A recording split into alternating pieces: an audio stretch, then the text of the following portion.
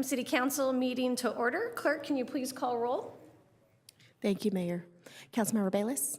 Here. Councilmember Leon? Present. Councilmember Moss? Present. Mayor Pro Tem Meeks? Here. Mayor Aiken? Present. Let the record show we have 5 members present. Are there any additions or deletions to our closed session agenda? No, Mayor, there are none. And do we have any public speakers wishing to address the closed session agenda? Mayor, we don't have any in-person speakers, and we didn't receive any electronic comments on the closed session agenda. Okay, so I'm going to close the public comment on the closed session agenda, and we will recess to closed session.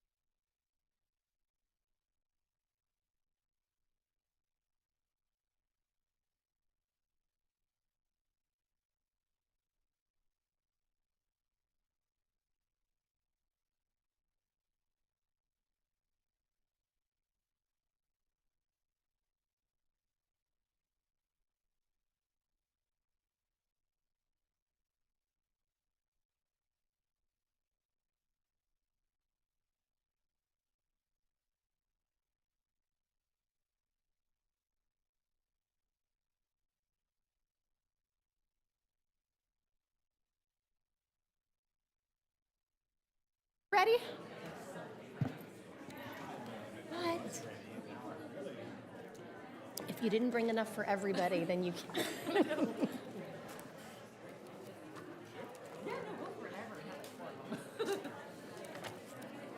All right, good afternoon, everyone. So we're going to reconvene the Anaheim City Council meeting back to order. And the first item on our agenda is a mid-year budget workshop. City Manager, could you please introduce the workshop? I'd ask for a staff report from Director Moreno, please. Thank you. Good afternoon, Mayor and members of the City Council. Today I'll provide our mid-year budget update. With me, going down the line is our budget team, Deanne Lee, Yvette Ramirez, and Arlene Roa. We'll start with a brief introduction to the city budget, including an overview of our funding sources and how we spend those resources to provide the core city services and fulfill our long-term obligations. We'll begin with the adopted citywide budget, then move our focus primarily to the general fund. I'll review the fiscal year 24-25 adopted 5-year forecast before providing an overview of the general fund budget and early projections on how we expect to end the year based on what we know today. Following, we'll review some current year accomplishments and highlights relating to citywide goals and strategies, and then we'll discuss our fiscal year 25-26 budget outlook, and finally, we'll end with a look at the budget calendar and what to expect in the coming months. The adopted budget of $2.3 billion provides strategic core services and service enhancements that continue to strengthen our neighborhoods. The City of Anaheim budget is comprised of many different sources of funding. This chart shows that the biggest portions of our overall budget are within funds that, by their nature, are restricted for specific activities. Our enterprise funds are used to fund operations for our city's water and electric utilities, solid waste and sanitation, golf courses, and the convention, sports, and entertainment venues. Special revenue funds are primarily funds awarded to us by other governmental agencies for restricted programs such as the Housing Authority, Community Development Block Grant, or CDBG, gas tax and roads, and workforce development. Capital project funds are also primarily funded by governmental agencies for restricted projects such as street improvements and infrastructure. The internal service funds are used to track costs for internal services such as employee benefits and insurance, fleet and facility, maintenance and replacement, and information and communication services. The costs of these services to the departments are also reflected within the other funds as they are recorded as department expenditures. The remaining restricted funds and other general purpose funds represent only 6% of the city's overall budget and hence similar restrictions in how they're spent.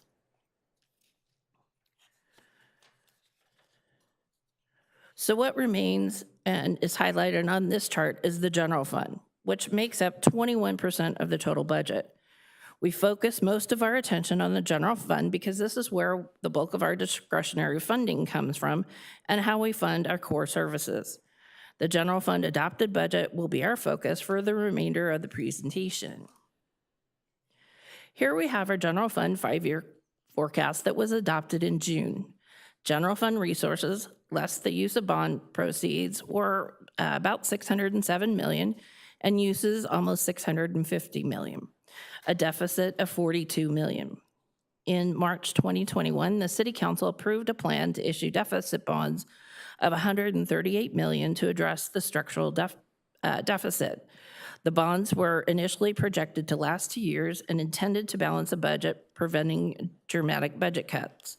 When the resort reopened, revenues rebounded more quickly than expected, and a portion of the bond proceeds remained, allowing us to balance the structural deficit. The adopted budget included the planned use of $42.4 million in the use of bond proceeds for the current year. The adopted 5-year forecast included TOT growth of approximately 5.5% in the current year and tapering down to 3% in the out years. Sales tax revenues were projected to grow at almost 4% in the current year, and property taxes were estimated to grow almost 7%, with both leveling off to 2 to 3% in the out years. Personnel expenditures were based on labor agreements in place when we adopted the budget in June, as well as a number of new positions that were associated with service level enhancements that I'll touch on later. Other operating generally assumed a 3% inflationary increase per year. General fund financial sources represent all sources of income available to support the governmental services, including both revenues and transfers from other funds. General fund sources for fiscal year 24-25 are roughly $650 million, with 76% of the revenue coming from taxes, including our big three revenues of TOT, sales, and property tax. The remaining revenues include fees and permits, business license, and other revenues, and the draw of the bond proceeds. General fund financial uses represent the total obligations of the general fund, including both expenditures and transfers out to other funds. General fund uses were adopted in the amount of $650 million, more than half of which is personnel services. So let's take a closer look at our key revenue sources, beginning with transient occupancy tax, or TOT. Visitors to Anaheim pay a rate of 15% on their hotel, motel, and short-term rental stays of 30 days or less. The tax is locally controlled, and the city keeps 100%. TOT is collected monthly with a 1-month delay from when the tax is paid by the visitor to when the city receives the revenue. TOT is our largest source of general fund revenue and is driven by visitors to the city of Anaheim. The adopted TOT budget for fiscal year 2024-25 was $271 million, or 42% of the general fund operating source. This graphic shows TOT revenue trends from fiscal year 2018-19 to the current year. Here you see the lows of the pandemic in 21 and recovery to pre-pandemic levels in fiscal year 22. While our adopted budget anticipated revenues of almost $271 million this year, we expect to finish the year at only about $241 million. TOT revenue has declined recently, in part to the strength of the dollar, leading potential visitors to travel overseas, in addition to uncertainty leading up to the presidential election and in the early part of the new administration. Moving on to our second largest general fund revenue, sales and use tax, is a tax applied to the sale of tangible personal property. Examples include clothing, furniture, food products, vehicles, and gasoline. Entertainment, sporting events, and services are not taxable. The tax rate in Anaheim is 7.75% of retail sales. The bulk of the sales go to the state to fund schools and other supported programs. The city receives 1 cent for every dollar spent in Anaheim. For example, on a $40,000 car purchase, $3,100 in sales taxes collected, and $400 comes back to the city. Taxes are collected by the state and paid to the city in 2 monthly advances and a quarterly true-up. Anaheim has a diverse and balanced economy. About 30% comes from general retail, and the remaining 70% is almost equally shared among the food, transportation, construction, and business-to-business categories. While the tax base is diverse, we are seeing weakness in the transportation sector, likely due to higher interest rates. However, we are seeing growth in general retail, food products, construction, and business-to-business. Food products make up 20% of our tax base and is projected to increase almost 3%. Miscellaneous is projected to decrease 4.2%, but makes up only about 1% of our tax base. The adopted sales tax budget for fiscal year 24-25 is approximately $108 million, or 17% of the general fund operating sources. So this chart shows the sales tax revenues for that same period as TOT. So you'll see the trends from 2018 to 19 to the current year. You'll notice that there's not quite that significant dip we saw in 21 for TOT. And this year, sales taxes is actually projected to be $1.4 million over our budget at the end of the year. Moving on to the third revenue in our big three, the property tax. All real and tangible personal property in the state is subject to a property tax equal to 1% of the value. The county collects the revenue and distributes it to local taxing entities. Our share is approximately 20% of the 1% basic levy. So by example, if a home had an assessed value of $880,000, the 1% basic levy would be $8,800, and the city would receive approximately 20% of that, or $1,760. The balance is shared among the other local taxing entities, including the county, schools, and special districts. The adopted property tax budget for fiscal year 24-25 was approximately $109 million, or 17% of the general fund operating sources. This chart shows recent property tax revenue trends. Property tax is the most stable of the big three revenues, but the least robust. This year, we expect property tax to be under budget by about $2.5 million because assessed values didn't grow as much as anticipated. The remaining revenues make up roughly 24% of the general fund budget. Here's a breakdown of the remaining revenues and the adopted budget of $162 million. The largest piece belongs to fees and permits at 29%, and these revenues are designed to pay for the services provided. They cannot exceed the reasonable cost for providing that service. 9% of other revenues are intergovernmental service charges. These represent for fees provided by one department to another. For example, Public Works receives revenue from oversight and management of capital projects and from utilities where they perform street repairs or tree trimming on their behalf. Business license and property tax transfers make up about 5% of the total, and refunds, reimbursements make up 6%. The balance includes intergovernmental revenues or revenue from other agencies, fines, forfeits, and penalties, and use of money and property. The use of money of property makes up a larger slice of the pie due to the planned use of the bond deficit, the deficit bond proceeds in the amount of $42.4 million for fiscal year 24-25.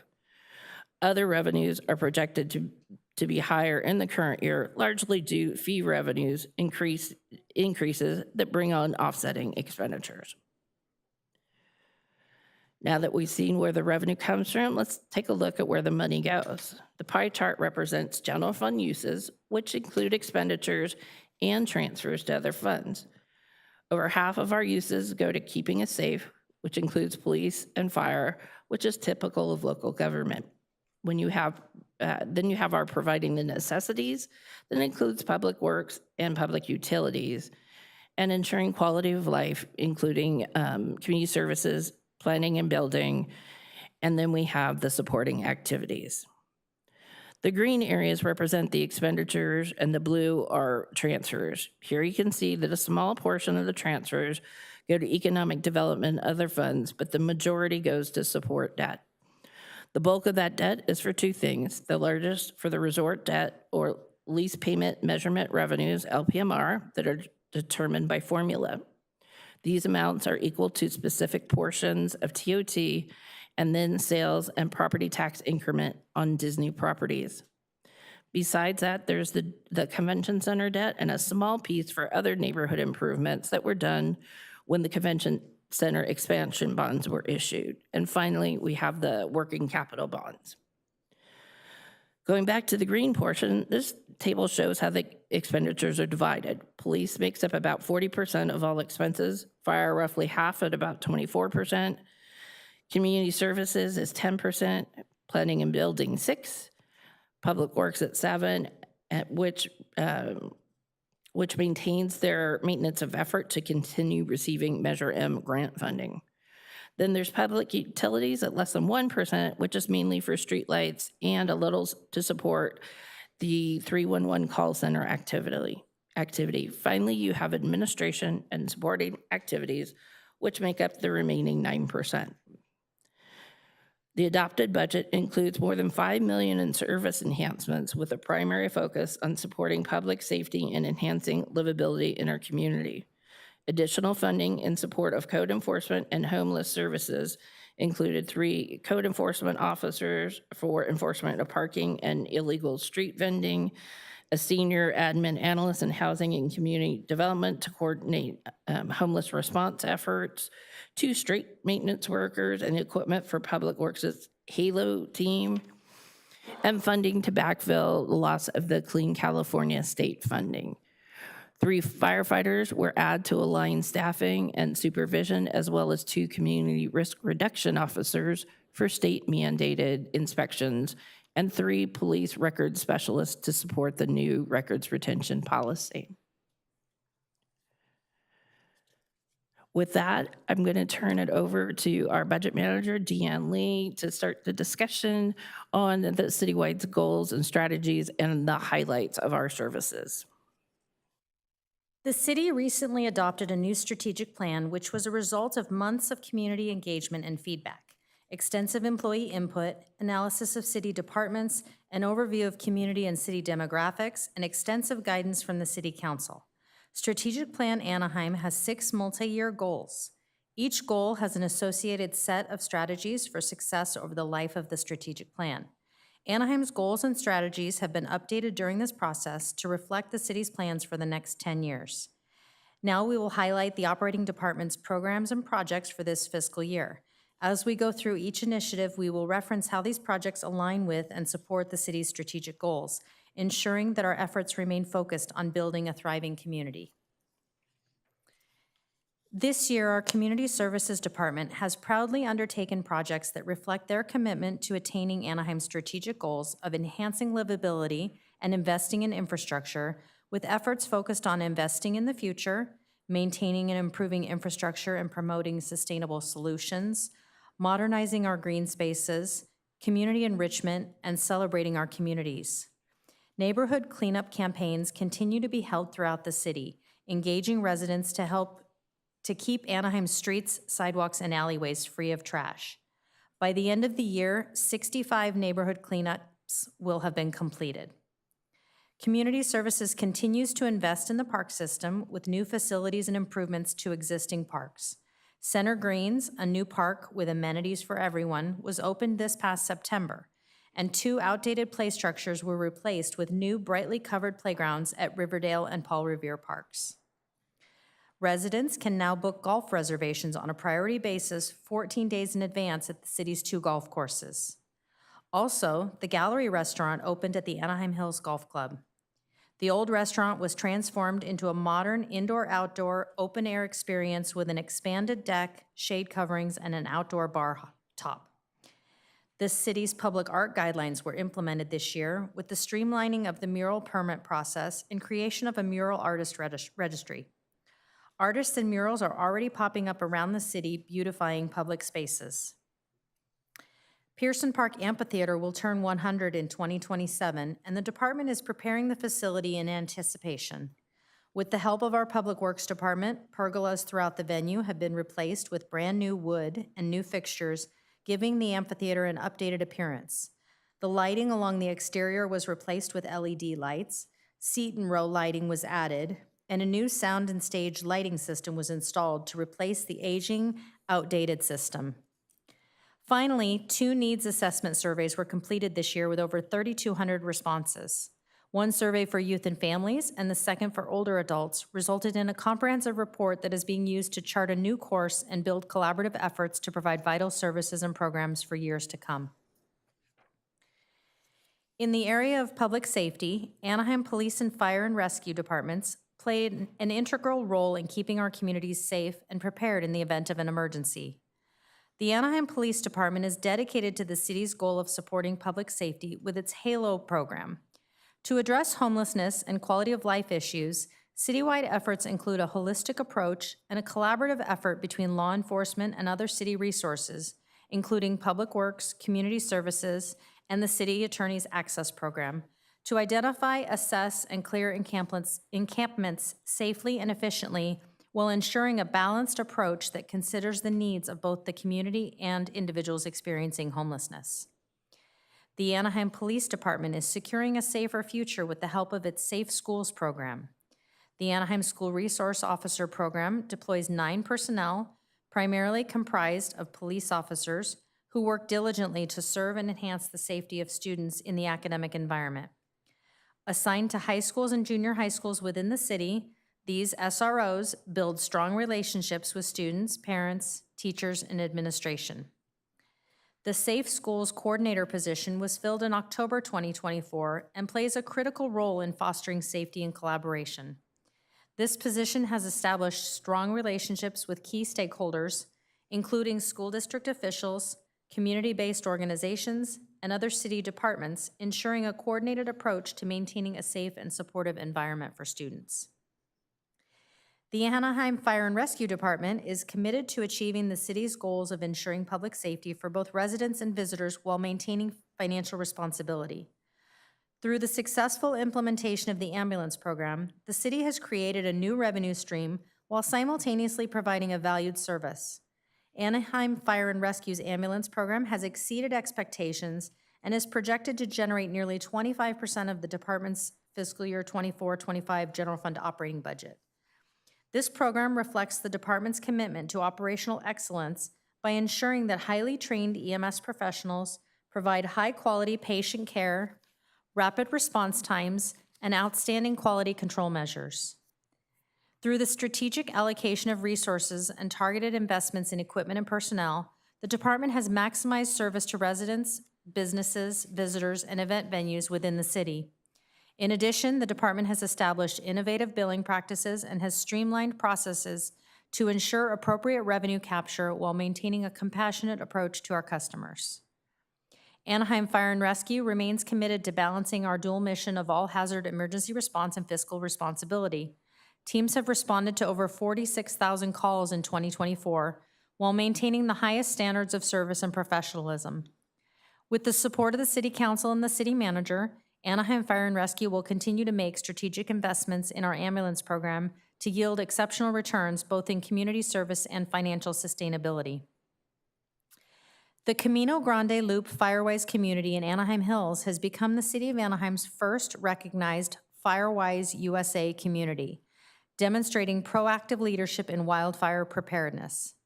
Every year, wildfires threaten homes across the United States, and with more people living in fire-prone areas, taking preventative measures is crucial. Through the Firewise USA program, residents of Camino Grande Loop have worked together to enhance their neighborhood's resilience by implementing fire-safe landscaping, creating defensible space, and collaborating with local fire officials to reduce wildfire risks. The Firewise USA program, managed by the National Fire Protection Association, provides a structured framework for communities to strengthen wildfire preparedness. In California, this initiative is a key part of the state's wildfire mitigation strategy and supported by CAL FIRE and Anaheim Fire and Rescue. By achieving Firewise designation, Camino Grande Loop sets a precedent for other Anaheim neighborhoods, emphasizing the importance of community involvement in reducing fire hazards, decreasing insurance costs, and protecting homes from devastating wildfires. These projects showcase the department's work and dedication to achieving the city's goal of ensuring public safety and enhancing livability.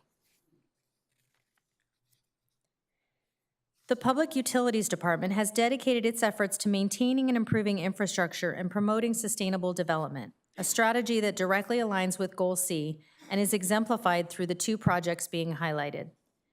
Anaheim has been honored as one of the American Public Works Association's 2024 Best Project of the Year Award recipients for the groundwater treatment program.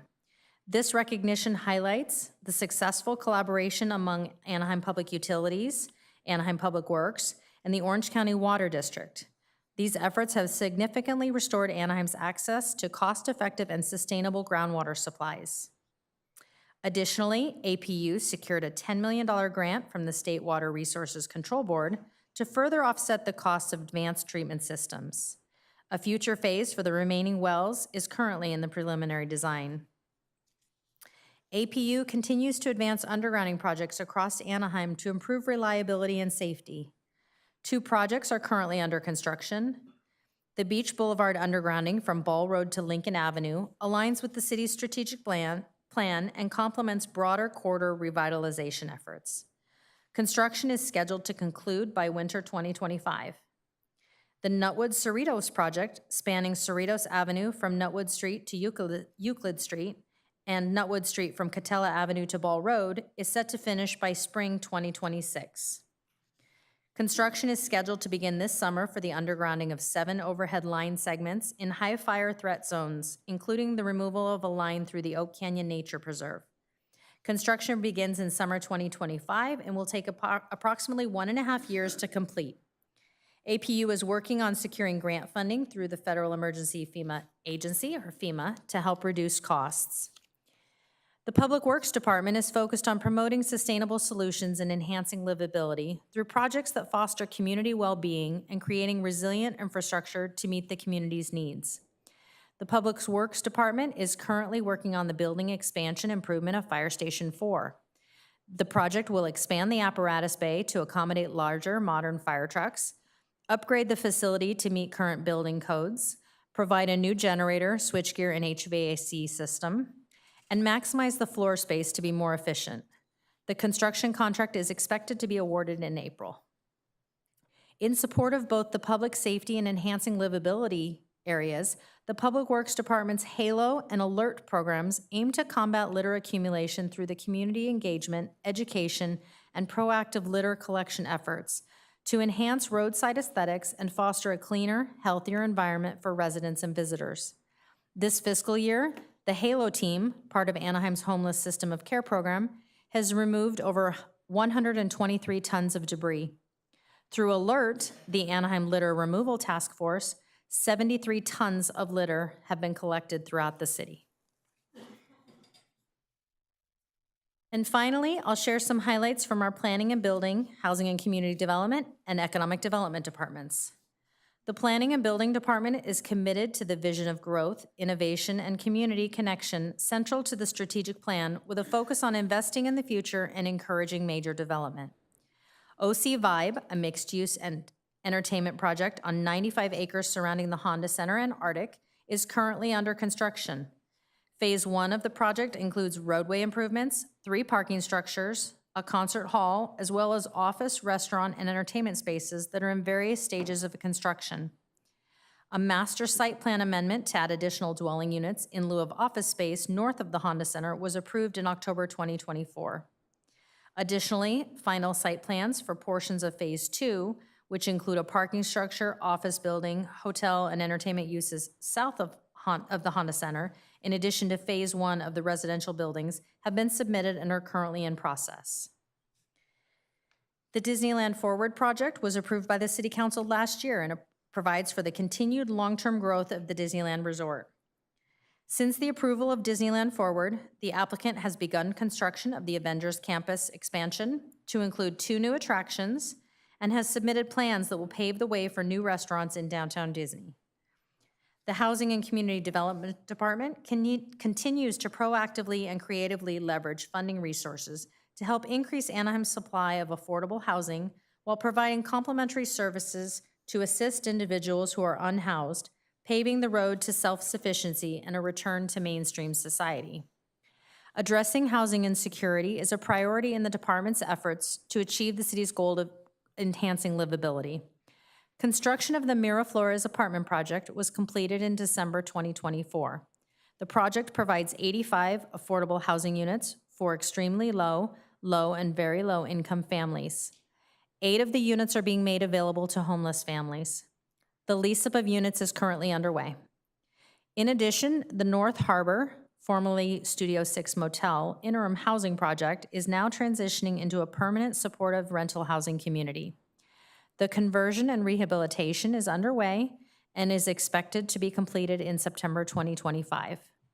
This project, now known as the Azure Apartments project, will provide 87 affordable rental housing units for extremely low-income families and/or individuals exiting homelessness. The Economic Development Department is dedicated to meeting the city's goal of promoting economic growth and tourism. The department has supported local businesses by installing placemaking banners in the Little Arabia District along Brookhurst Street, south of Broadway to Ball Road, to further promote and establish the new district.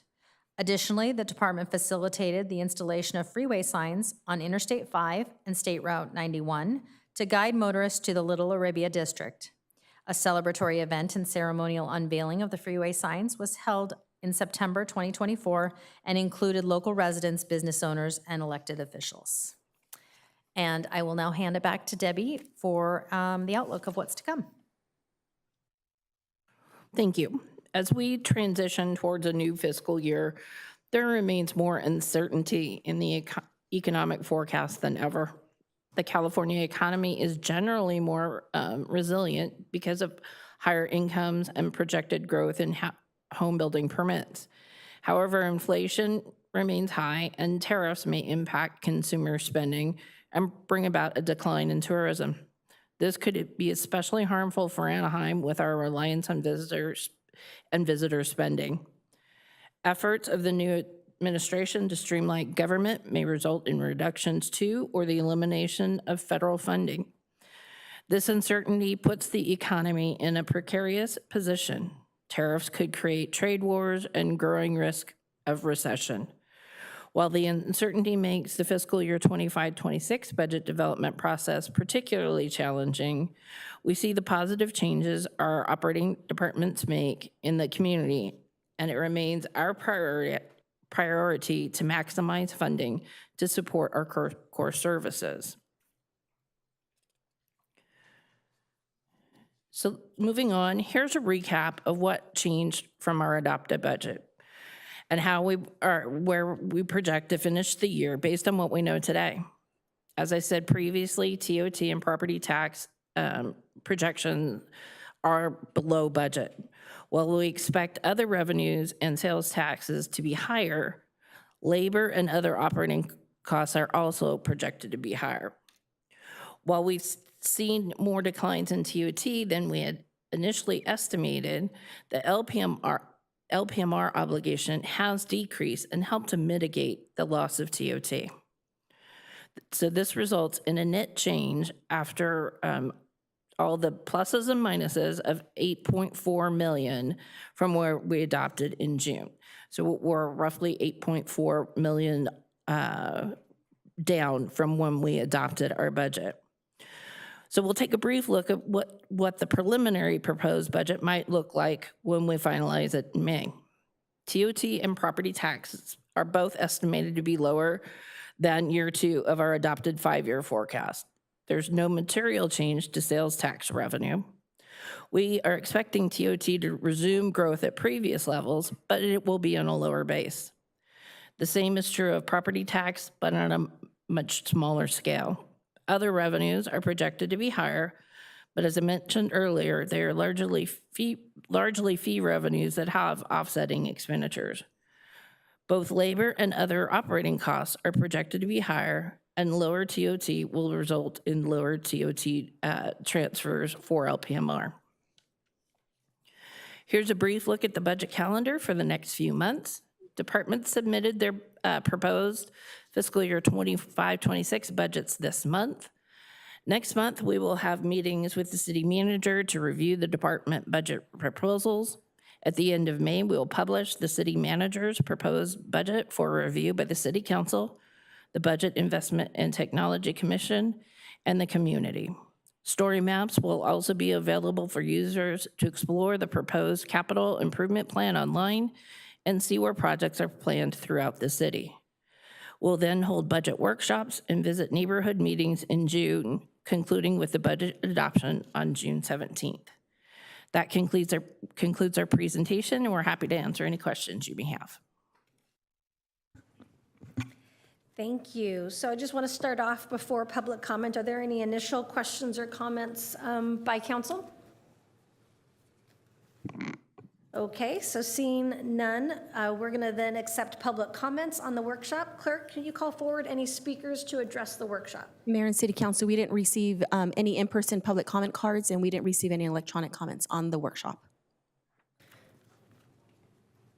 Oh, you have one, you submitted a card? Okay.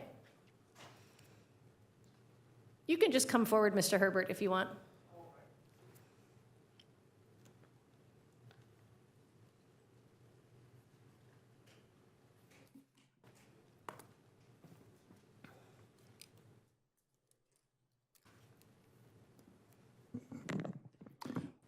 Mark Herbert, editor of AnaheimGrease.com, where I'll note this meeting in detail. And I'll start with the notes I made from a recent meeting. My comments are centered around where will these numbers come from as we go forward. And I got a look recently at the AT board meeting, the Anaheim Tourism Improvement District. And there was a problem with public engagement there, a lot. I have a 6-page letter, which I'll be submitting in the next day or so. Let's just start that there's not an email to send, address to send comments to the ATID Advisory Board Committee. Okay, the state ordered an audit of ATID at the end of 2023. And it was completed and read rather scathing on ATID and the city. Among their findings, that board did not conduct an audit for 16 years, despite it being in its charter. So now, fast forward to this year, the meeting I went to was they were getting ready for their budget proposal for this process. I was there. They presented. Their presentation started after public comments, so there was no way to engage there. The members at the board were all given a hard copy, none available for the public. So afterwards, luckily the ethics officer was there and he gave me his copy. Interesting that the numbers they're submitting to your process are, in their words, unaudited financials.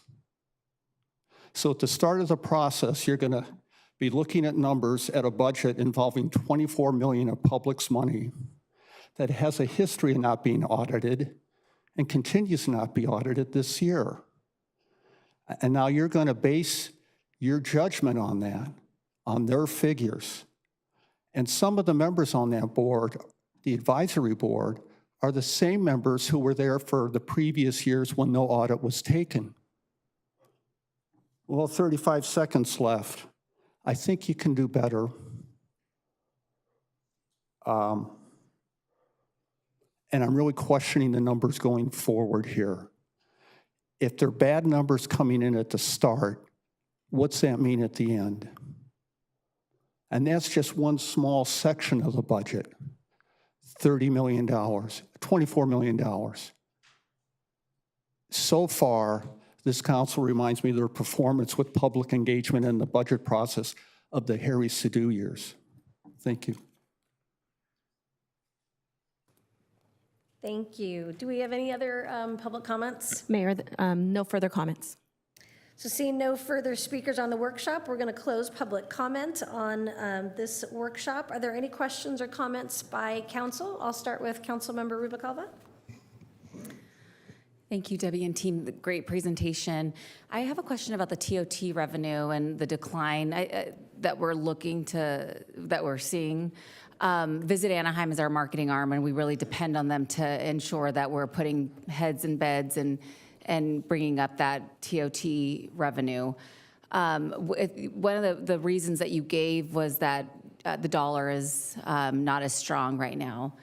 And so this is probably not a question that you can answer, but this is more of a comment, and I think that we need to stay on top of Visit Anaheim. But the strategy that they have is luxury, so that would require them bringing in people probably from other countries who are interested in the luxury market. So perhaps they need to adjust that strategy and do domestic travel to Anaheim and look at getting more conventions so that we can ensure that our hotels are full to capacity and we are able to generate that TOT revenue. So I am concerned that the decline is there, and I'd like to hear a strategy from them. They are a $26 million marketing arm, so I think it's important that we have a strategy for fixing the problem moving forward. So that's less of a you problem, but just more of a observation on my part, because that's an important part of our bread and butter for general fund. Yeah, and there are probably some other things that are impacting it as well now. Is it just, here locally, things are a bit of a stretch for folks. So there's going to be some people who can't afford it. And you've also got Disney's 70th anniversary next year. And so what we've seen in the past is that there may be a holdback of people going because they want to go when there's that new shiny thing, that new memorabilia, things like that. So while some of it may have been driven to by the economy in general earlier, some of this right now may be more based on people waiting to go when there are these new shiny things to celebrate. So there's a few things that could be happening. And I think that's great, but I don't think we should just depend on Disney being the draw when we have the convention center. And I know that's not what you're saying, but I'm just saying that we probably need to be securing conventions that are not currently coming here. We can't just depend on NAM and Natural Foods to be the two largest. I would encourage Visit Anaheim to explore beyond their current capacity. I actually don't even know what they're really marketing at this point, so I would like to see that so that we can ensure our general fund is fully in growth mode and not just in decline.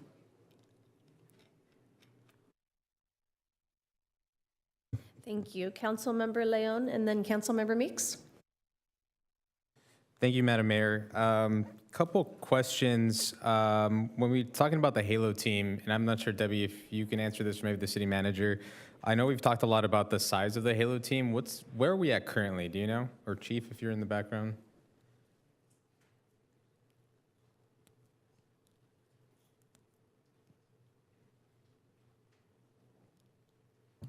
Good evening, Mayor and members of the City Council. We currently have 8 officers and 2 supervisors assigned, so we doubled the unit when we started our citywide initiative.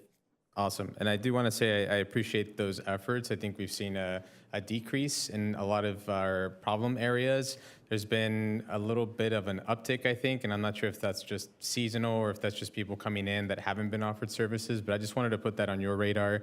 And as we start looking at kind of the next year's budget and planning for all of that, but I do appreciate it. There's 123 tons of debris.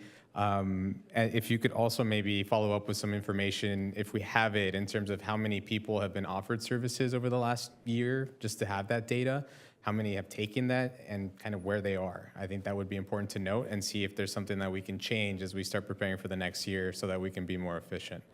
Duly noted. Thank you, sir. On the housing front, how many projects do we have currently in the pipeline for affordable housing?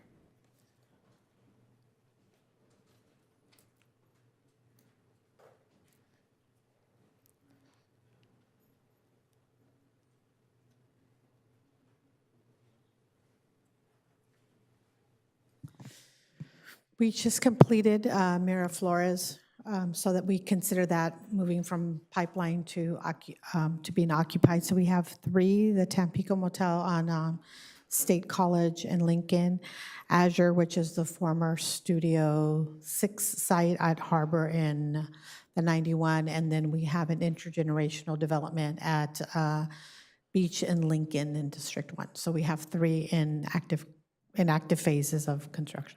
And then can I ask you a quick follow-up? In terms of, as we're looking at kind of the uncertainty, as you mentioned, Debbie, is there anything that we're doing on our side so that we have more projects that maybe are already in the pipeline so that we're not risking any funding that may necessarily, we're not sure if it's going to be there or not? Is that something that we're taking into account?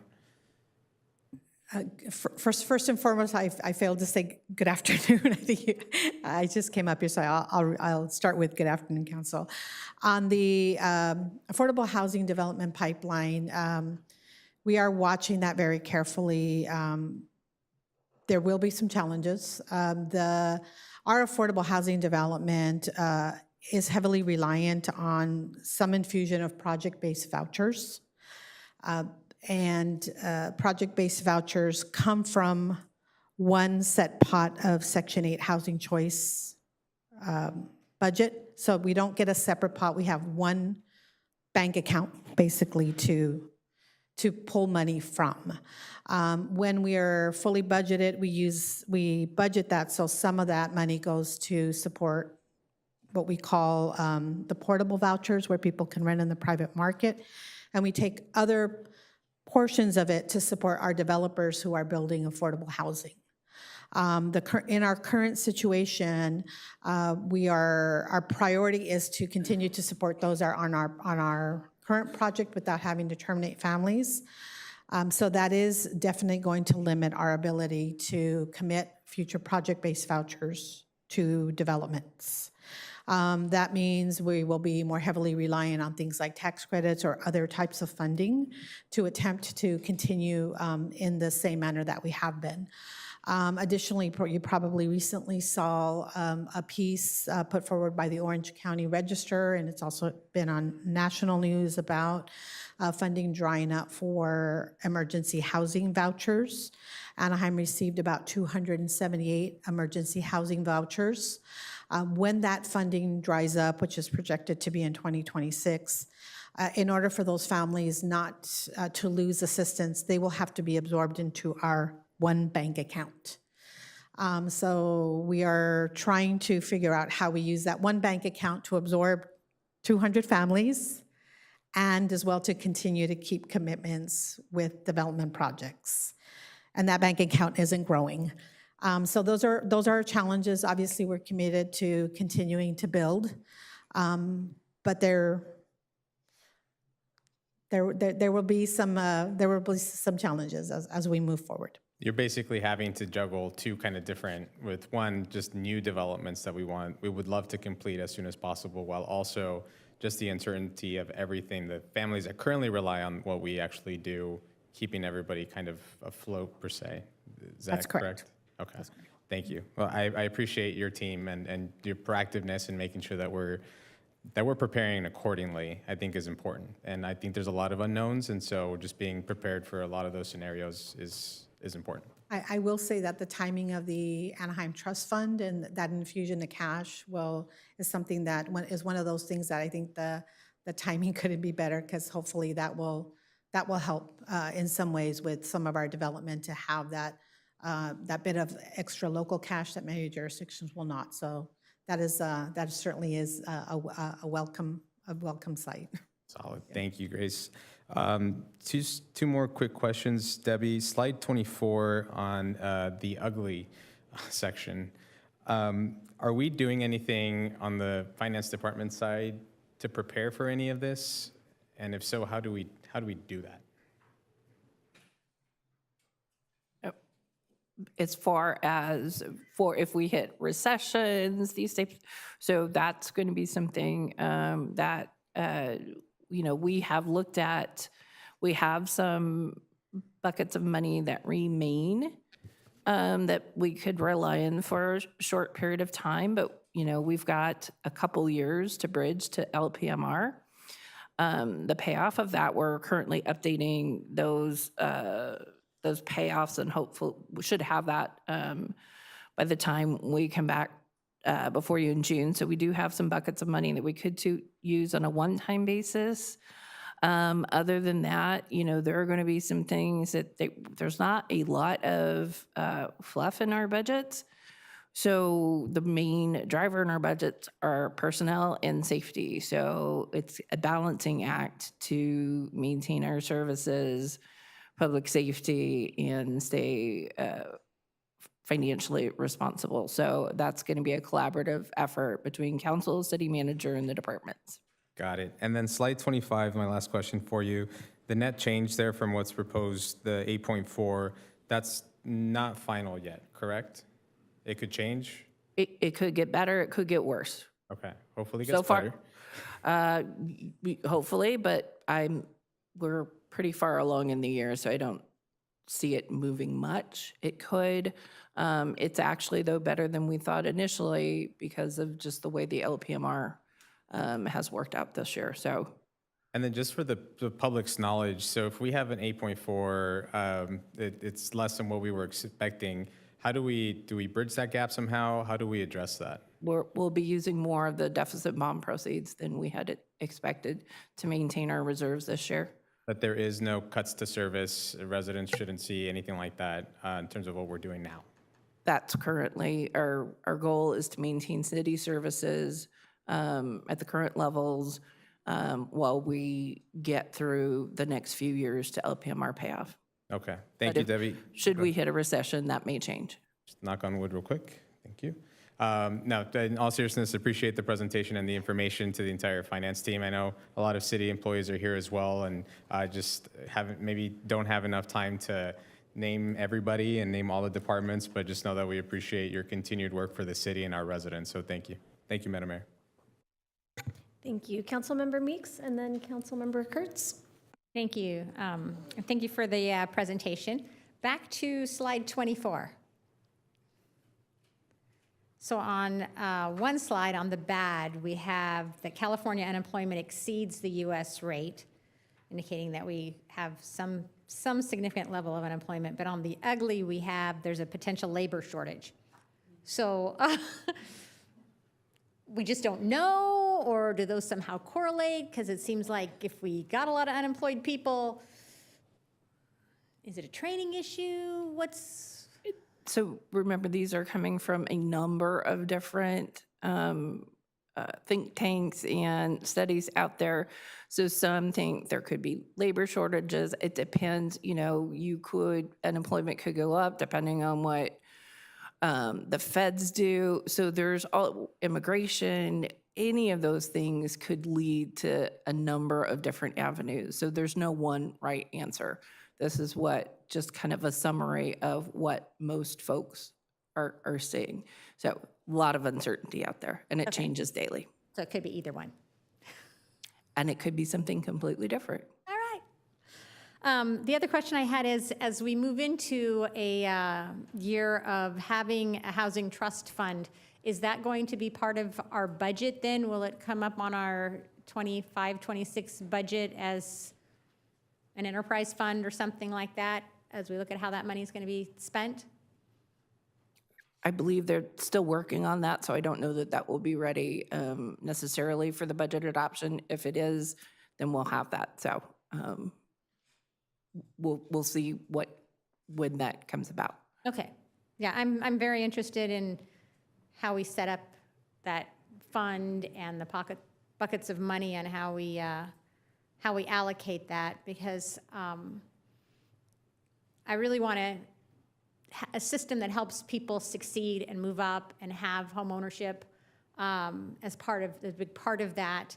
And as we lose some of this emergency funding that the federal government has been giving us, I mean, my understanding was, and Grace might be able to address this, that emergency funding is more one-time or short-term emergency funding, not necessarily some of our Section 8 families that may be on that permanently due to disabilities or an inability to work. Sure. So on your first question related to the Housing Trust Fund, the vehicle to receive the money is already in place. The City Council has adopted that. What we are working to bring to you is really some guiding principles about how that money can be spent, and then as we committed would be direction from the City Council into which buckets you would like it to place. We have preliminary information that that first tranche of the $30 million is coming shortly. That's actually Disney's timeframe, so we don't want to get ahead of ourselves, but we do believe that it's within the next few months that hopefully will be available to help offset of this. But again, the vehicle itself was adopted when we adopted the ordinance, and now it's really the principles of which we will bring to you, and you will ultimately guide us as to how much, where, and what activity. As relates to your second question about the emergency housing vouchers, those are Section 8 vouchers. They're not one-time vouchers. It's an allocation of 278 Section 8 vouchers that were delegated to us to help, they were delegated nationally to help address homelessness. They were provided with a 10-year window, so 2021 to expire in 2030 with the potential to be extended to 2035. So we knew, to your point, that it was temporary, but not temporarily. Not temporary. Exactly. Okay. Yeah. I appreciate that. Thank you. And yeah, I would like to see that program or plan for the Housing Trust Fund sooner than later, as we've talked. You know, I think it's very important as this money from Disney comes in that we are able to tell the community what we plan to deliver with that money.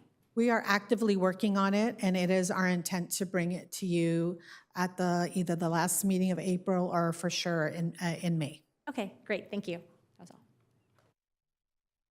Councilmember Kurtz? Thank you. I'm going to take us back to TOT. When we look at the numbers you've given us, and TOT, the 42% of our budget here, and I see that the monthly reports with the continued decline,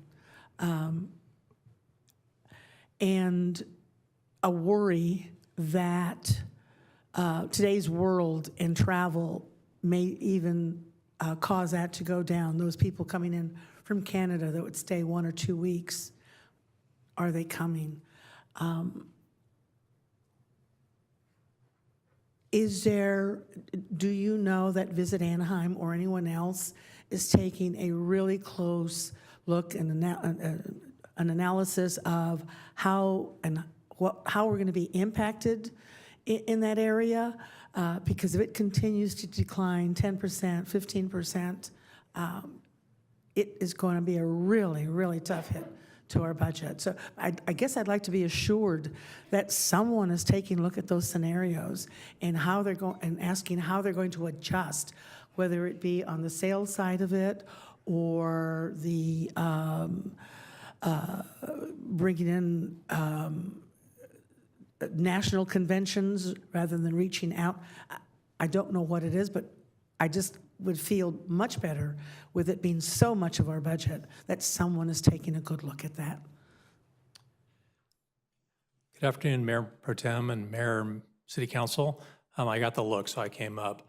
I can tell you that Visit Anaheim is looking at all those factors, and they are investing heavily currently above their adopted budget to advertise to bring tourism in from a convention standpoint that was mentioned earlier. We are certainly aggressive for all types of conventions. Due to data availability, there might not always be the options we would like.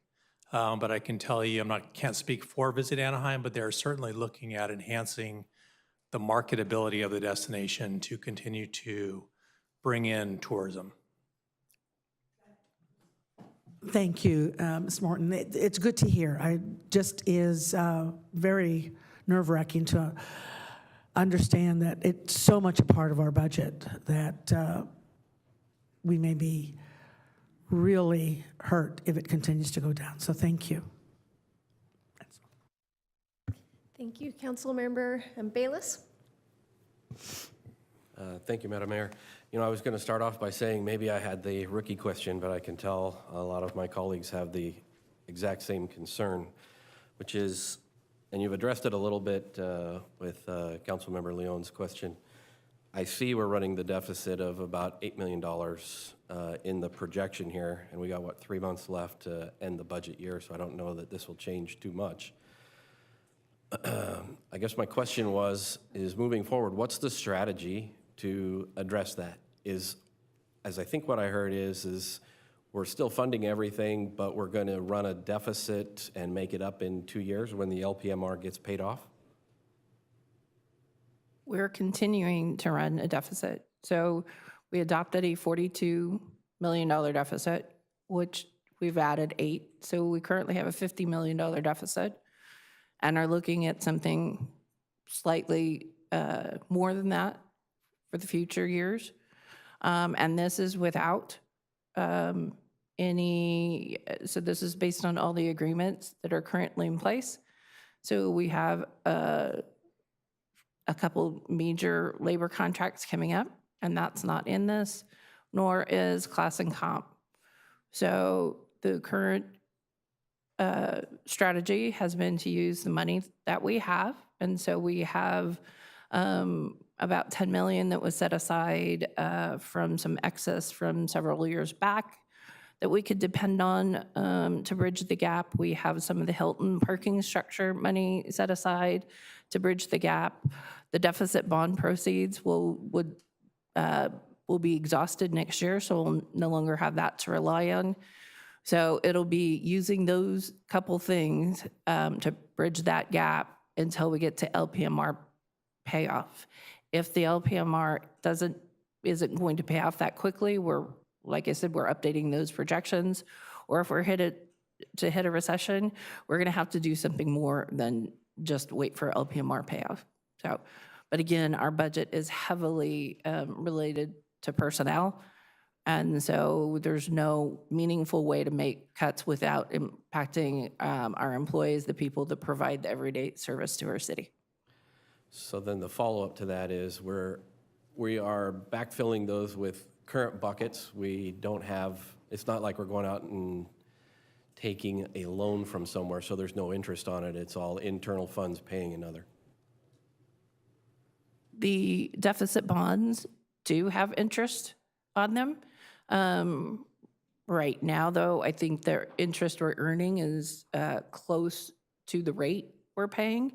So that helps mitigate some of the differences. But no, we're not looking at any additional loans to get through this time. All right, thank you. But I think it's very fair to say, as a follow-up, that if we didn't have the outlook of the LPMR, these would be very different conversations. As you look at some of the cities around us and realize the deficits that they're experiencing without this resource that's coming to us, and looking at, like Debbie said, some of the existing resources that we have at our disposal, we feel comfortable that we can recommend a budget like this and prepare a budget for your consideration in the next couple months, given those realities. But without LPMR in the horizon, very different conversations. Thank you. And Councilmember Rubalcava, did you have an additional comment? I do. Tom, or Jim, is it okay if Tom, I have more questions. I loved your blanket statement, but I would like to expand further on your comment. So can you, since you sit on the board of Visit Anaheim with our city manager, correct? That is correct. Can we get a list of the conventions that are currently being courted to bring to Anaheim? Because I'd love to know what that process looks like. I'd like to see who has come to us for potential conventions being held in Anaheim and who we're accepting, who we're declining, and what are some of the reasons why. Sure, I can tell you that we rarely decline. It's about putting together the best proposal for them to make a decision. In terms of the groups that we're currently working on, I can provide that to you, certainly. Perfect. Yeah, I'd love to see what that looks like. And if you can give me maybe the past 2 years back, like I'd like to see a list of them, maybe over the last 24 months. So just to clarify, a list of any lost business Yes. and contracted business? Correct, because I know we do buy downs, and I'd just like to see where the issues have occurred if they haven't been here. And then you also mentioned that Visit Anaheim was increasing their budget to do more attracting. What does that look like, and how much more have they increased the budget by? So if I recall correctly, I may be a little bit off, but they increased their budget by $1 million for advertising to predominantly the tourism market. I don't have the specifics exactly, but I do know there's a significant increase to enhance the marketing efforts. Okay, yeah, I mean, that's $1 million is not very much in the grand scheme of things for marketing. So I would just, because we're so dependent on TOT, I'd like to just get more clarity on what that looks like. So if you could bring that back next time for the next budget discussion. Because my concern is, at what point do we hold our visitor bureau accountable for the decline in TOT revenue? And I get there are market conditions, but we're constantly going to face these. From my background, our tourism market has always been the strongest because people are always going to want to come to Anaheim. So I just want to know what the strategic plan is and at what point, you two sit on the board. When do we hold leadership at Visit Anaheim accountable for not delivering the results that we need? And Councilmember, I would also add that the annual report for both the ATID components is forthcoming, which includes a lot of the activities both prior and moving forward that could answer. And those are very top line. I'm looking for more detail. Because those are just, here's the increase in revenue that we've spent, but I want to see the detail that I just described for the conventions that are. And then this question's for Debbie. Debbie, do we currently overpay LPMR payments? Or are we paying like the minimum amount due? We paid, it's a precise amount. Okay, It's and we never calculated. overpay to pay them off faster? No, the amount that we have paid is equal to the formula. That formula has provided for funding above what the debt service requirements, but it was what we are legally required to pay. So we never pay more than what the debt service is required us to pay? No. No, okay. There, Just, 'cause there I are know that we've- reserves already. Because I know we've paid them off a little faster than expected, so I just want to make sure that we're not paying more. No, and that's simply because the TOT and the other incremental revenue have performed better than was anticipated when bonds were issued. But we pay exactly equal to the formula. Okay, perfect. And then this is probably for housing, where Grace is. So I know for Councilmember Meeks requested that we see a budget, or Councilmember Kurtz, one of you two, a budget for the housing trust. In that, if we can also have a line item for any inclusionary in lieu fees, because that is also supposed to go into the housing trust, and I know that's something that we've talked about being very intentional about, and it should not go to Section 8, but to first-time home buyer programs or other things. So if we can get a line item, I don't know if there has been development that has allowed for in lieu fees to potentially be collected, but I would like to start tracking that as part of a budget as well. Certainly, we will bring that forward. Here to date, there has been none. We do work with planning to see what's in the pipeline. We are not projecting, and revenues are substantial because a lot of the product that's in the pipeline is either already first-time home buyers, which is exempted, or is taking advantage of density bonus, which means they're already providing the affordability. But we will certainly ensure that that's part of the equation. Perfect, because we don't have any market rate right now that would qualify for in lieu, that would fall under the inclusionary requirement. It's new development. It's multifamily of a certain size and so. Yeah, okay. If we could just keep that as a line item for that housing trust budget when it's inserted at some point. And then this is a question I just wanted to ask because it kind of relates to LPMR, since we constantly talk about, we're going to be able to draw on it at some point. Have we done a strategic plan for how we're spending LPMR? Because we constantly hear like, LPMR is already spent, it's already spent. Do we know how we're spending it? So LPMR, so once it pays off, we assume it'll be roughly, I think, roughly 140 million, maybe a little less than that at this point. So what we're saying is, when we say we've already dipped into it, is that we're running a $60 million deficit. So in order to absorb that, we've dipped into that 140 or so by that amount.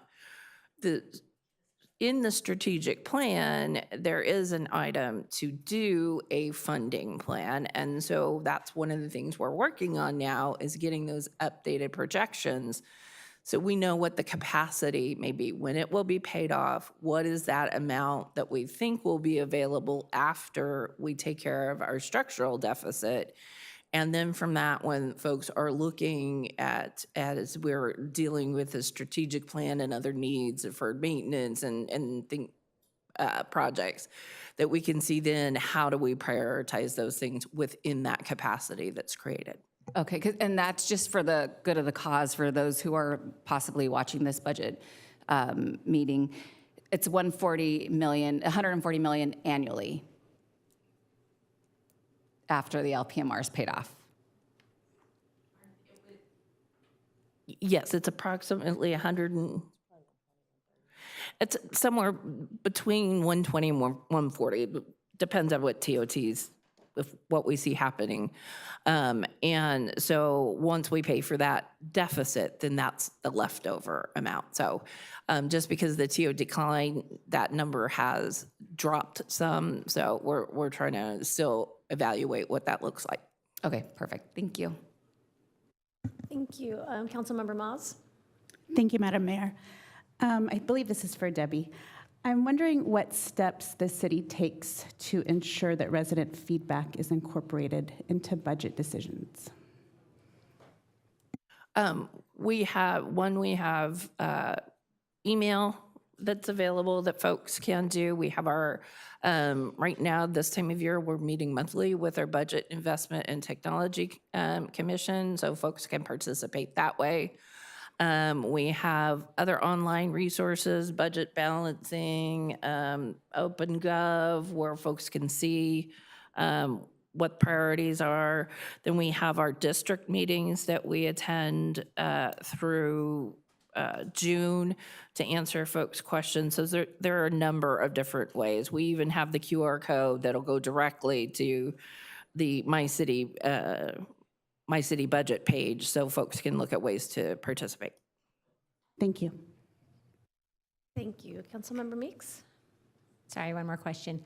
On the strategic plan, I think we're going to have like a 1-year kind of status update workshop or something. Is that correct? Okay, thanks. Councilmember Bayless? Thank you.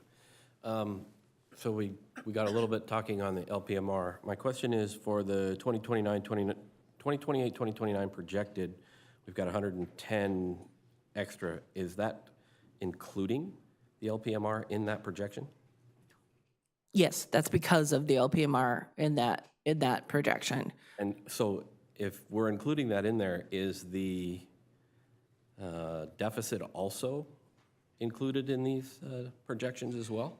If we're saying we're going to push $60 million out, which will be, say, we got 60, we got another 40 we're running for 26, 27, let's call it 100 million deficit by 2028 or 28, 29, is that included in the projection as well? Yes, but that's based on higher TOT numbers. Those numbers are going to come down, so the deficits will grow in the first few years, and the available LPMR would be less. Okay, thank you. Thank you. Well, I don't think we have any more questions, so we've come to the end of the workshop. Just want to echo thanks to all our city staff that is here and everyone that I know works tirelessly on this, not just during budget time, but every month. And I think it would be nice, maybe we can work with our communications team just to get some of the information that's on our My City budget page out there, because they do have even tools like you can put your own numbers in and play around with the city budget. I'm nerdy, I think it's kind of fun.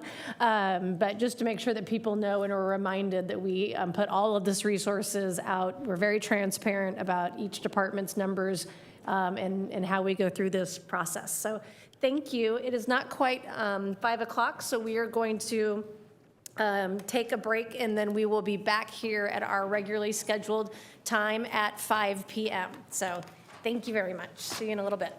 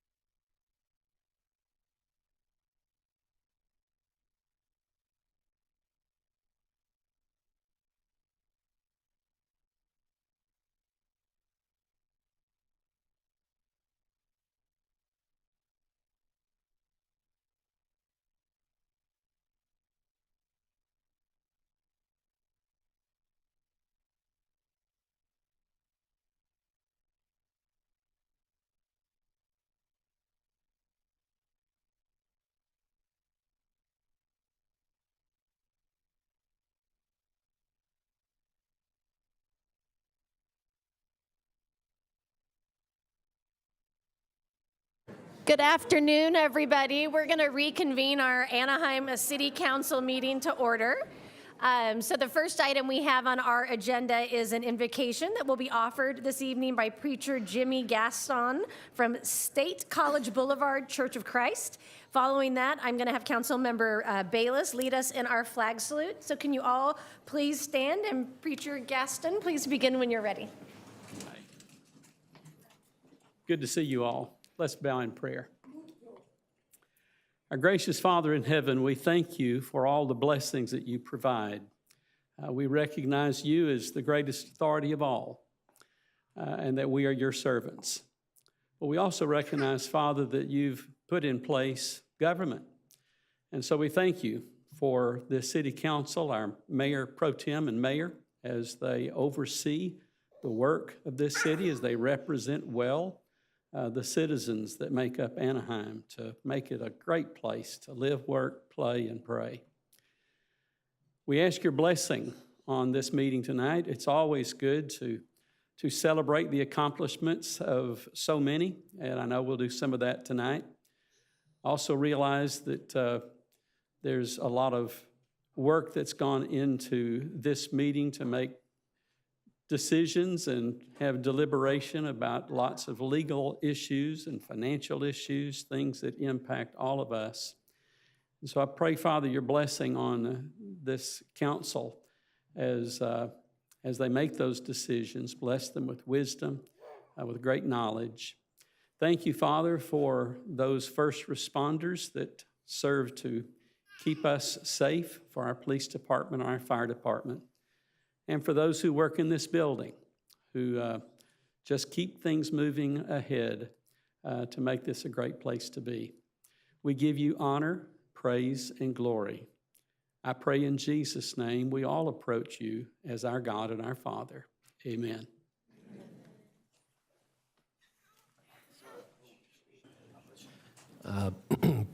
Please face the flag, put your right hand over your heart, and stand, of course, as well. Ready? Begin.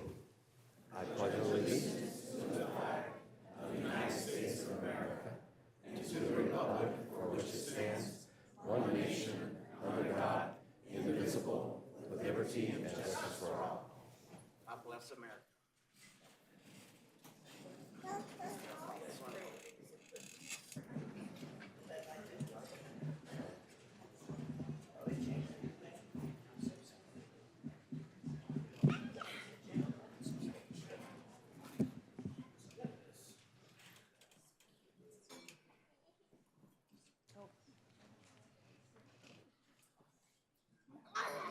Excuse me, sorry, I had to go grab my glasses. I was like, who am I kidding that I'm going to be able to read this? So I am so excited to have a couple of very special presentations to do tonight. One of them is a true pioneer in the city of Anaheim, Ernest, or Ernie Badalian. He turns 100 years young this May, and his life has not only spanned a century, but has left a true mark on our Anaheim community, his family, and the history of our great city. Born in Yerevan, Armenia in 1925, Ernie's journey spanned tumultuous events, surviving communist Russia, the horrors of Nazi Germany, and fleeing to the United States in 1949, driven by a dream for a better life. Ernie first lived in Detroit, Michigan, and later moved to Bell, California, where he owned and operated a poultry farm. In 1959, inspired by a visit to Disneyland, he purchased a 32-room motor lodge across the street from Disney, which would later become the 197-room Tropicana Inn and Suites. For 66 years, Ernie has lived on site, making the hotel his home, creating a welcoming space for visitors worldwide. He even attended meetings and events hosted by Walt Disney himself. Over the years, he has also transformed the Sands Motel into the Camelot Inn and Suites. And I love this fun fact, Councilmember Natalie Rubicalva's grandmother worked with Ernie at the Camelot Inn and Suites. So generations of families have created lifelong memories at both hotels. Ernie has since retired, allowing his 3 children 8 grandchildren, and 3 great-grandchildren to continue on with his legacy. Or so they think. Ernie can still be seen daily walking through the parking lot, counting cars, confirming the number of check-ins and check-outs each day. His passion for hospitality really lives on, and the Badalian family proudly carries on his tradition. So today, please help honor me in welcoming him and thanking him for his 100 years of resilience, dedication, and love. We wish him continued health and happiness, as well as a very, very happy birthday. Could you please join us?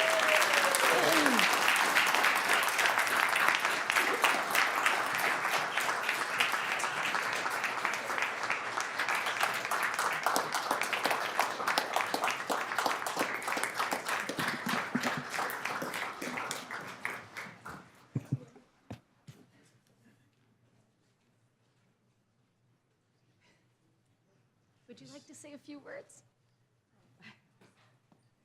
Or anyone want to say a few words? You don't have to. Oh, wonderful.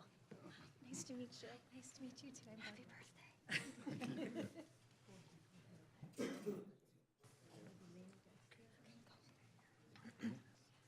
I am honored to read this on behalf of my grandfather here. I would like to begin by thanking the mayor, all the city council members, and especially the incredible District 3 Councilwoman Campos for bestowing this great honor upon me. The city of Anaheim has been a wonderful place to raise a family.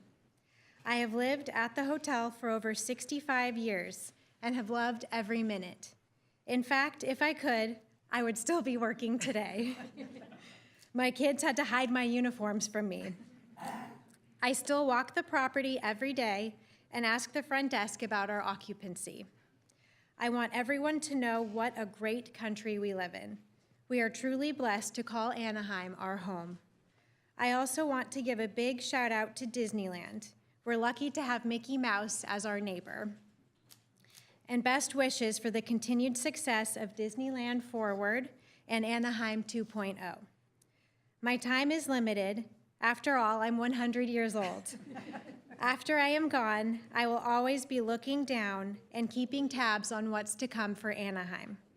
I leave my 2 hotels in the capable hands of my children, grandchildren, and great-grandchildren. God bless America, this city council, and the citizens of Anaheim.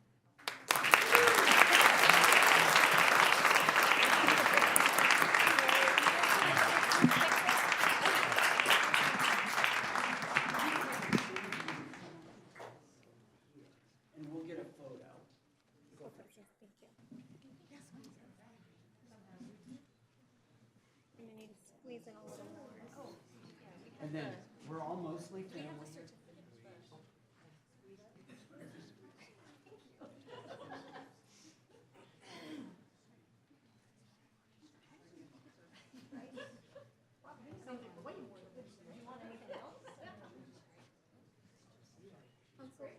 Councilmember Lamb.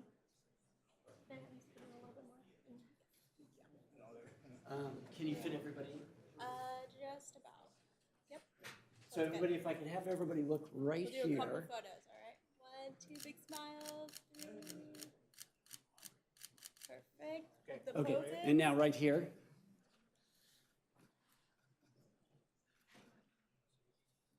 Okay, ready? 3, one more. Excellent.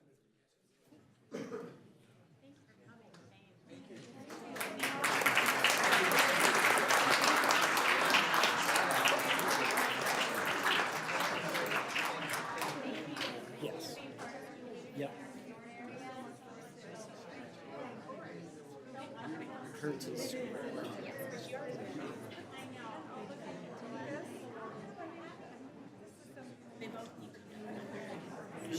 I believe she.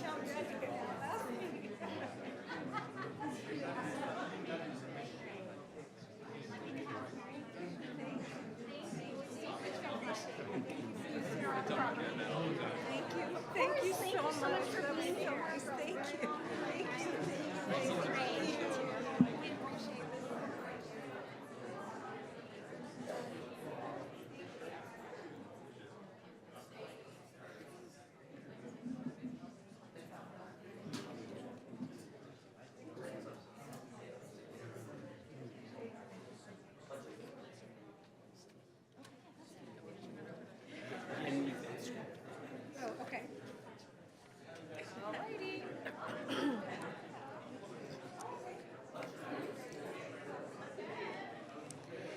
So next, I am really excited to honor one of Anaheim's own who has gone on to make Anaheim truly proud.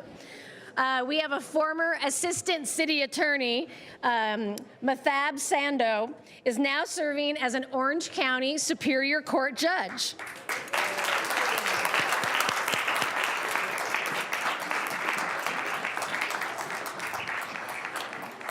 He was appointed to the Orange County Superior Court by Governor Newsom in December and joined the bench in February. While we will miss Mathab, we could not be prouder. He now serves on the family law panel at the Lamoureux Justice Center in Orange. He came to Anaheim in 2021, first as a deputy city attorney, then later as an assistant city attorney. And he was an invaluable part of our community as a prosecutor at the North Court and played a leading role in our efforts to restore public spaces with compassion.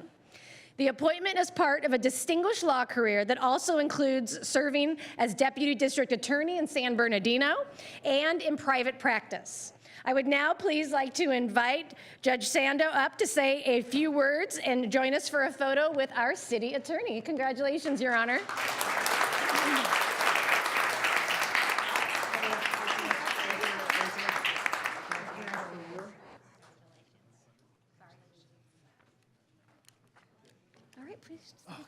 I wasn't really planning on saying anything, but I want to thank everyone for being here. I'm kind of bummed out. My kids were trying to be here today, but they couldn't make it. But it's good that I have my extended Anaheim family here. I was joking with a colleague of mine that as I parked in the structure thinking I could just walk through the back entrance again, not realizing I don't have my credentials anymore. So that's when it kind of it settled in that I'm not working in Anaheim anymore. I was here for a short time, but it's a great, great city, a great community. I'm really proud of the work I was able to accomplish in the short amount of time we were here. So, and that's a credit not to one individual. It's a credit to the entire city. The city operates like a big team, and being part of the Anaheim team was something that's very memorable for me.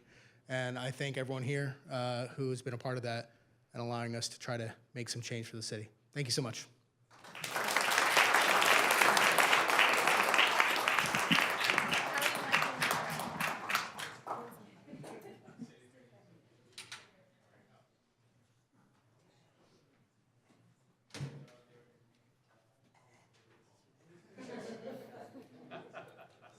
Okay, if everybody can look right here.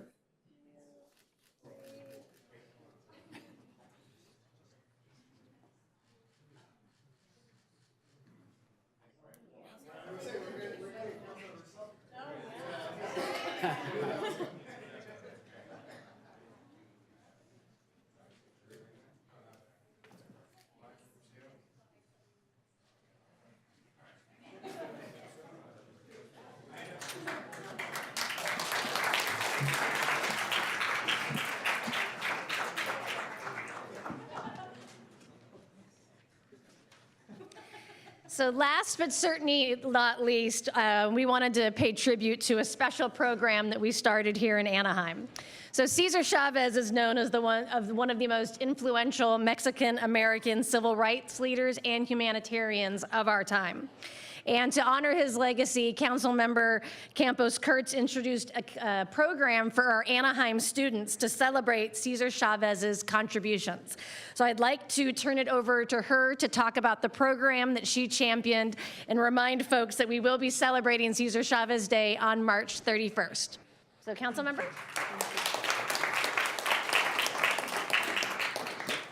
I am honored today to recognize the talented young artists who participated in this year's Honoring Cesar Chavez Day poster contest. The contest is a wonderful opportunity for students to reflect on the legacy of Cesar Chavez and the values he stood for: a sense of community, equality, and compassion. The contest was held this month, and the prompt encouraged students to illustrate how Cesar Chavez's values continue to inspire by illustrating opportunities to support and uplift our community. We were thrilled for first time contest to receive 57 incredible submissions from students across schools and facilities in Anaheim. Participants range from pre-K to 12th grade, showcasing their creativity and understanding of Caesar's impact. After much deliberation, our judges, not any one of us, our judges selected 6 outstanding winners whose artwork beautifully captured the spirit of Cesar Chavez's work and his message. Now, I am pleased to recognize our winners. And as your name is called, please come up and you'll get your certificate, and then we'll be ready for a picture after all the names are called. Our elementary school winners: Shahar Abu Honda, 4th grade from Orange Crescent School. Congratulations. Hazel Gonzalez, 6th grade, Ponderosa Elementary School. Yay. We have 2 junior high winners. Marie Moran, 7th grade from Dale Junior High.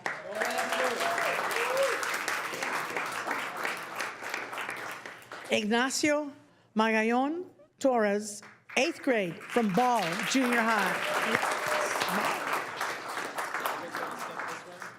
And we've got some high school winners. Christina Quesada, 9th grade, Catella High School.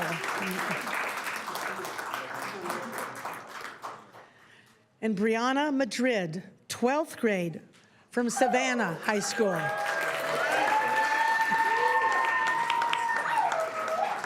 Congratulations to all of our winners and participants.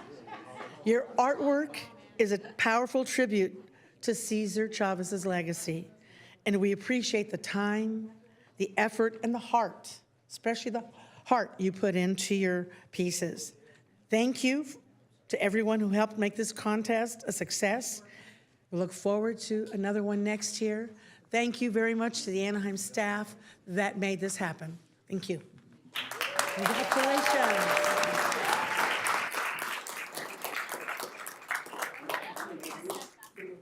Take a step back. Do you need a minute closer? Okay, so everybody look right here. We'll do an official photo and then we'll pause for all the family photos. Everyone look at this camera. 1, 2, 3. Perfect. Hold those Now, poses for hold, parents. yep. Okay, parents.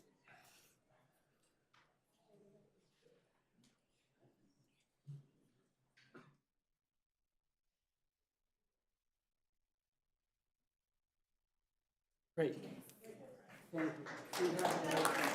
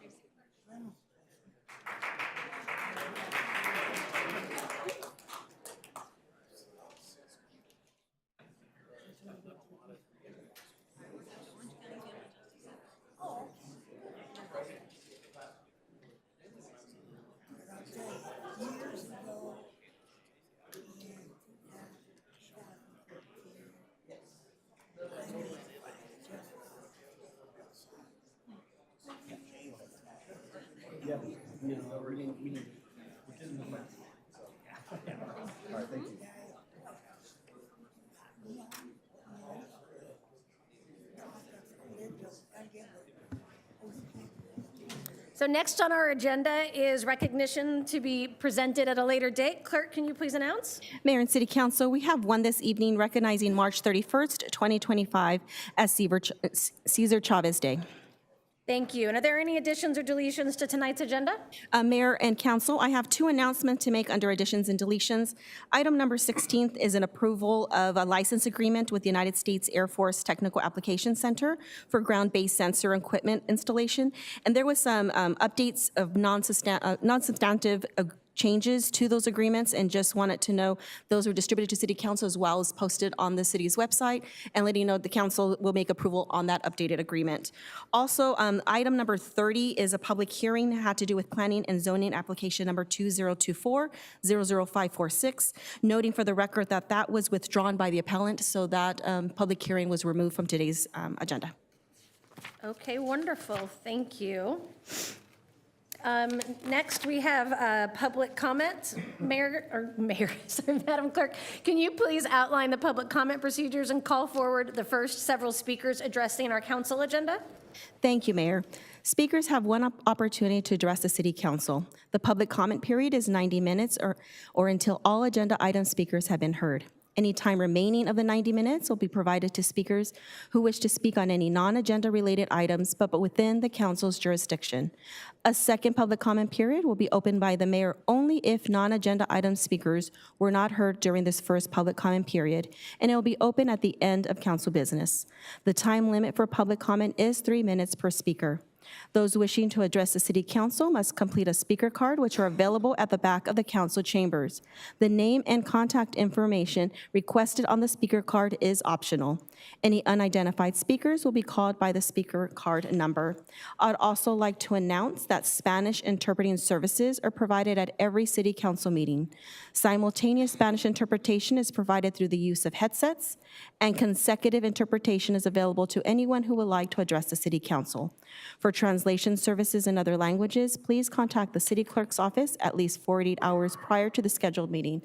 At this time, I'd like to introduce our interpreter who will make the same announcement in Spanish. Buenas tardes. Se proporcionan servicios de interpretación al español en todas las reuniones del Consejo Municipal. Se proporciona interpretación simultánea al español a través del uso de audífonos, y la interpretación consecutiva está disponible para cualquier persona quien desee dirigirse al Consejo Municipal. Para servicios de traducción en otros idiomas, comuníquese con la oficina del secretario municipal al menos 48 horas antes de la reunión programada. At this time, on behalf of the City Council, we would like to remind the public that Anaheim remains committed to freedom of speech, and we ask that speakers address the City Council with civility and refrain from making personal, threatening, abusive, slanderous, or profane remarks towards any member of the council, staff, and general public. We appreciate you reflecting this spirit when you speak. The time now is 5:29, with the 90-minute public comment period set to conclude at 6:59, or until all agenda item speakers have been heard.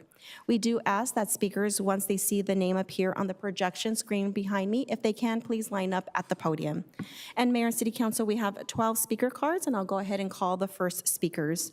Tracy Theodore and Daniel Ochoa.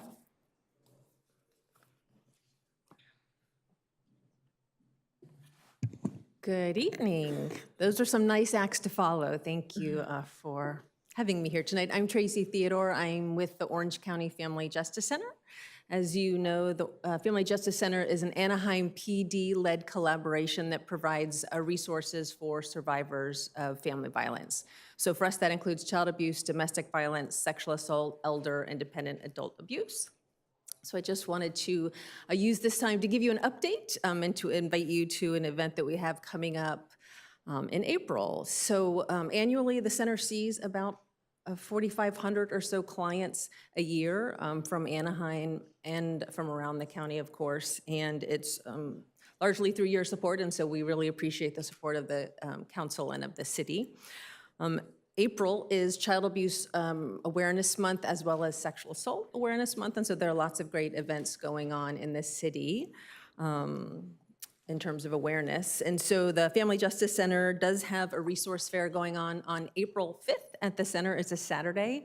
It will go on from 10 until 2. I know there are other resource fairs that day. I believe Councilmember Campos Kurtz perhaps has a resource fair that same day, but we're right around the corner. I think you're at Olive Elementary, and the Family Justice Center is on the corner of Lemon and Vermont. So we would love for you to come out. The community's been invited. We have about 35 other agencies that will be present that day, including the Mexican consulate, who will be doing a mobile consulate from the center that day. So it's a really great day for the community, and we hope that we have lots of folks join us. So please come through, and if you haven't been on a tour recently or ever, also, I'm always available to give tours, and we'll be giving tours that day as well. So I'll leave some brochures, and thank you again for all that you do for our community.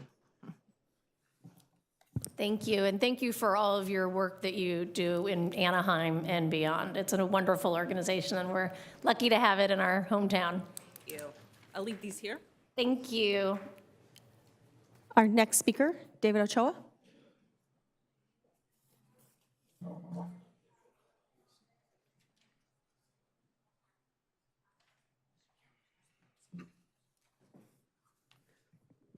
Good afternoon, Council. My name is David Ochoa, and this is my colleague, Justin Massey. I am a senior district representative with State Senator Tom Umberg's office, and I just wanted to read a letter of support from the senator for Agenda Item 29.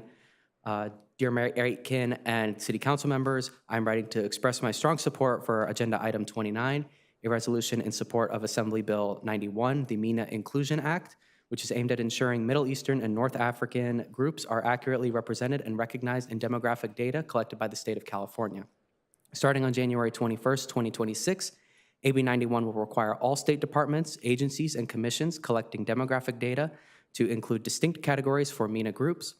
California is home to approximately 740,000 individuals who identify as Middle Eastern or North African, and the city of Anaheim itself has a vibrant MENA community that has positively impacted the city through its culture and history, including the establishment of the Little Arabia District along the Brookhurst Corridor. Currently, the MENA community is classified under the broader white category in federal and state data, which has perpetuated inequities in healthcare, education, civil rights, and economic opportunities. Accurate MENA-specific data is crucial for improving state planning, resource allocation, and policy interventions to better serve our community. Additionally, as the former co-chair of the State Census Committee, California has been asked by the U.S. Census Bureau to begin collecting this data so our federal partners can prepare to implement this category nationwide in 2030 for the census. AB 91 has broad support from local organizations providing critical support and services to the MENA constituents of Senate District 34. Thank you. Our next speaker, please step forward.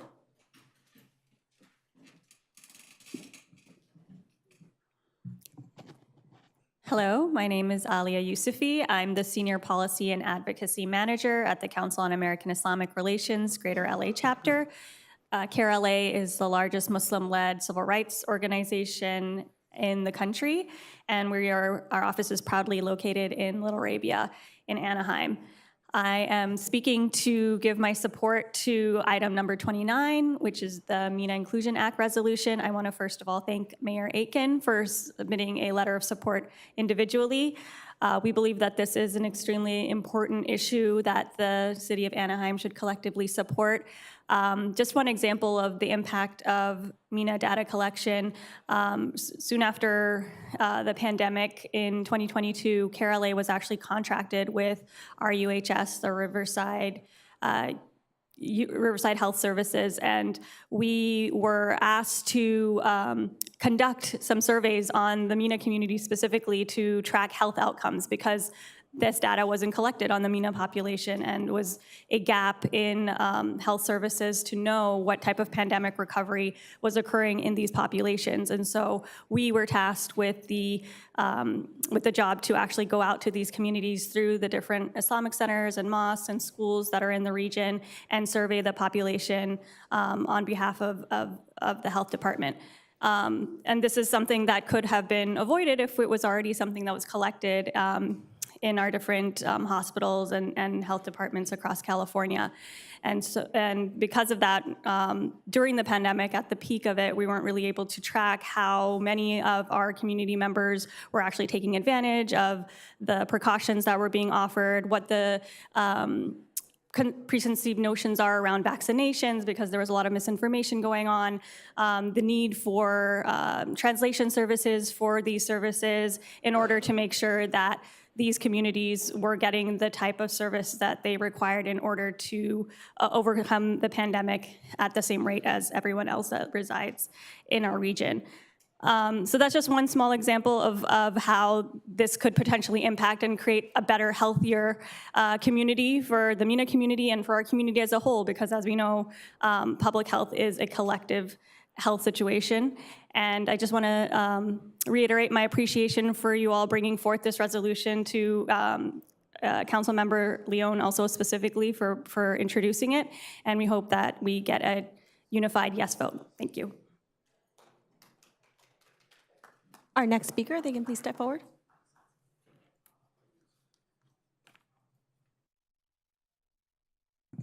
Good evening, Council.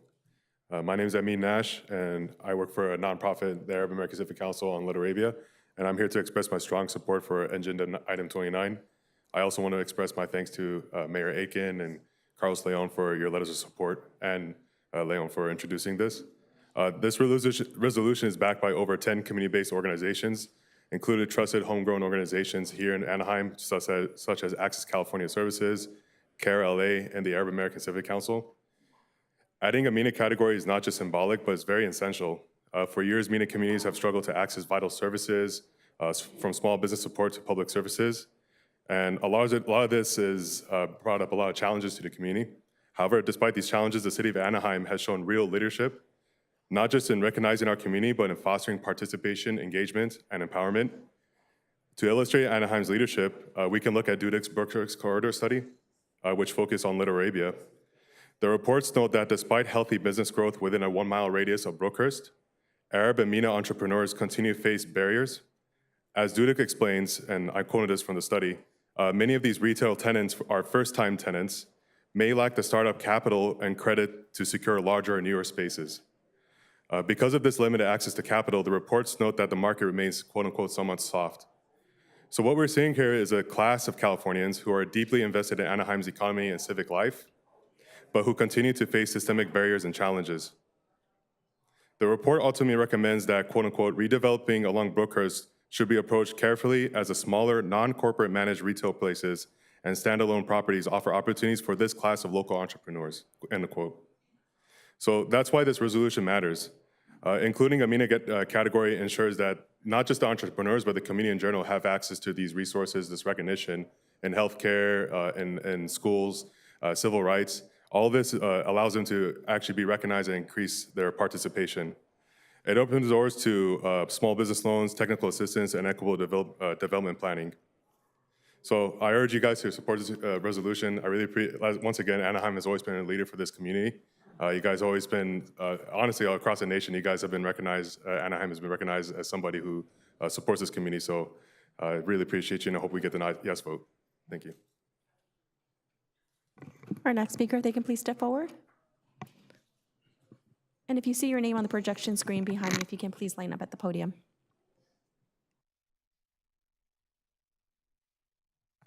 Hello, everyone. I hope we're all having a good day.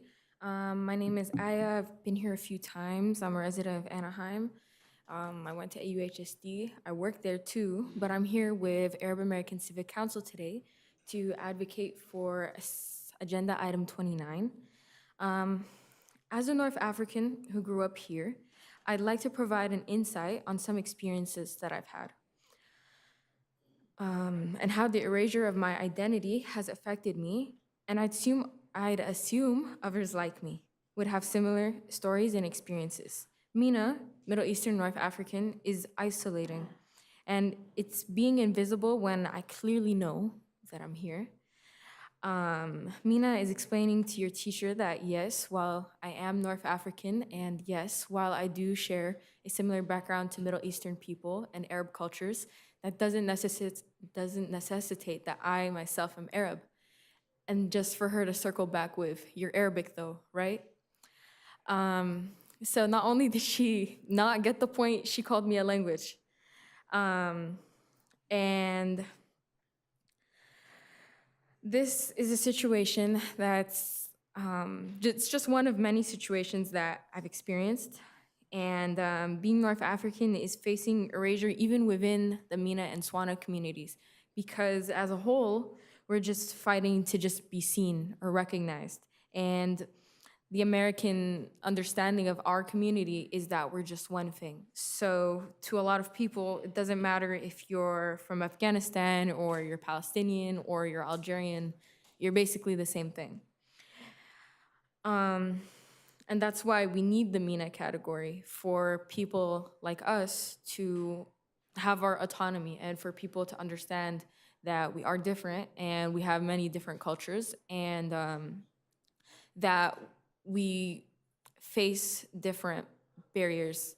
And when it comes to social justice, Arabs or North Africans or MENA or Swana, we're not even a thought in the conversation. Even though I believe our group is one of the most politicized groups in the US. And I just want to say thank you guys for putting this on the Assembly bill, and we appreciate that. And I hope it gets passed with a unanimous yes as well. Thank you guys and have a good day.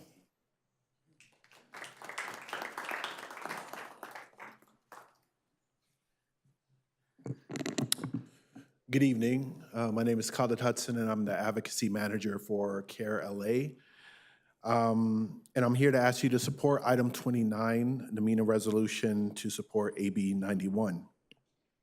As I stated the last time that I was here, most of my childhood I spent here in Anaheim, and it's been such a joy coming back after 30 years and just seeing such a vibrant MENA community that's just added to the diversity that exists within this city.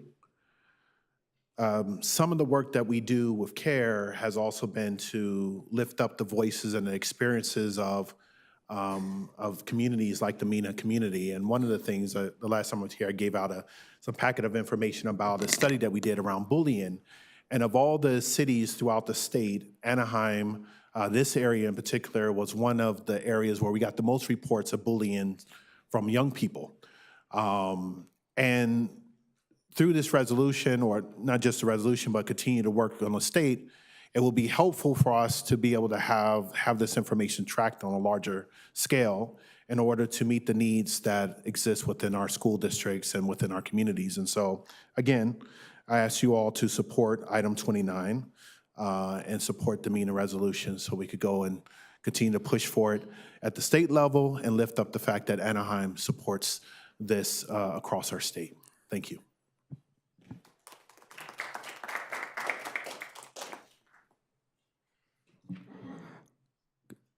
Good evening, fellow council members. My name is Muntalar El-Jadid. Some may know me as Monty, and I am an alumnus of Magnolia High School in the Anaheim Union High School District and a current poli-sci major at the University of California, Riverside. I am here to express my strong support for Assembly Bill 91, a crucial step toward recognizing and addressing the unique challenges faced by Middle Eastern and North African or MENA communities. As a student leader, ambassador, and district representative of my school and district, I was frequently asked to participate in initiatives and videos aimed at promoting diversity and inclusion. However, despite our contributions, the Middle Eastern community has long been overlooked and underrepresented in the official systems and data collection. We have been yearning for recognition for years, yet our presence and district identity continues to be erased. A clear example of this erasure is the racial classification of system used in applications for financial aid, college admissions, and other institutional processes. Every time I fill out a form that asks for my racial identity, I am forced to check the white box, despite the fact that I do not identify as white. I'm Middle Eastern, specifically Iraqi Muslim, and my lived experiences, cultural background, and challenges differ significantly from those of white background. The current classification system fails to acknowledge these distinctions, leaving our community without accurate representation in demographic data, resource allocation, and policymaking. Assembly Bill 91 is more than just a legislative change. It is a necessary step toward ensuring that MENA individuals are properly recognized in our society. By implementing this bill, we can begin addressing the disparities that affect our community, from access to educational opportunities to equitable resource distribution. Our voices matter, our struggles are real, and it is time for our identity to be acknowledged within that very systems that shape our future. I urge policymakers to support AB 91 and stand with the MENA community in our fight for proper recognition and representation. Thank you.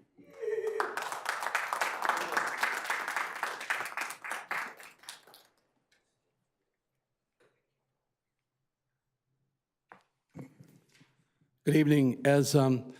As people who are working for Disneyland, you need to know that the workers need housing. And so the housing element is really important, and there should be rent control also. That all works in Disneyland's benefit and for the hoteliers. But every time I turn on the news, every time when I'm driving here on the radio, on the news, on TV, every hour they're talking about the fires in LA and what the problems were there. What were the problems? Who's at fault? What have they done wrong? Where are they going to get the money? Because they've said they need more firefighters. We have 11 fire stations, one more in queue and another one supposedly coming up. That's 13. Long Beach has 23 for 50 square miles.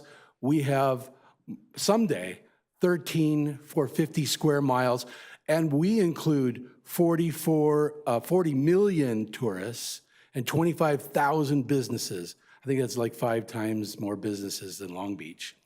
Do you want to lose your home and then complain or sue the city, or who's going to sue the city? I know Ashley and Meeks are in a zone. If you look at it now, you're all covered. Obviously, you know that you're in a fire zone. Do you want to lose it all is the question. And where can we get the money?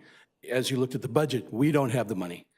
But there's 40 million tourists coming here. And as we have always said for the last many years, well, we used to say $1, but for $2 for every tourist coming here would bring us $80 million a year. And that could hopefully fund another 10 to 15 fire stations and employees. And I think that the fire chief is remiss in following up on this. I mean, eventually he's just going to get fired, along with the mayor and a bunch of other people if something happens. They're called the Santa Ana winds, not the El Tadino winds and not the Los Angeles winds. They call them the Santa Ana winds. And you live in those zones. And this is going, well, okay, I'm knocking on wood. But we need the money, we need to budget it. It has to be done beforehand, not after the houses are burned to the ground. And in LA, they're doing it after the fact. We should be proactive, and we have the money here. We have Disneyland, we have 40 million tourists. We've been working on balancing the budget now for years by saying $1 or $2 on Disneyland. You work for them, but they have to know that you have to survive, and your family has to survive, and you want your house to survive, and we need the money. Thank you very much.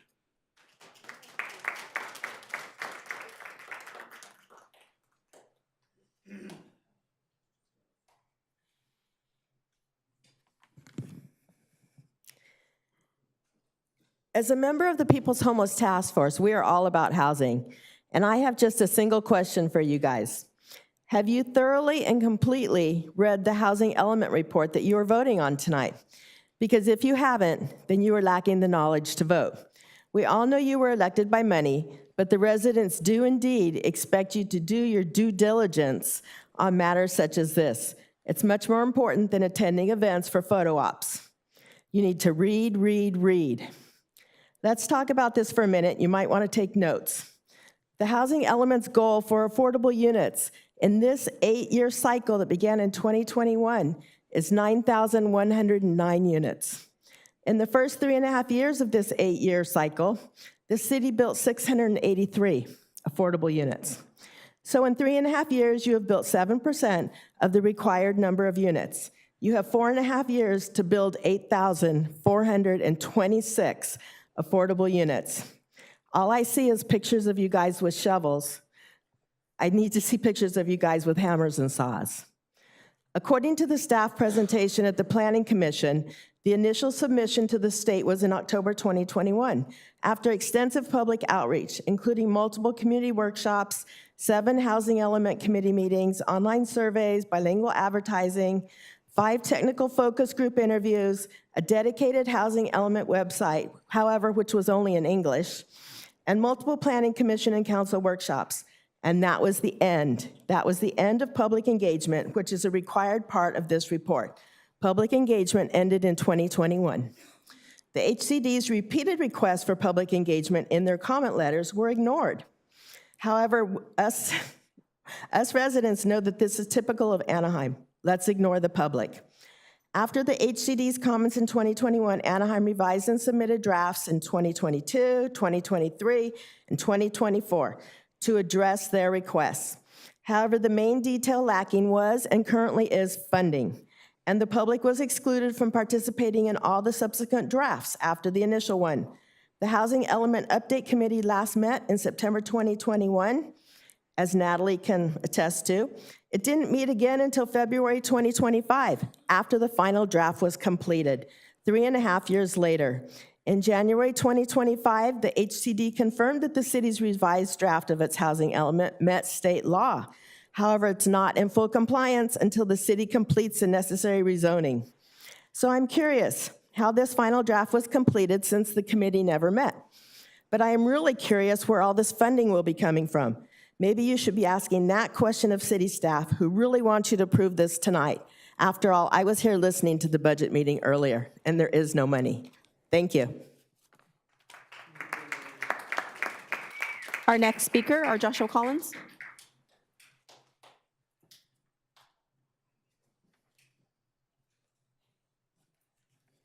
Good afternoon, Mayor and Council. My name is R. Joshua Collins, founder of Homeless Advocates for Christ.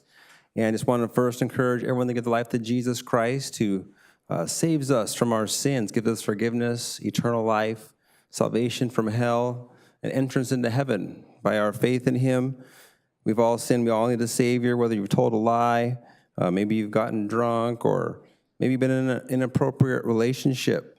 Jesus can set you free and give you eternal life and give you a purpose. And I know a big part of God's purpose for his people is to defend the rights of the poor and the needy. That's what Proverbs 31:8-9 tells us to do, is defend the rights of the poor and the needy. The city has said that there were enough beds for all the homeless. On Saturday, March 22nd, contacted CityNet trying to get someone a bed and was told there are no beds available. There's a waiting list, and it's a process before one can get a bed. That's what I was told on Saturday, March 22nd. So I just hope the city would be more transparent, honest about what's really happening regarding that situation as far as homeless beds available. And also, as we've heard about the affordable housing situation, the element there, 9,109 units needed.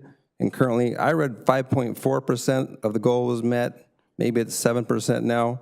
But still, let's think about this. If we were on the Titanic and we had 7% of life rafts available for the people, would that be good enough? What do you think?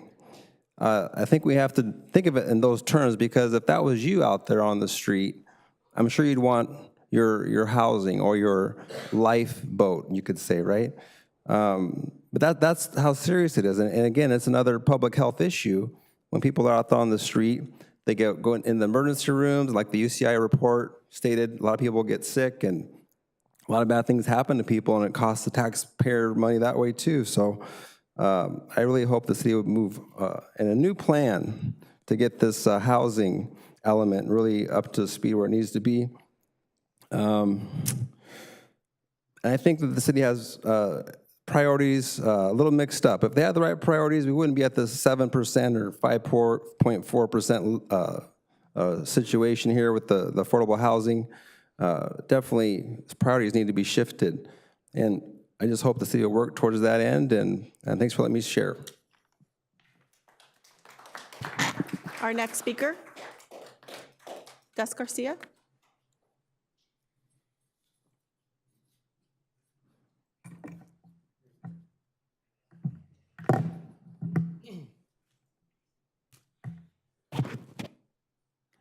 Good evening, Mayor, Council, and City staff. My name is Gus Garcia. I'm with the Center for Contract Compliance. I'm here to comment on the award of the Public Works contract on a consent item number 11, the Rio Vista Street Sanitary Sewer Rehab Project. This project, while vital for our infrastructure, also profoundly affects the lives of those who will work on it and the community it will benefit.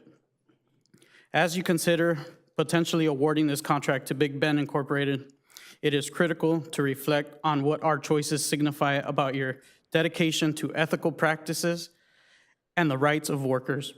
The history of noncompliance by Big Ben Incorporated, highlighted by civil wage and penalty assessments and ongoing legal actions by their employees, underscores serious breaches that could erode the community's trust on how the council manages their resources. The workers who will be involved in this project, laying down the pipe, rebuilding sidewalks, and enhancing our city, are not just construction workers. They are our neighbors, brothers, our sisters, our friends, striving to provide for their families and live the American dream.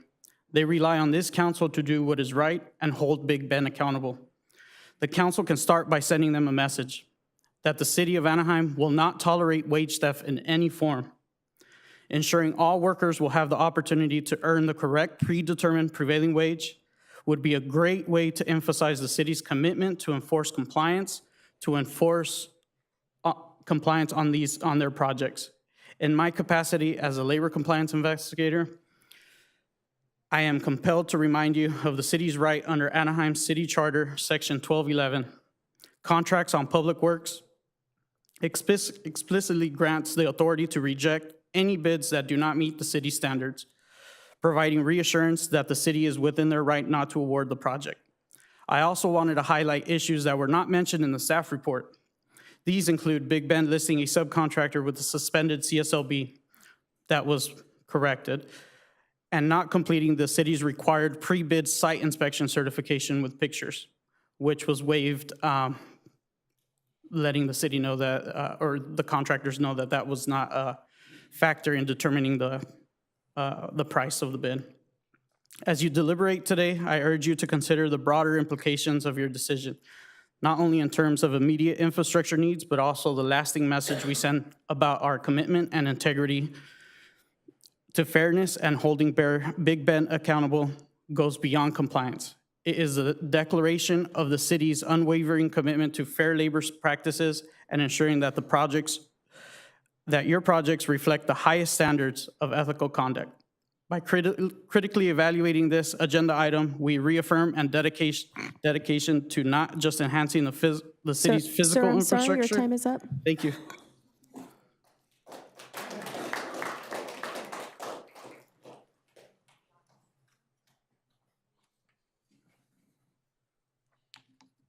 Good evening. My name is Jorge Hernandez, and I'm a labor compliance investigator for the Center for Contract Compliance, just like Gus Garcia, where I cover North Orange County, including the city of Anaheim. I would like to speak on the item 11 pertaining to the Rio Vista Street sanitary sewer improvements, which is being awarded to Big Ben Engineering. First and foremost, I would like to acknowledge Big Ben's civil wage penalty assessment for past projects, assessments that were direct results of affected workers' wage complaints to the CCC. These complaints were related to work performed on projects similar in nature to that item in question tonight. I say this to advocate for the city of Anaheim's commitment to uphold labor compliance standards on their wide array of projects. Organizations such as the Solis Group, the Padilla and Associates, who work with the city's public works in overseeing contractors' adherence to compliance guidelines, such as properly submitting and maintaining certified payroll records. But I would like to remind everyone tonight that construction workers are not just a name and classification on a week-ending sheet on a payroll. They are fathers, husbands, and household providers. The Center for Contract Compliance monitors projects such as the one in item 11 by means of contractor acknowledgement of requirements on public works projects, as well as certified payroll reviews. But most importantly, by means of interaction, when appropriate, with construction workers on public works projects. These type of interactions bring a human element to the name on certified payroll.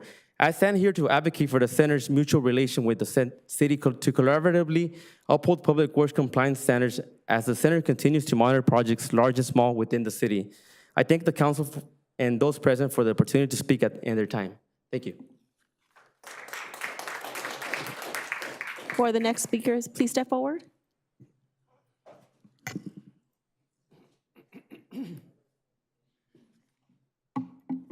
Good evening, Mayor, council members.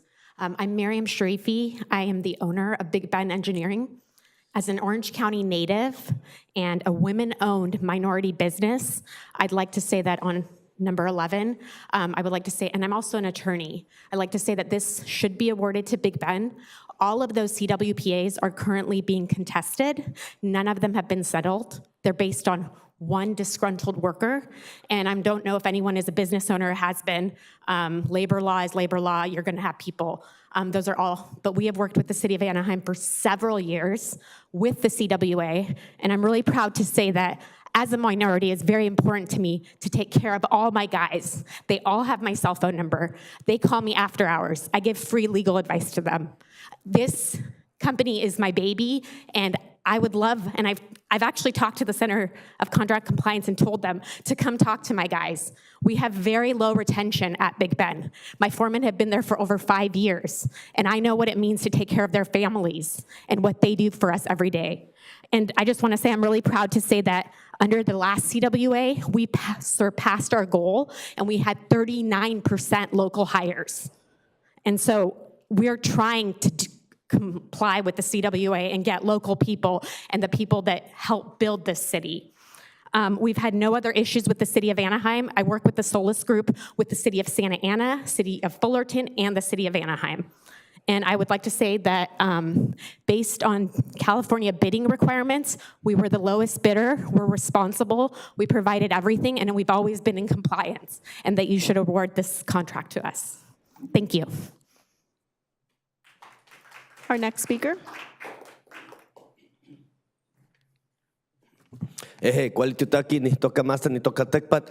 Hello, good afternoon, buenas tardes. My name is Masa. I represent the Indigenous Peoples Day Committee of Futugna. Back then when Chircano City Councilman, Dr. Jose Moreno was very supportive, and Stephen Fassel, we voted. The City Council voted to have Indigenous Peoples Day, and we stand here in solidarity with our Middle Eastern brothers and sisters. We can relate when they talk about being excluded, we're not visible, or even on the applications. I was always taught that I was never Hispanic, because Hispanics are people from Spain. Those were the Spanish colonists, conquistadors that came and raped and did many things that stole the land of our ancestors. We're not Latinos, because Latinos are the European white people, as well as Hispanics, colonists that came and came from Rome. So we want to just say that we stand in solidarity, but I also want to say to Mayor Akins, I saw a picture of you with Jose, the owner of the wall, with the new mural that's coming up of a Jaguar. I was very surprised to see that. I actually know the dad. They're from a Chicano reggae band from East LA, Quinto Sol. So I know it's going to come slowly, and I know eventually District 3 will become like Little Mexico, just like Little Arabia's District 3 is Little Arabia. And usually I don't shake, but I'm shaking right now. Maybe because I'm still a little hurt and nervous, because I know one of our murals came down at Little People's Park on the side of Amiscos Vasquez beautiful mural that hopefully Natalie Bacaba can find funds to redo the mural. And my legs are shaking. I'm shaking because I'm still hurt, and it's painful because we hear stories. Man, I can't stop shaking. It hurts. As a dark-skinned brother, to be born in Mexico, I had to learn how to speak English. I had to learn how to speak Spanish. A lot of my people from Oaxaca, we eat grasshoppers, chapulines. We actually have an indigenous restaurant, maybe 2 of them in Anaheim, right in Little Arabia, right by Home Depot. It's a Oaxaqueño restaurant. I never hear anyone from the city council even going and talking about that. Maybe I should run for a city council position so I can speak about our indigenous peoples from Oaxaca. It's not just Chicano, Mexicano, and that's fine, or others, but I think we get ignored all the time. And just like the word colonist, it's very painful. It represents trauma.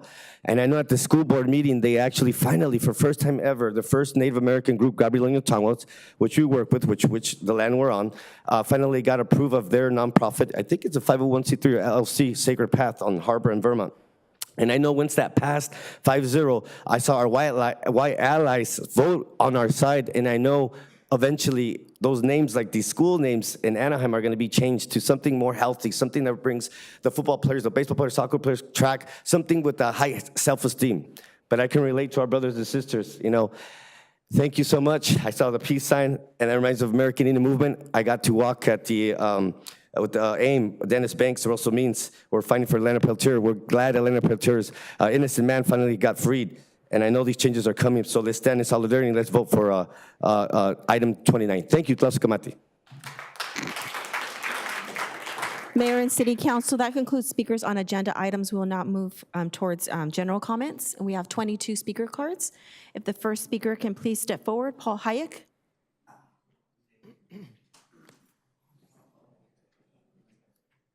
As of January, we have better Metrolink service for those that have to go to LA for their meetings, such as Losan, the Water Board. You can look in the orange section. If any of you others are missing, I have extras up here. I'll leave them for distribution. The dates are a little off on a couple of them, but this gives you the idea. The return is better than it used to be. Before, it was real late, hard to do, but now, I can find the orange. There it is. That's Ventura.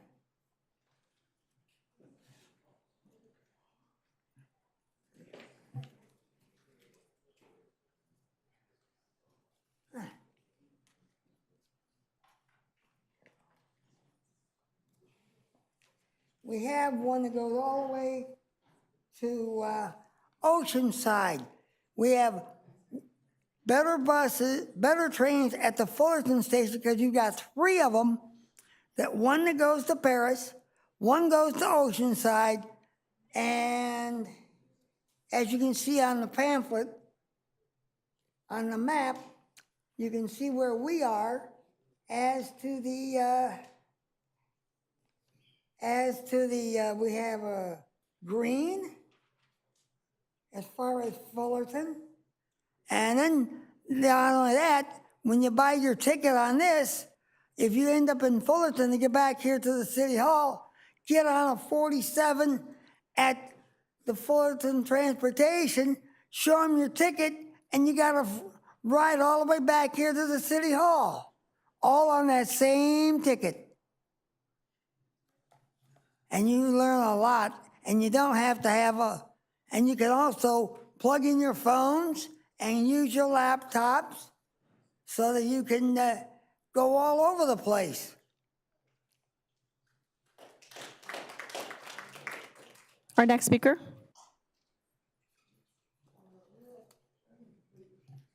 Dwayne Roberts, editor and publisher, AnaheimInvestigator.com.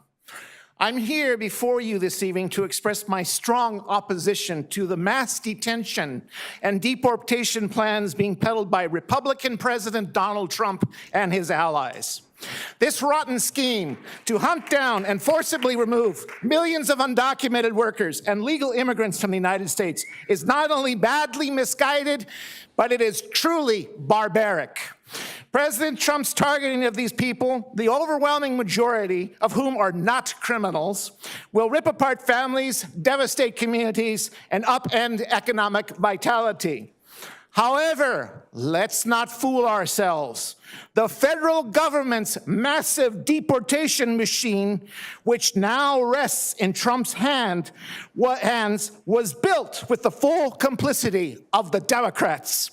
Since the 1990s, the Democrats have played politics with the lives of migrants and at times have tried to outflank their Republican brethren by pushing for even crueler policies. History is replete with examples. In 1994, Republican Governor Pete Wilson signed a law stripping undocumented workers of driver's license. Why? Because Democrats who controlled the state legislature wrote it and put it on his desk. Democratic Senators Barbara Boxer and Dianne Feinstein were among the first politicians to support deployments of thousands of National Guard troops along the U.S.-Mexico border. Democratic President Bill Clinton backed 287G, which allows local police to be deputized as immigration agents, something Trump is using for his mass deportation scheme. Democratic President Joe Biden spent billions of dollars more on drones, electronic surveillance systems, concertina wire, and for-profit ICE detention centers than Trump did in his first term. Shall I continue? In closing, Trump's mass detention and deportation plans must be stopped. But we can't rely on the Democrats to save us. They helped create the very system he is using to carry out this scheme. We need to dismantle the massive deportation machine, not perpetuate it. A better, more humane world is indeed possible. And by working together and in solidarity with people from all around the globe, we will make that happen. Thank you very much for your time.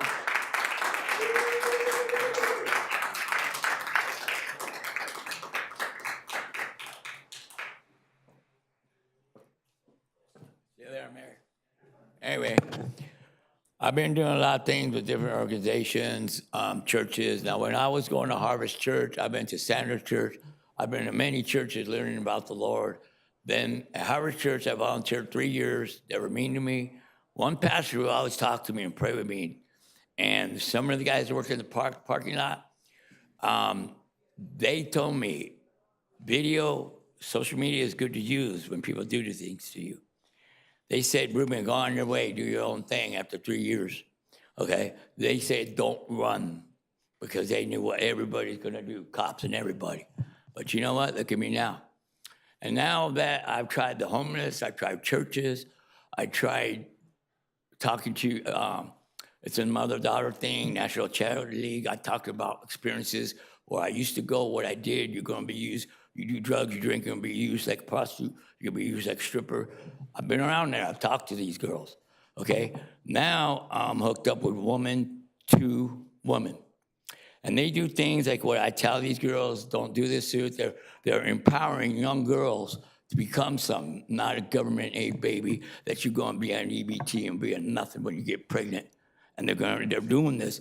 And when I get my money, that's who I'm gonna give my money to and donate. I know a lot of young girls, they're following me, they're listening to me, and I'm educating them about the Bible and about other things. And whatever these people do to me, they're gonna pay. God says they will. Anyway, thank you very much. I appreciate you listening to me. Thank you. Next speaker.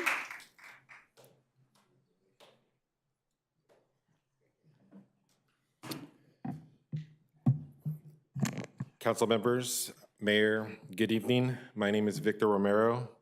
I am a Stater Brothers employee. Currently, I'm serving in the bargaining committee for my union for the United Food Commercial Workers, Local 324, as we fight for a new contract for Stater Brothers as well as Albertsons, Vons, and Ralph's. I'm here to speak on the growing issue of theft in the grocery and drug retail business. Theft is an everyday occurrence in these stores, and these companies have yet to propose a meaningful solution to address it. Company policies is to provide customer service to those who we suspect of shoplifting, but the reality is that there's nothing to stop them from just walking out the door.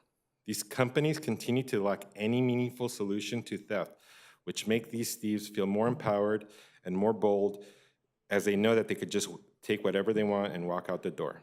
This puts both workers and community members in unsafe and dangerous situations in our stores.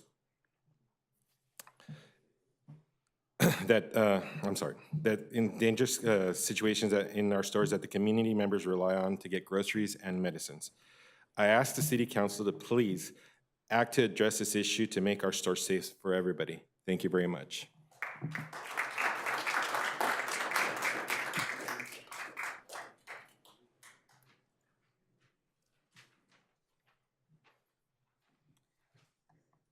Good evening, Council and Mayor. My name is Philip. I work for Ralph's in Anaheim Hills as a closing manager. Today, I will be speaking about the self-checkout machines at my store and how they cause an unsafe environment for workers and community members. After the store director goes home, I am the person in charge at the store. I have to deal with all customer issues and complaints. I would estimate 75% of unsafe interactions occur at self-checkout. Workers are made to supervise 6 transactions at a time at self-checkout, and assisting that many customers at once in a timely manner is a difficult task.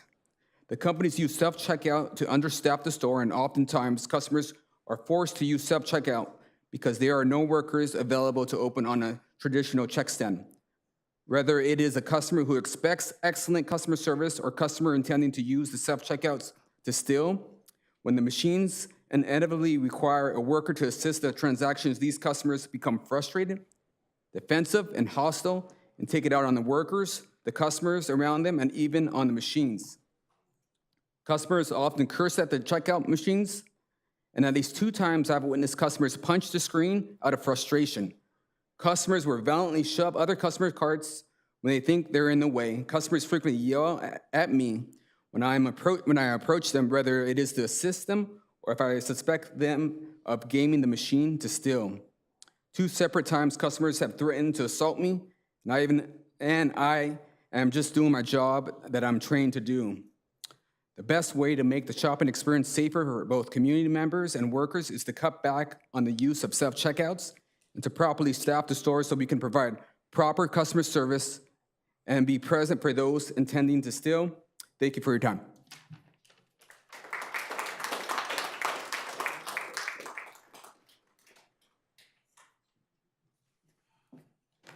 Good evening, Council and Mayor. My name is Yvonne Schroeder, and I have worked at Vons in the city of Anaheim for 10 years. As grocery companies consistently invest in technology to understaff our stores, their stores are becoming more dangerous for workers to work in and for community members to shop in. I am going to share 2 stories of incidents in 2 different departments in my store that occurred when that department was staffed by only 1 employee. In front of our in-store Starbucks, a man grabbed a chair and threw it at a display holding Starbucks cups and merchandise. Only 1 young lady was working in the Starbucks at the time. She screamed out for help and started crying because she felt vulnerable being by herself. Another time, only 1 worker was on the front end working a check stand when a man walked in and punched the customer unprovoked in front of him and ran out of the store. Even just the presence of more employees makes these violent incidents less common. But when there is not an employee in sight, or if the lone employee in a department is occupied, it empowers bad actors to act out and cause trouble and walk away without consequence. Staffed stores are safer stores, and I ask that the city supports UFCW in our efforts to fight for properly staffed grocery and drug retail stores so that we can provide a safe and comfortable shopping experience that our community members want and deserve. Thank you for your time.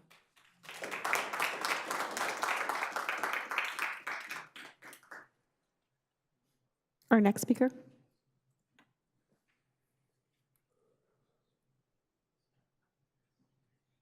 Good evening, Council and Mayor. My name is Kim, and I have been a Ralph's employee for 47 years. I have worked at the Ralph's in Anaheim Hills since 2003. I am here to speak to you about the problems that self-checkout brings to our stores. Since I started working at my current store, the company has added 11 self-checkout machines and have removed 3 standard checkout lanes in order to make room for the machines. 1 worker is made to supervise 5 or 6 self-checkouts at a time. It is just not possible for 1 worker to oversee 6 simultaneous transactions. And as a result, theft and irritated, angry customers are an everyday occurrence and leads to a hostile working and shopping environment. If customers don't process the transaction in the exact way that the self-checkout requires, the machine will lock up and the transaction cannot continue until I step in. When multiple self-checkouts are locked up, I am only able to assist 1 customer at a time. And while I'm assessing and fixing the issue, all the other customers waiting become impatient or angry with me, or they see it as an opportunity to leave without paying for their groceries. It is all too common that after I finish helping 1 customer at self-checkout, 1 or 2 of the self-checkout machines will now be empty, with the customers leaving without paying for their groceries. Customer safety, worker safety, and retail theft are not just issues that you see on the news in Los Angeles. It is happening every day in our grocery and drug stores in the city of Anaheim and across Orange County. When the stores are well-staffed, the stores are safer, but the companies consistently use self-checkout to staff the store as sparsely as possible. And as a result, our stores are not as safe as they should be. Thank you for your time and for your consideration.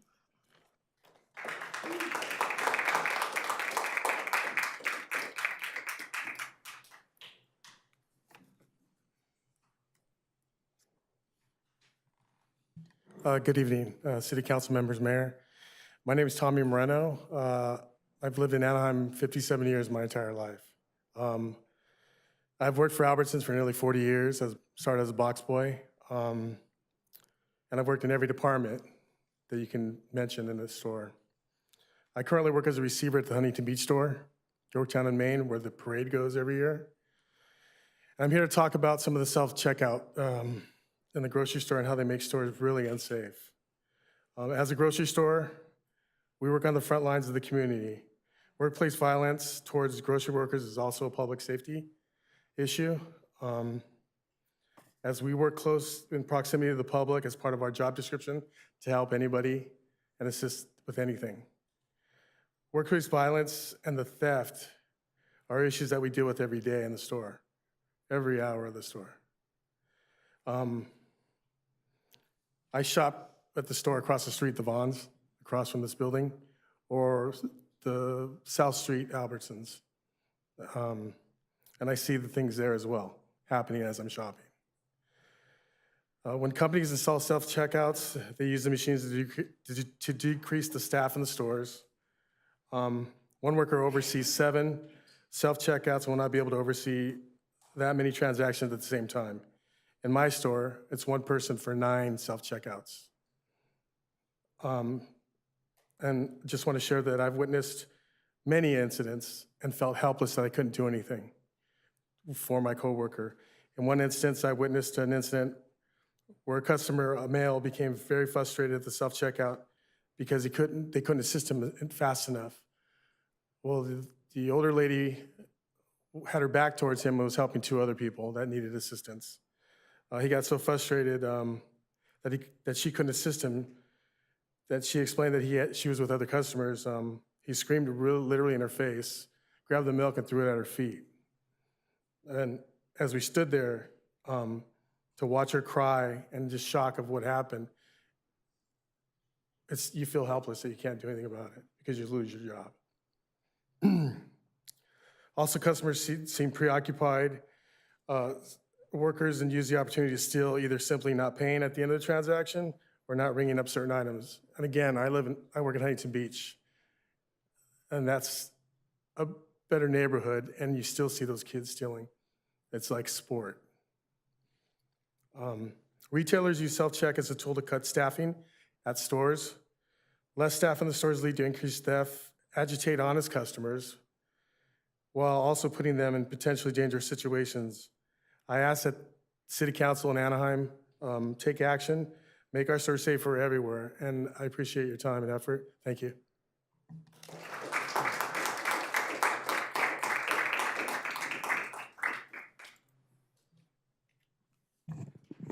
Okay. Good evening, council members. My name is Gustavo. I'm here representing Accord with full support for the OC Youth Movement's Stronger Protections for Our Immigrant Communities. Through my work with Accord, I've spent time in Anaheim schools. I met students who are proud of who they are, proud to speak 2 languages, even if they're still learning English. They show up every day ready to belong. These students, these families, they're a part of Anaheim, and that makes them your responsibility. The youth leading this movement are brave. They're not asking for vague reassurances. They're asking for policies. They want protection and they want clarity. When we take a look around us, we see Santana with their proud sanctuary city. Its residents feel protected, supported, and seen. That's what leadership looks like. Now, when we look at Garden Grove and Westminster, we've seen reports where police have reportedly worked with the ICE, leading to unjust deportations from a study from the Harbor Institute OC, from a study published by the Harbor Institute OC. That's what happens when protections aren't clear or aren't real. Anaheim sits between 2 paths, and the council needs to decide which one it's on. And if any of you guys don't think these communities deserve protection, then say it. Own it, then let the public know where you stand. Because neutrality is complicity, and the time for clarity is now. Thank you.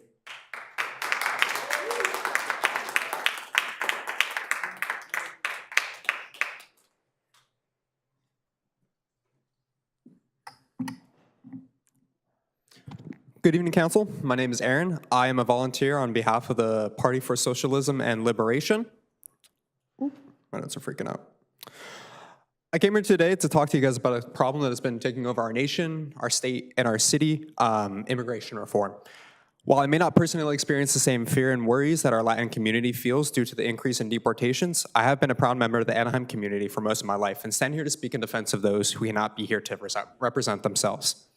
A lot of fear and misconceptions have been spread over the years about the influence undocumented immigrants are having on our country with a focus on economic effects. Ideas such as immigrants are stealing our jobs and immigrants take resources from our social benefit programs without paying taxes have spread like wildfire. However, a study done by the Institution of Taxation and Economics found that in 2022 alone, undocumented immigrants paid over $90 billion in taxes, with roughly a third of that going to federal funding that goes to programs that they don't get to participate in, such as Social Security and Medicare on the federal level. And while undocumented immigrants do receive benefits in the form of food stamps and housing assistance, these are benefits that are readily available to all American citizens, and they have paid more than their due share through the work that they have done and through the purchases that they have made to better our economy. But instead of viewing undocumented immigrants as an economic or political problem, I want to focus on viewing immigration as a humanitarian issue that needs to be addressed. Undocumented immigrants are oftentimes individuals and families fleeing their home nation in search of safer living conditions and better working opportunities.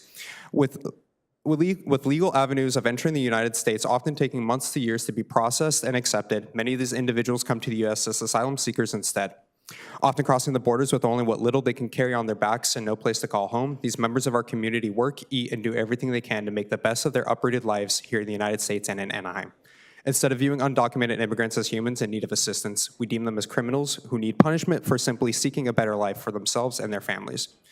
I want to instead look to not blame the immigrants for the lack of sustainable jobs and affordable housing, but to look at the corporations and companies that have taken advantage of these undocumented immigrants and use them for cheap labor to increase corporation profits. It is important that we as a city do not allow these corporations and the politicians they support to divide our community and ostracize those who have helped build Anaheim into the beautiful city it is. We, as the city of Anaheim, need to work together to protect our community and those who are the most vulnerable at this time.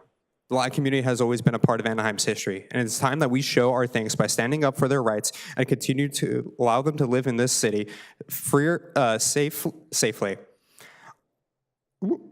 Thank you for your time.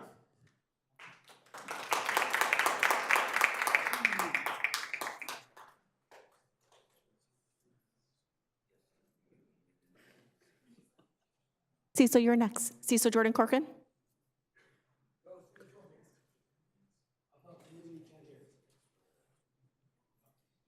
I could hardly sit still when I saw my name pop up there.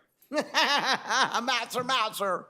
I got a lot to be thankful for, even though Disney is the way it is. They can't take the porn and the gay off the television.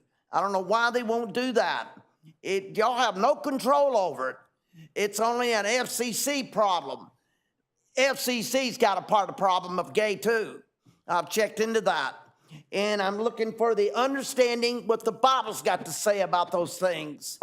And we're working on the Holy Spirit when I pray in my Mass 4 times a day. Your name pops up. And when that officer goes down to get his sacraments, I think of Anaheim Police Department and the fire department taking care of the business and trying to see Anaheim to be safe. And I'm praying for the city council that builds Anaheim, that puts it together, and how it works. And the city clerk and the city attorney and the city clerks, how they work and take care of Anaheim. The Lord has given me a message to give you a praise report instead of saying what's bad about Disney. We know that.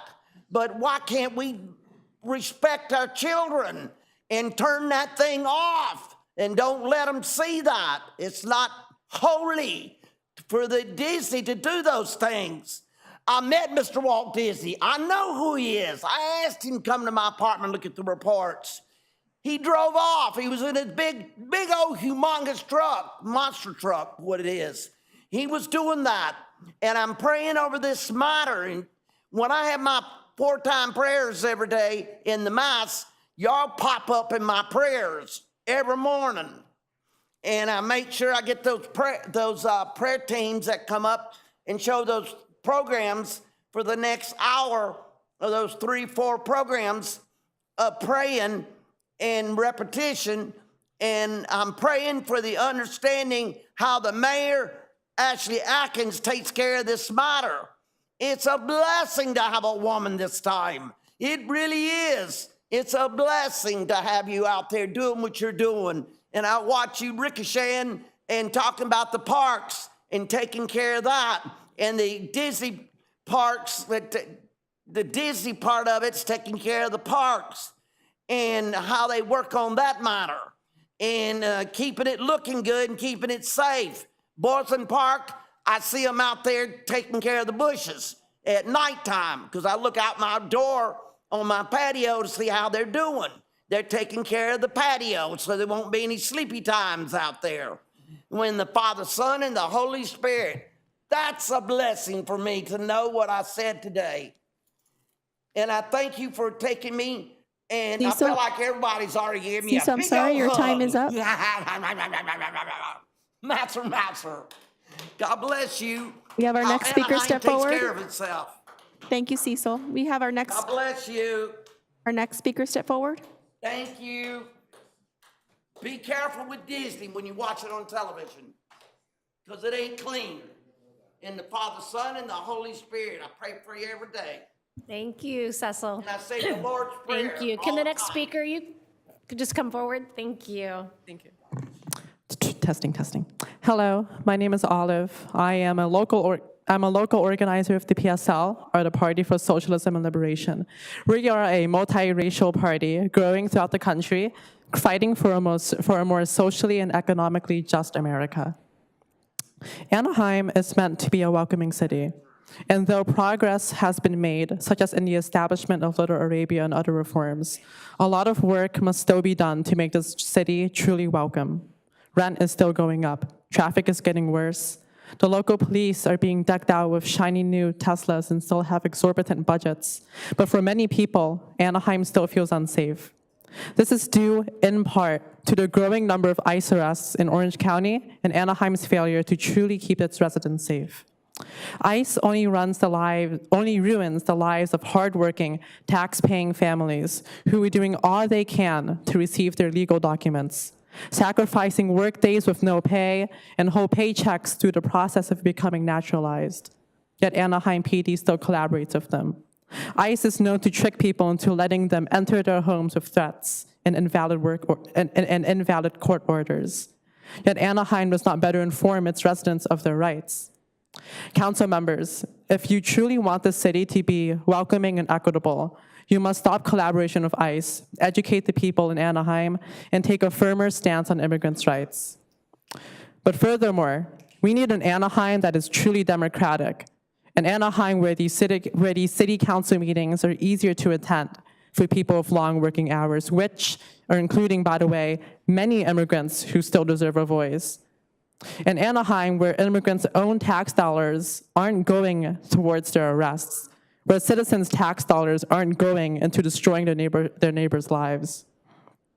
We need an Anaheim that is for people, not for profit, where instead of being sold out to big corporations like Disney and landlords who have only been raising the rent, the city can use our tax dollars and its authority to ensure that residents have affordable housing and safe communities, where food workers, carpenters, Disneyland workers, hospitality workers, and more, many of whom are, again, immigrants or family and friends of immigrants, can have secure and fulfilling jobs.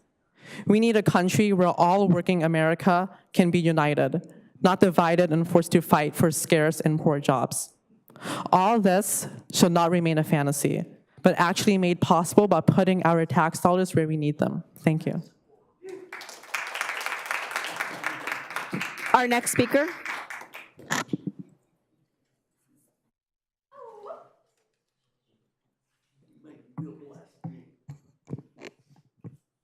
Good evening, Madam Mayor and council members. My name is Haley Sotelo, and I'm a freshman at Savannah High School. I am also an organizer for the OC Youth Movement. A few weeks ago, a demonstration was held showing support for our immigrant community in Anaheim. Growing up in Anaheim, I have been given the opportunity to grow up in a diverse community. The people I have grown up around are hardworking and kind, many of them immigrants. Not just that, but growing up in a diverse community, I have seen what happens when families live in fear, when families don't feel protected in a place they live and work in. Although we live in California, which is a sanctuary state, it does not diminish the responsibility a city has to its residents. When families are afraid of being torn apart, we see less people trusting in city officials. We see a shift in our communities and in our schools. While we appreciate this council for listening and taking steps in the right direction to make residents aware of our city's resources, we would like to reiterate that this is just the start. As youth, we understand that policy changes take time and that they are complex, but we also understand that you all represent us and our communities. Before I end, I would like to restate what we are requesting. We request that council keep up to date and post accurate information on the Welcoming City website, strengthen our Welcoming City policy, and host community education forums to educate our immigrant community. Thank you for the opportunity to speak.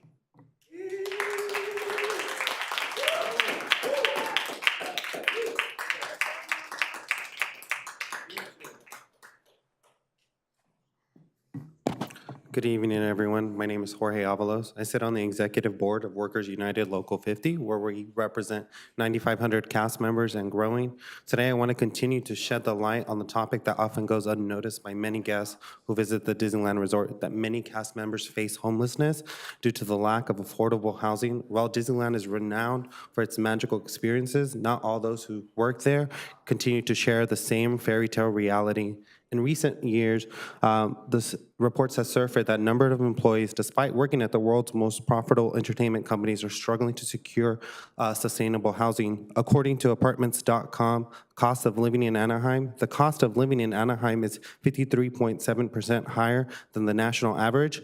Generally, housing in Anaheim is 158.2% more expensive than the national average.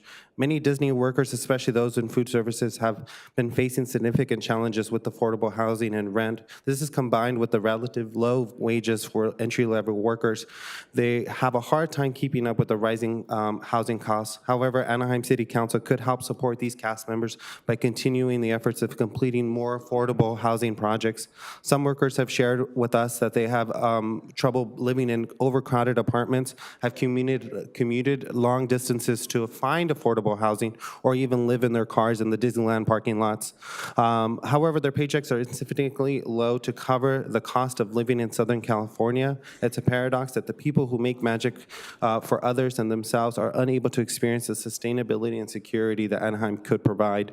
While Disneyland does offer some great benefits, such as an amazing healthcare system, the issue of affordable housing in Anaheim is a significant challenge. It's crucial that we work together and recognize the hardships that are faced by many workers who contribute to the success of a beloved institution. Only we can begin to create solutions that not only protect the magic, but ensure the well-being of those who make it possible. Thank you so much.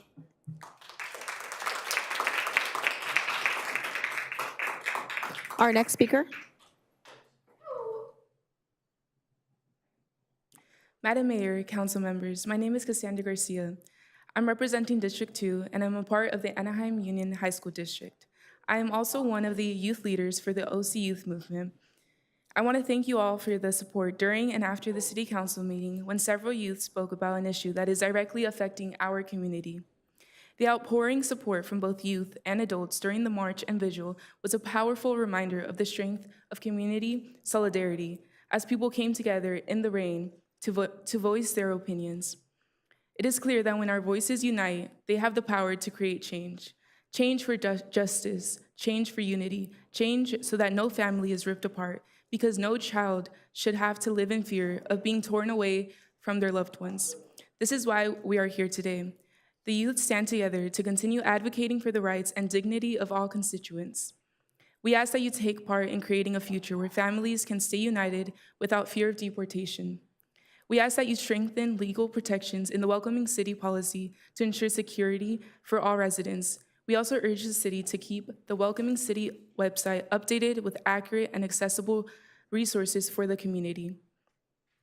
Additionally, we ask that you host Know Your Rights community forums and workshops that provide a space for residents to ask questions about their rights in a supportive environment. We hope that you, as our elected officials, will listen to the voices of the youth and understand the urgency of protecting immigrant families. The future of our community depends on the actions we take today, and we trust that you will stand with us in creating a united Anaheim. We will not be silenced, and we will continue to fight for the protection and dignity of immigrant families. Thank you.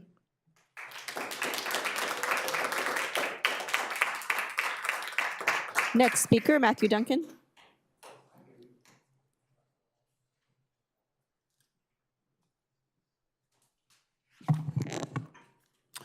One quick announcement before I start. Yesterday was National Coyote Awareness Day, an event that was started 1 year ago by Camilla Fox, who has communicated with all of you about your coyote killing plan. So with that, I want to give you a quick update on a records request I recently made for the letters of written consent to trap coyotes from homeowners in Anaheim as stated in the California Trap Placement Requirement Regulation, which is 465.5 G3. The response I received from the city was, quote, despite a diligent search, the city is unable to locate a record that falls within the scope of your request. So I then spoke with a person within City Hall who is involved with the overseeing the coyote killing plan. And I just want to make this clear. I am not criticizing anybody who works in this building because who's not on the council, because they did not approve of the coyote killing plan 8 years ago, and they are not involved in renewing the coyote killing plan. But anyway, he told me, or I asked for, do you have access to these letters of consent from homeowners? And he said, basically, I'm going to summarize it because I'm running out of time. That they are, as of now, 2025, they are now going to be collecting letters of consent. However, he said they have not trapped any coyotes this year in 2025. So that may be the case if they have not you guys have not trapped in 2025. But the city did trap in 2017, 18, 19, 20, 21, 22, 23, and 24. And in my conversations with those who enforce these laws, that is probably, looks like it's going to be a violation of the California Code of Regulations 465.5 G3. So, peace and respect for our song dogs. Thank you. Our next speaker, Brian Kay. Brian Kay.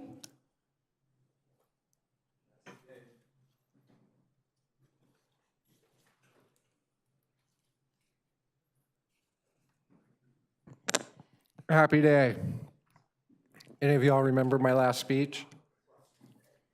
I had a couple of my family and friends say that maybe I shouldn't have used such profane language. Kind of leads me to ask, did any of you have advisors or family or anybody who said maybe the things that you and the Anaheim police are doing shouldn't be done? I mean, are there that many people that believe what Michael Kuna and yourselves have done in the past? Here, I'll share. Mayor Aiken, Ashley, please. I'm going to appeal directly to you. I think this story relates mostly to you, and you've been most prominent with who you are. So I think that this fits with you. You claim being a Catholic, being a mother, having years of experience as a federal prosecutor. My mother, Catholic, graduated St. Patrick's in LaSalle, Illinois. Worked for 25 years as a government documents librarian, which would have made your job and everyone up here. I think every single one of you went to a library and went to the government documents department and asked for help. And so for 25 years, my mother provided that service for yourselves and people just like you in your same field of work. My mom's Catholic, a mother. So I kind of would have felt that when my mother sent me down here with a lot of good, honest information, facts, laws, I didn't have to hold up the big Catholic sign, the big government worker sign. I didn't have to hold up the mother sign, that you would recognize me. You would recognize the blessings that I share with you, that my family shares with you. See, Anaheim's given each and every one of you something wonderful to go home and share to your mom. And then your mom gets to go share with her friends and her family something wonderful that Anaheim has given you. So if you could just take a moment and think of the things that my mother has to share with our family, with her brother, with my cousins. How would you feel if you had to share those things about your children? You're a Catholic mom, a government agent.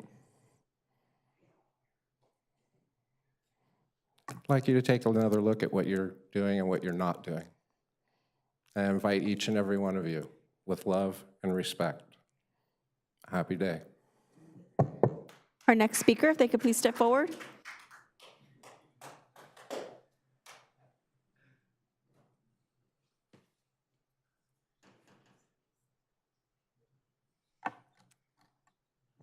Hello, Mayor Akins, council members, thank you for having me here today.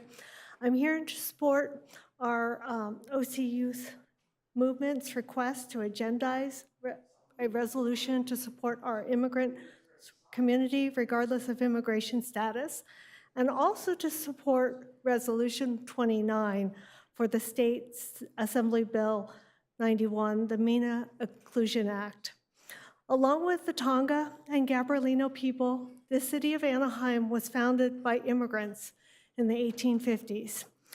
Germans, Mexicans, Spanish, Poles, Japanese, Chinese. Our community has always welcomed immigrants, and immigrants are what make our community strong.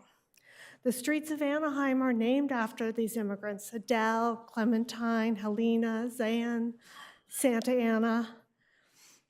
In recent years, our community has welcomed Salvadorians, Nicaraguans, Peruvians, Palestinians, Syrians, Egyptians, Vietnamese, Koreans, Iraqis, Yemenis, the list goes on.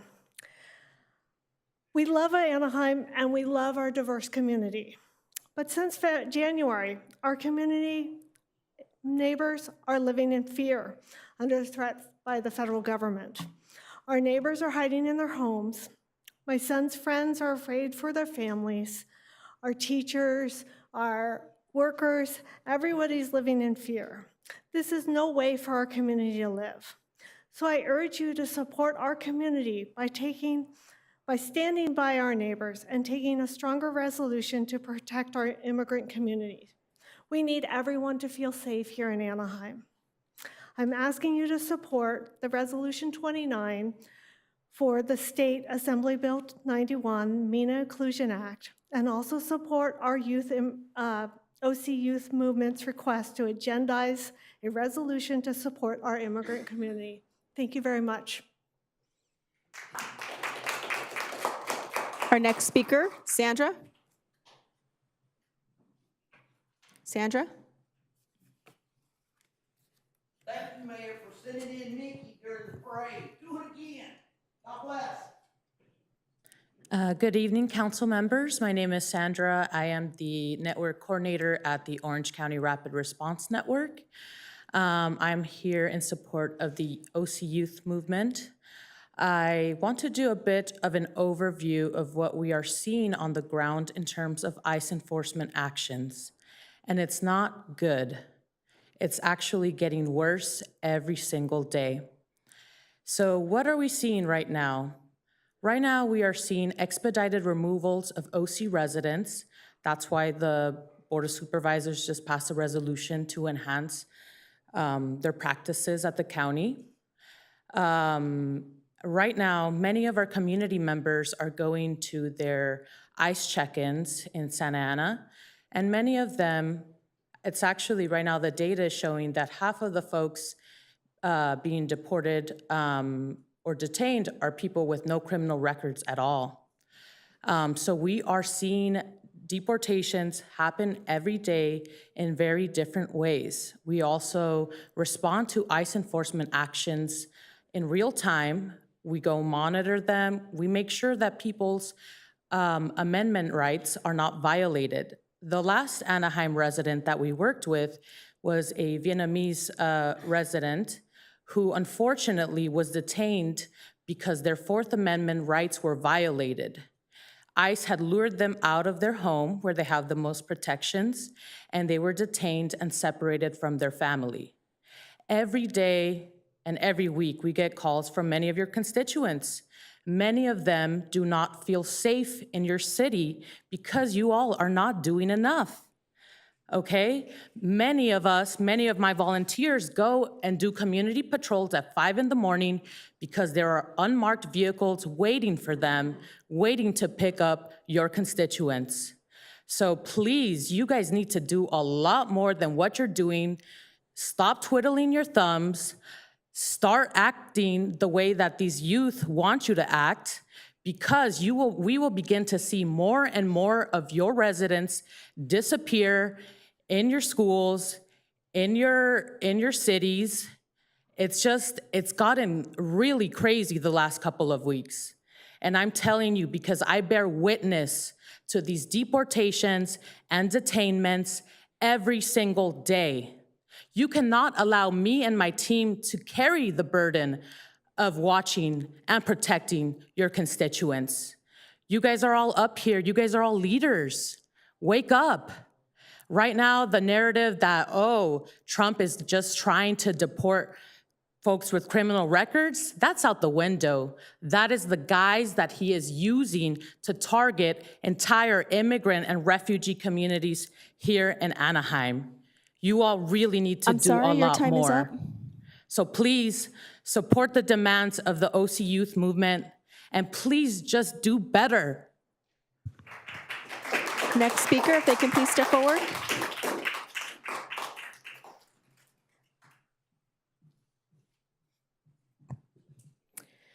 Good evening, Mayor and Council members. My name is Angeles Ochoa, and I am the digital organizer with Orange County Communities Organized for Responsible Development.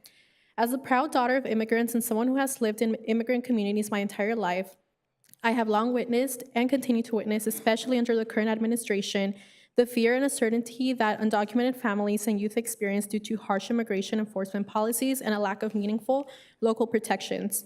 Many of these are mixed status families where U.S. citizen children live in constant fear that their parents could be taken away. I've had Anaheim residents reach out to me, expressing uncertainty about the city's stance on immigration.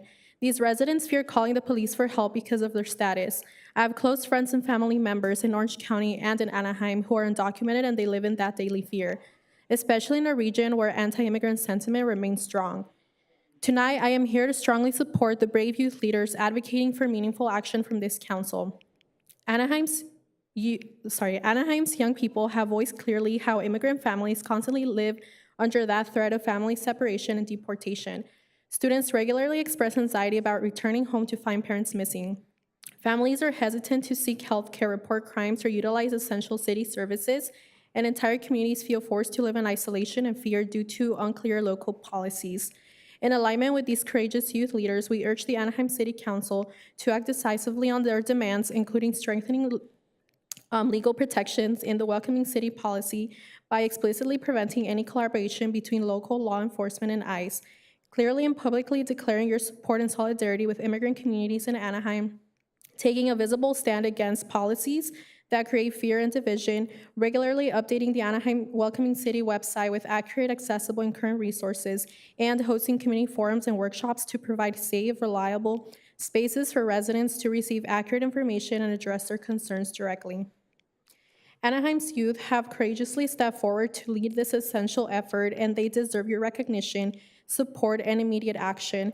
As city leaders, you have both the opportunity and responsibility to protect all residents and demonstrate Anaheim's commitment to becoming a genuinely welcoming city, not just in name, but with real action.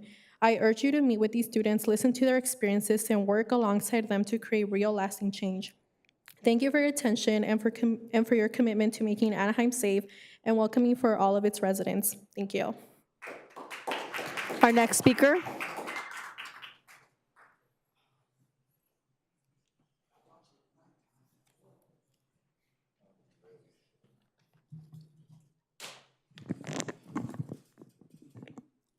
Mark Herbert, AnaheimGreece.com.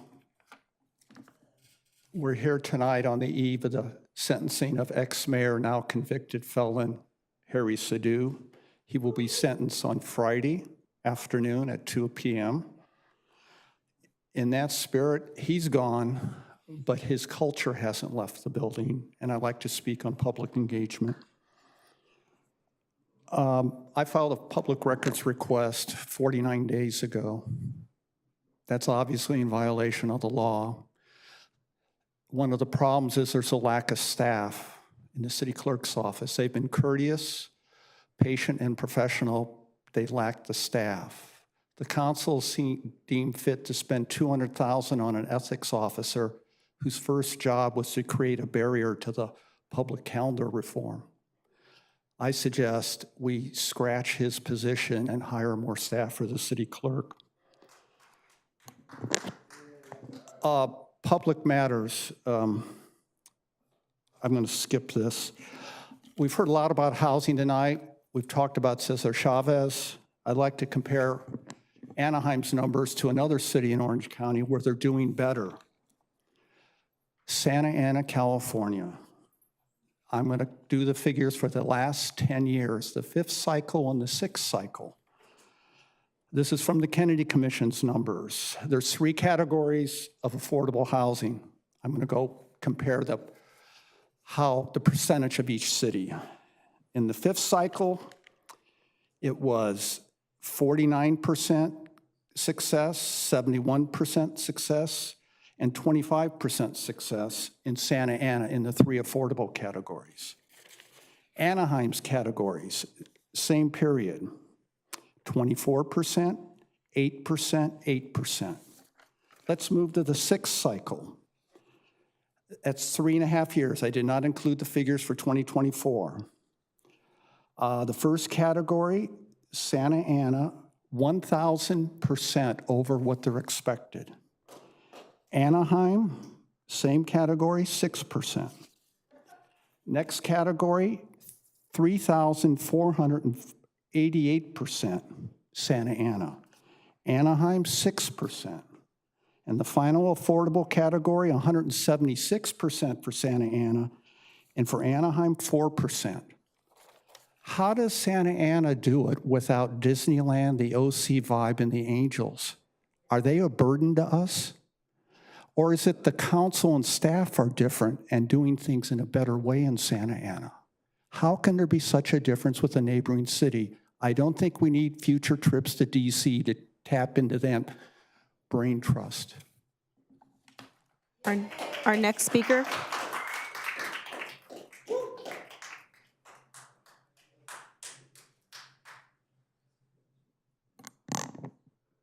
Hello, Council. My name is Tanya Navarro, and I'm here to demand that this Council take bold, enforceable action to protect Anaheim's immigrant communities. I stand with OC Youth Movement's call to action because Anaheim's community cannot survive on vague, watered-down policies that fail to keep people safe. I wanted to speak about Sandra's page with OC Rapid Response Network. A couple of my family friends check that page every day before they leave their house. They check her page every day before they go grocery shopping. They check her page before they go to work. They don't check the city's resources. They don't feel like you are providing accurate information that is adequate for them to feel safe. They check their Instagram page. I had to teach them how to use Instagram. They were a senior. Public safety includes migrant communities. It's not about empty promises, friendly statements. Public safety means that policies that have real protections and that cannot be ignored, have loopholes, or can be conveniently forgotten when it's too difficult to implement them. These young people, I'm so proud to see them here and doing all the work that they're doing. Young people have always led change, but that leadership comes with sacrifice. This is their future, and they will live the realities of your votes. For years, the federal government has treated migrant populations as political pawns, dehumanizing, scapegoating, and denying them basic rights. And now they are escalating their attacks through mass deportation campaigns, dangerous propaganda, and alarming increases to human rights abuses. In the face of these threats, these young leaders are stepping up to demand real protections at the local level. These students have expressed that they go to school terrified that their parents won't be there when they go home. Families avoid hospitals, police, city services because they know that there's a potential Anaheim PD will turn them over to ICE. Your inaction has forced people into the shadows. We demand that you stand up as a line of defense for immigrant communities in Anaheim. It's not enough to post and applaud the youth via your Instagram account when you have the power to formalize and implement their demands today. I strongly support all of their demands, and I push you to take it further. These demands can be easily implemented by the council today, and I want you all to try to push for them as soon as possible without delay. In a city where a school is still named after a colonizer, this council's inaction is not surprising, but it's unacceptable. It's time for the time for safe performative politics is over. Either you stand with your immigrant residents or you stand with the forces that are tearing their families apart. The youth are watching, Anaheim is watching, and we will continue to take action.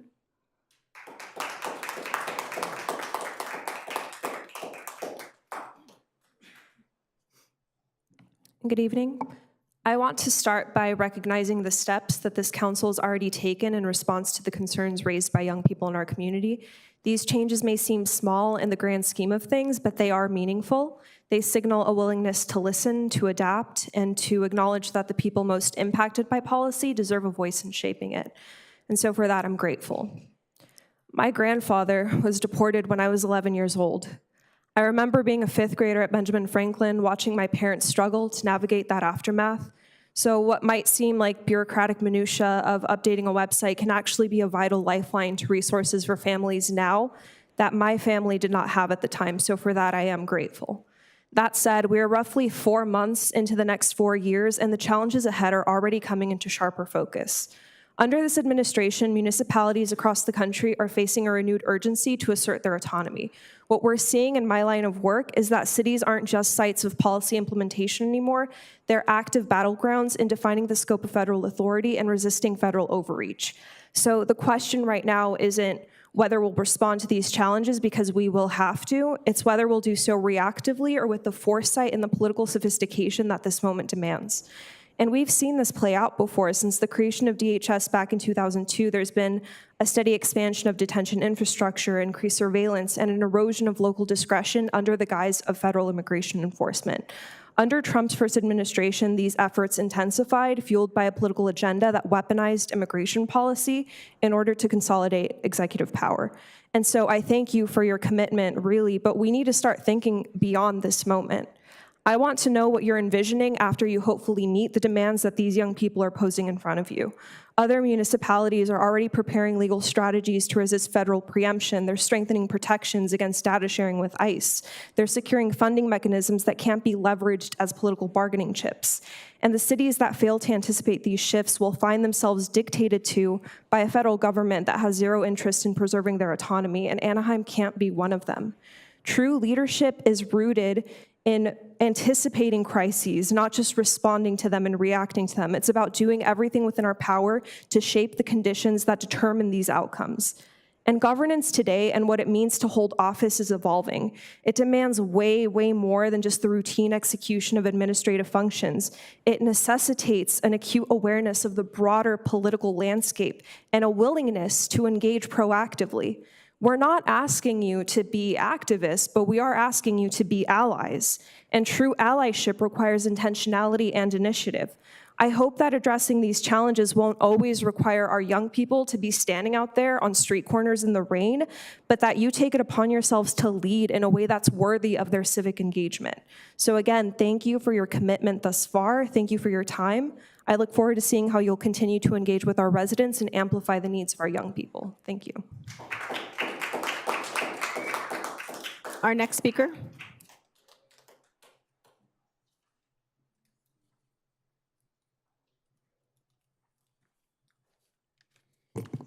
Hello, everyone. Giving honor to God. Remember these words. Give me your tired, your poor, your huddled masses, yearning to breathe free, the refuge of the young, steaming shores, and there the homeless, tempest to me. I lift my lamp beside the golden doors. It's like an oath to the Constitution. Some people in here know what I'm talking about. All of y'all know what that oath to the Constitution is. We're taking it. First thing, I want to get back to this. We're in a sad state of affairs. When things are corrupt at the top level of our nation, it's just sits down. This is by Jason Stanley. Fascism is a cult of a leader who promises national restoration in the face of supposed humiliation by immigrants, leftists, liberals, minorities, homosexuals, women, and in the face of what the fascist leader says is a takeover of the country, media, cultural, schools, and all of these by any means necessary. We're messing with now VA, veterans, Social Security, nuclear power, communication, voting rights, undermining the government, working for the people. Now, we're in a war. We're in a war against the rich against the poor. The rich against the poor, and the rich is winning. And you know what? The sad part about it is, it's not enough for them to be rich. They want the power. They want all the power. Look what they're doing right now. We haven't, in our Senate, we don't even want to talk about that, about the things that are slipping through. But the point I want to go ahead and, before I only have 42 seconds to bring it to Anaheim, because we all know that the real ruler of Anaheim, in Anaheim, is Disney and the special interests. And all the decisions made by this council, most of them are made in the interest of the special interests and Anaheim. Rent control, we have, I'm gonna say it again, we have 4 members are Hispanic. Most of our Hispanics live here, rent. We don't have nobody proposing for rent control. Rent goes up $150 every year. We need to do better. We need to go, we're $6 billion in debt. That's why we can't have any more fire departments. This is what the budget y'all got with. We came up Mr. 60 million Batiste, I'm short. sorry, your time is up. So you're just doing whatever you can. But the point of it is, we need to do better. Thank you. Our next speaker, Vern Nelson. I'll be really quick. Vern Nelson from Tenants United Anaheim. You can find us at tenantsunitedanaheim.org or on Facebook at TU Anaheim. And we are waiting with bated breath for staff to come back with that ordinance for the city to actually enforce the state's tenant protection laws, which are otherwise unenforced. It's been almost a month since Natalie asked to bring that back, which we appreciate. Please give us a heads up when it's coming because we want to be involved in that discussion. Our next general meeting is Saturday, April 19th, 1 p.m. at the Unitarian Church. Finally, I want to strongly support the demands of the OC Youth Movement. The community needs extraordinary action from this council because these are not normal times. Thank you. Mayor and City Council, that concludes our in-person speakers. I'm noting for the record, we did receive public comments electronically, 1 email for Agenda Item 7, 1 email for Agenda Item 12, 1 email for Agenda Item 29, 2 for Agenda Item 30, and we received 15 emails on just general comments. Each were distributed to City Council as well as posted on the city's website, available for public access at anaheim.net/public comment. Thank you. So we'll now close the public comment portion of this meeting and move to council communications. Any council members having information to share, please ring in. I'll start with Council Member Campos-Kurtz. Thank you, Mayor. I just have one really quick thing. I want to apologize to the residents of District 4 who were going to attend the community meeting at Ball Junior High last Wednesday. I had to cancel per doctor's orders.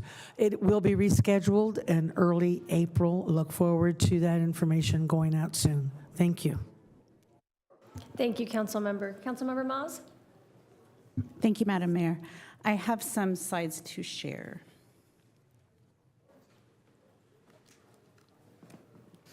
Starting with Read Across America Day and Week. I was grateful for the invitation from Benito Juarez School and James Gwynn School. Read Across America celebrates the love of books, the ability to read, learn, grow, and dream. So it was a pleasure spending the day with those young scholars. I also had the opportunity to attend South Junior High's open house, and I want to note that they had a Holocaust museum put together by Dr. Diane Bethencourt and Miss Deanna Humphrey. It was really inspiring to hear the students who had done their research and share about the atrocities of the Holocaust. I attended Catella TED Talks on March 20th. AUHSD board member Ron Hoshi and I were there to support students who shared their ideas, thoughts, and concerns about gun violence, the mental health crisis affecting all ages, immigration, and women's rights. And then I want to welcome 2 new businesses to the Platinum Triangle. We have, I might butcher this name, Birani Boys, Modern Pakistani Eats, and we also welcomed California Vintage Wine and Bistro to the Platinum Triangle. And then lastly, on Saturday, we had the grand reopening of the Big A ballpark. This is an accessible baseball field where kids and people of all abilities can come and enjoy the game of baseball. I want to especially thank Steele Morris, who is the founder of the Orange County Miracle League, for bringing this dream to Anaheim. And then I don't have slides, but I want to acknowledge and thank Brittany from the city manager's office, as well as traffic engineering, and thank you in advance to the Anaheim Police Department. And this is regarding the intersection of South Street and Peregrine Street. We will have a crossing guard there in the next few weeks. And I know that's something that South Junior High has been wanting for years. So that means a lot to the faculty and the staff and families there. And then lastly, I just wanted to thank Public Works, who consistently address residents' concerns when they reach out to me. Most recently, the Beth Jackson Street Improvement Project, there was a concern that was addressed within 24 hours. So thank you to Public Works for that. That's all I have. Thank you. Councilmember Rubalcaba and then Councilmember Leon. Thank you, Mayor Aiken. As everybody knows, I represent District 3, which is central part of Anaheim, approximately 50,000 residents. Some of our priority issues are public safety, beautification, and I would also like to thank all of our city staff for staying on top of our homeless and unhoused population and making sure that our parks are safe and clean. It has been a major initiative with Pearson Park, La Palma, and John Marshall Park having some issues. So we have had some progress and it continues to be ongoing, so I'm grateful for that.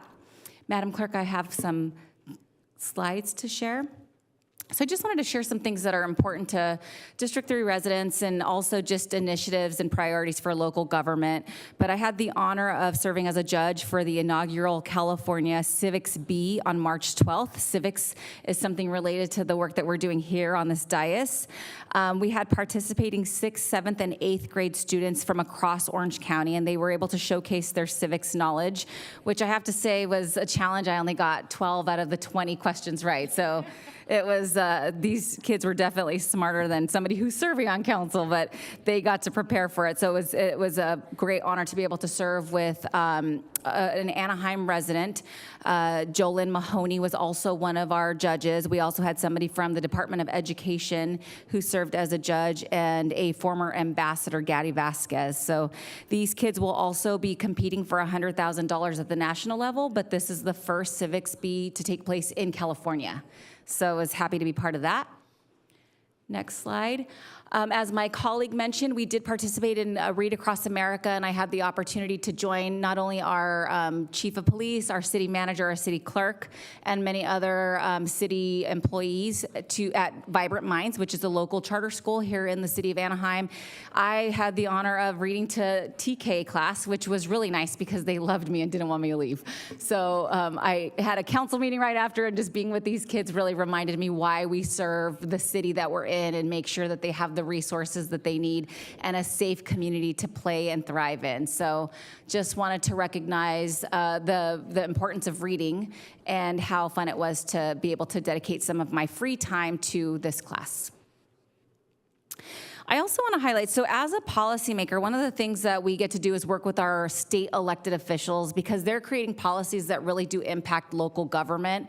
Had the great honor, along with Councilmember Moss, to join Assemblymember Sharon Quirk Silva, who does have a piece of Anaheim, at a legislative roundtable, specifically catering to women who are also serving an elected office at the school board level, city council level, and beyond. So it was an honor to be able to hear some of her legislative priorities and how they might impact Anaheim. So those are things that we're able to do.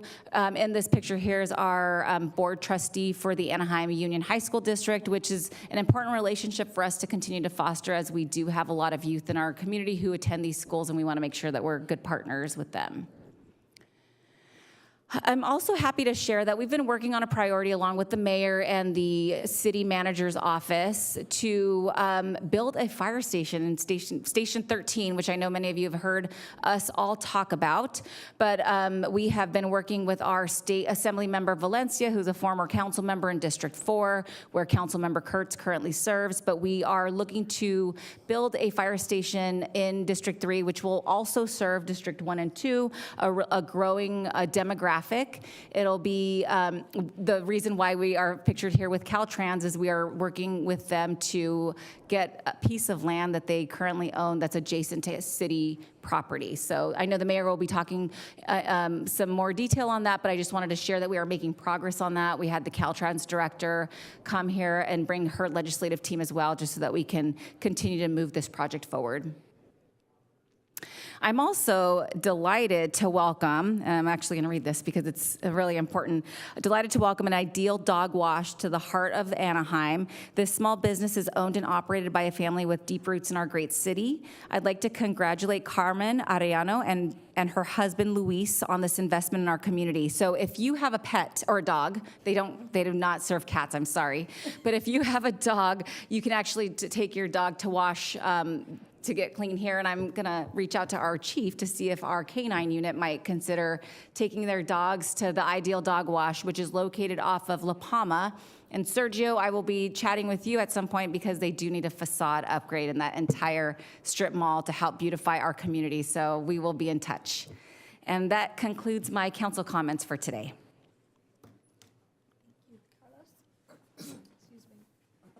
Thank you, Madam Mayor. Before I go into the slides, and I'll go through them very quickly, I just want to make sure that there is no uncertainty about what our role as a city is in terms of the immigration issue. I know we're going to be talking about it a lot in the coming weeks, but just want to clarify that the city, our responsibility is public safety. It's not to enforce federal law. So, rápidamente en español para clarificar, para que nuestra comunidad sepa que nuestra responsabilidad como ciudad es la seguridad pública. Nuestros policías, nuestros bomberos, nuestros paramédicos no les van a preguntar a ustedes cuál es su estatus migratorio.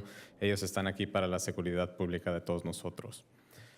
So with that, Madam Clerk, I want to thank all of the elementary schools across District 2 that welcomed me for our third annual Read Across America tour, including my old elementary school.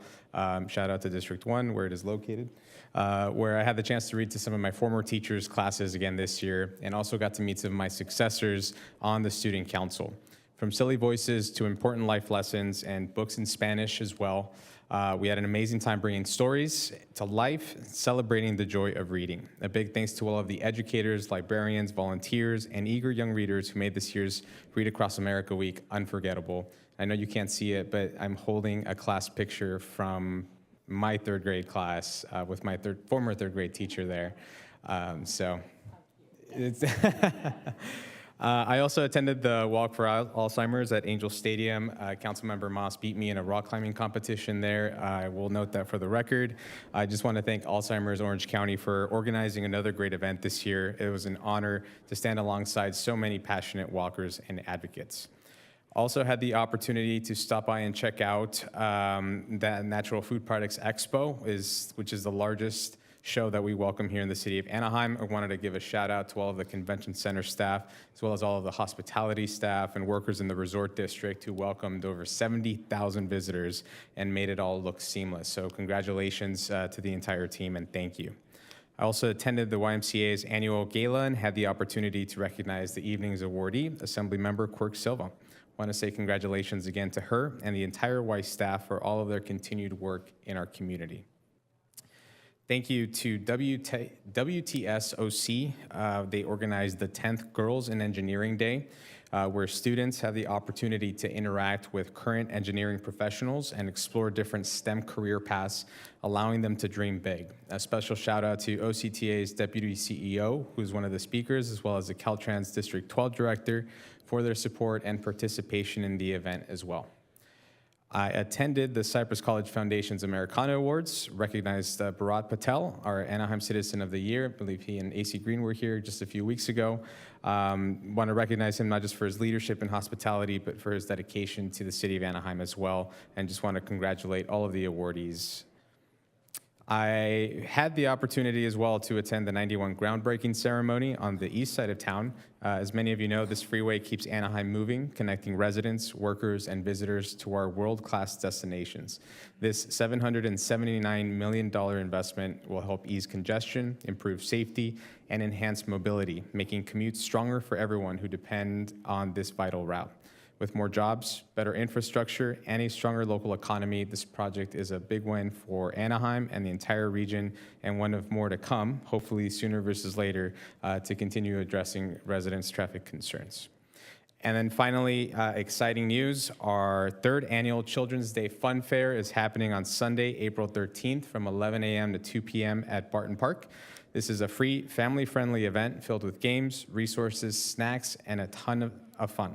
We're especially excited to highlight student artists this year who helped design some of our graphics way better than anyone in my office, including myself, could have done. Shout out to Sylvia, a talented third grader from Barton Elementary, for designing this graphic.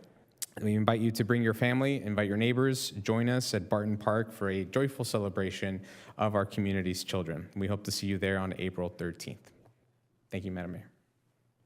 Thank you. And I think Councilmember Rubicalva, you had one quick reminder, and then Councilmember Bayless.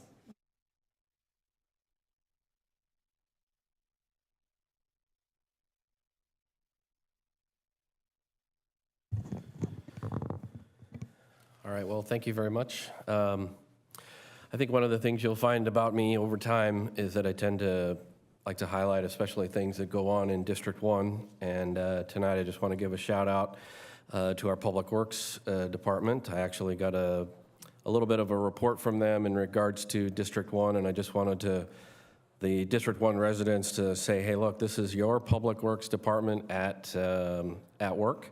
And I just want to go over just a couple of things that kind of got me in this report here. This is what the Public Works Department did over 6 months' time. We've got about 600 linear feet of sidewalks that were grinded away. They replaced 392 potholes, 14 sidewalk ramps. We have 534 square feet of utility cuts. Street maintenance got a 3,128 square feet, crack ceiling, a little under 400,000 square feet of crack ceiling. I got to tell you, that's a lot of work for our district, and it is your tax dollars at work. So I want to say thank you to the Public Works. In addition to that, we had 71 total LED light fixtures upgraded at Twyla Reed Park, and they serviced 212 work orders for District 1. So with that, I just want to give a big thank you to the Public Works Department. And this is, like I said, just a very small reporting, but I know they do a whole lot more work than this, but thank you very much to them. And then I know there's another meeting, but just in case somebody doesn't have something to do in the month of April, I just wanted to tell you that at Maxwell Park, we have the Egg Extravaganza, invited to everybody to show up.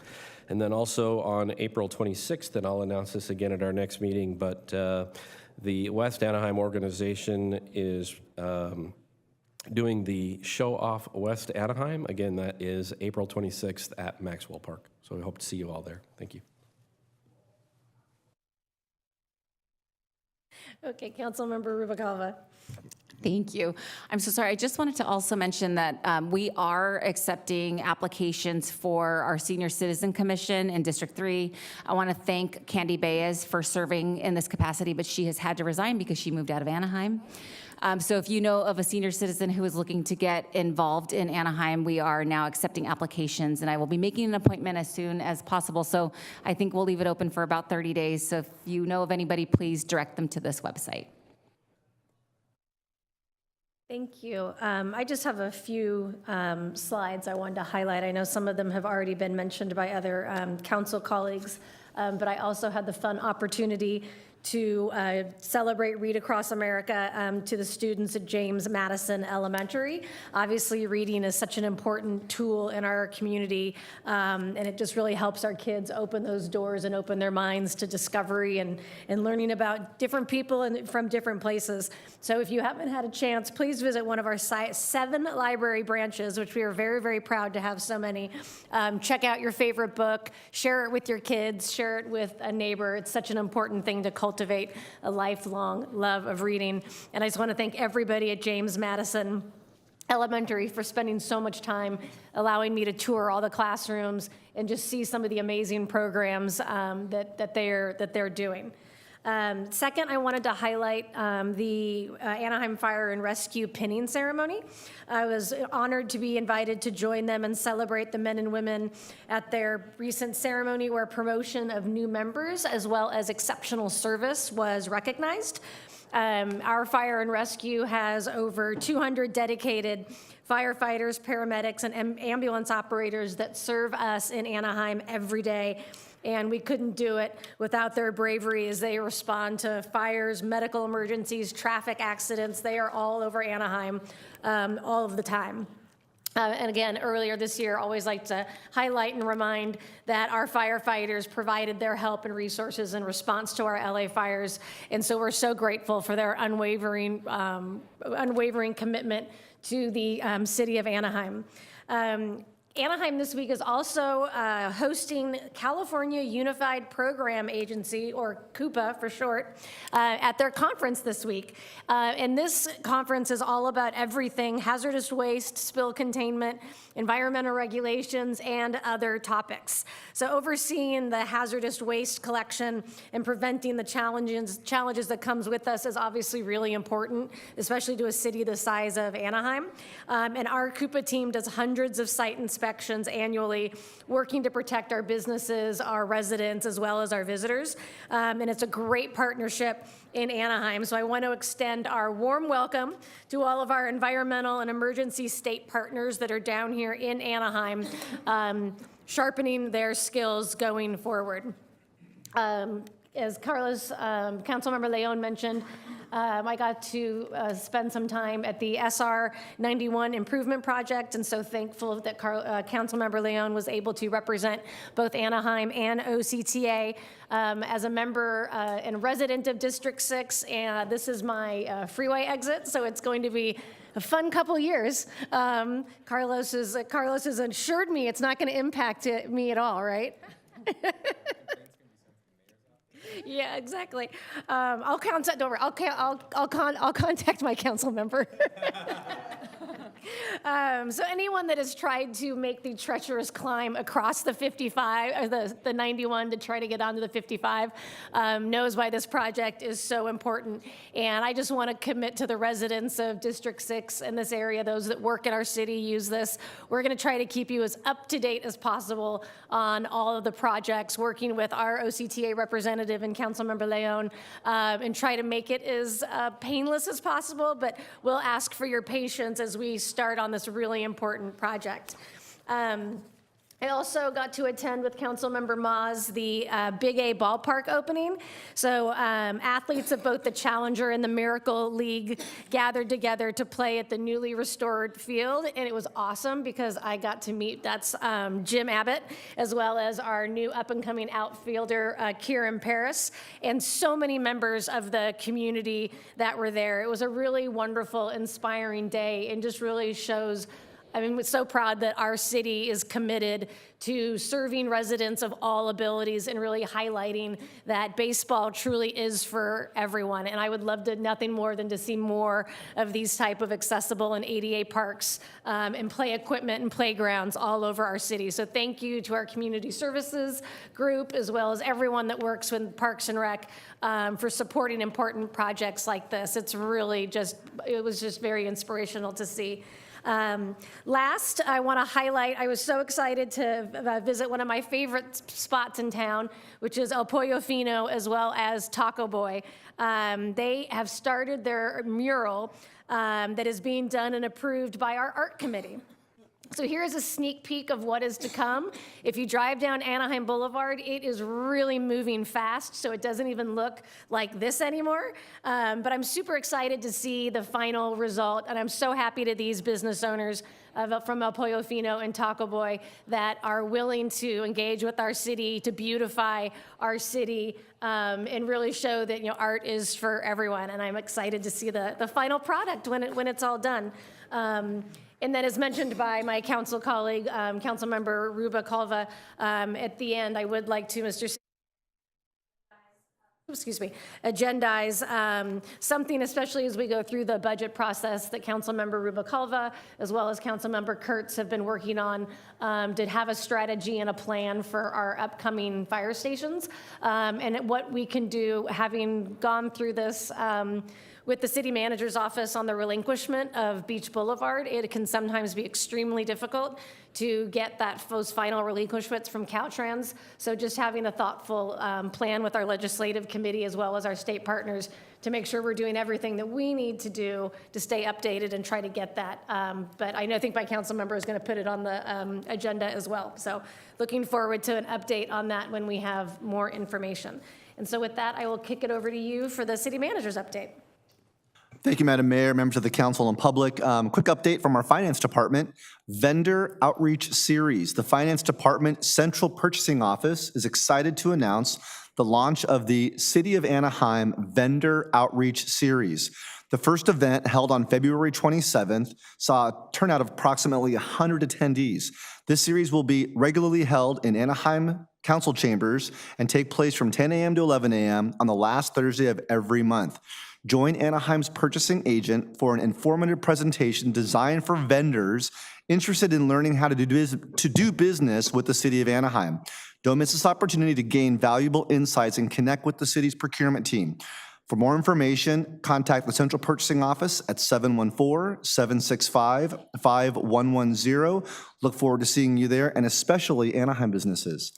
And finally, Madam Mayor and City Council, there's been a lot of positive comments tonight from the dais regarding city staff, and I want you to know how much we appreciate all those comments. I know that our team is the very, very best, but to have the appreciation from the dais, from mayor, city council, and from the public is just really appreciated. And so cannot thank you enough. And with that, your city employees this Saturday will be part of the Big Give.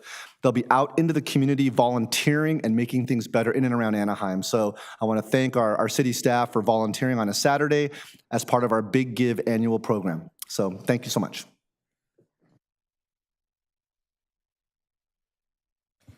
Thank you, Mr. City Manager. So right before us, we're going to move on to our consent calendar.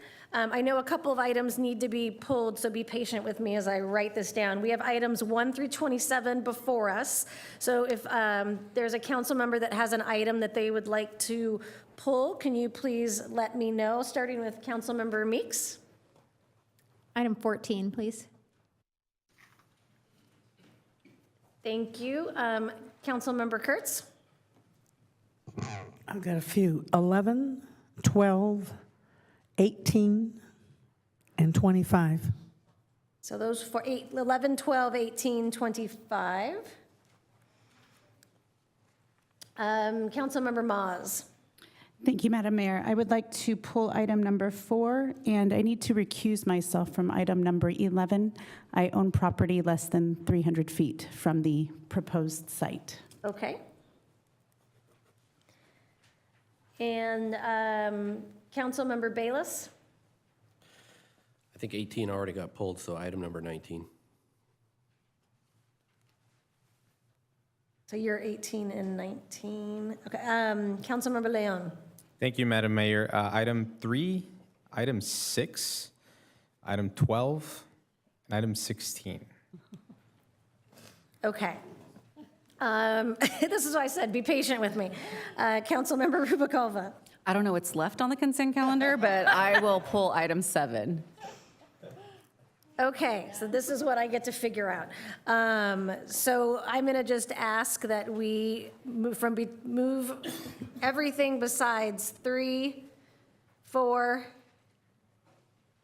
6, 7, 11, 12, 14, 16, 18, 19, and 25. Is that right? Okay, so if I can have a motion to move the balance. Make the motion. Okay, we have a motion and a second? Second. Thank you. Please vote. Madam Mayor, for the record, I'd like to note an abstention for item number 27. Item number 27, there's an abstention. Okay.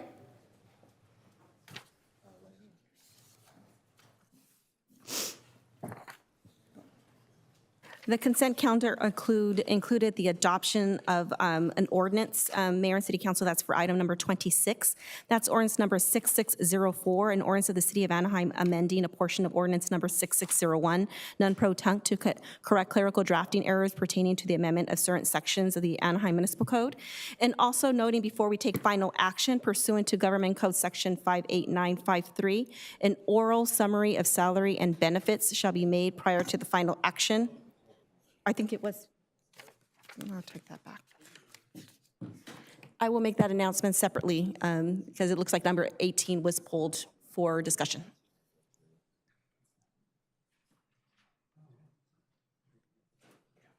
So the vote is 7 ayes, no nays for the remaining items on the consent calendar.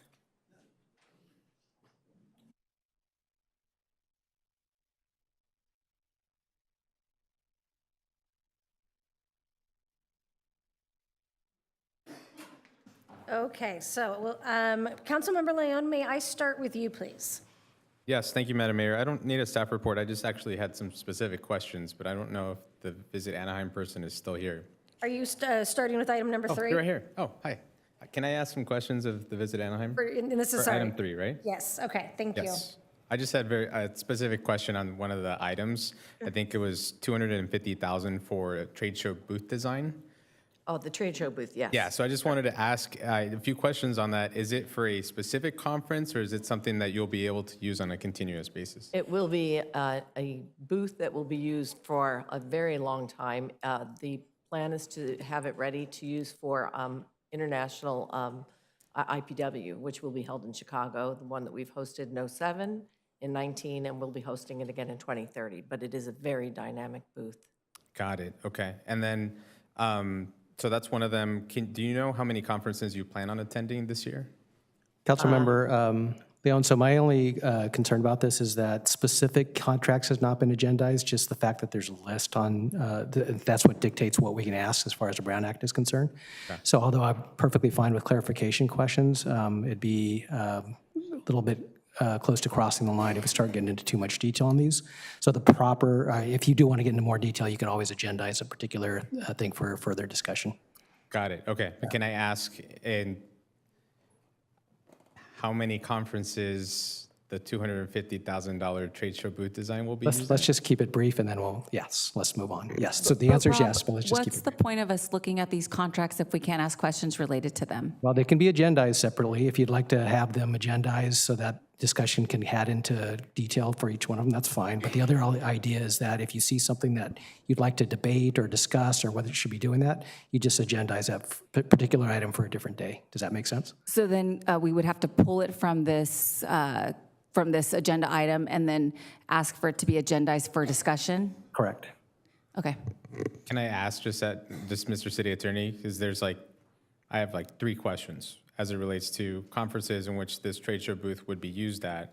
And so you're saying that I have to go and agendize the discussion to get answers to that as a whole separate item? Again, and it's subjective, right? But I think if you ask clarifying questions about what something is, I think that's fine. If you want to get into further discussion about whether that's appropriate or should we be doing it with a different vendor or whatever, that's probably more of a separately agendized item.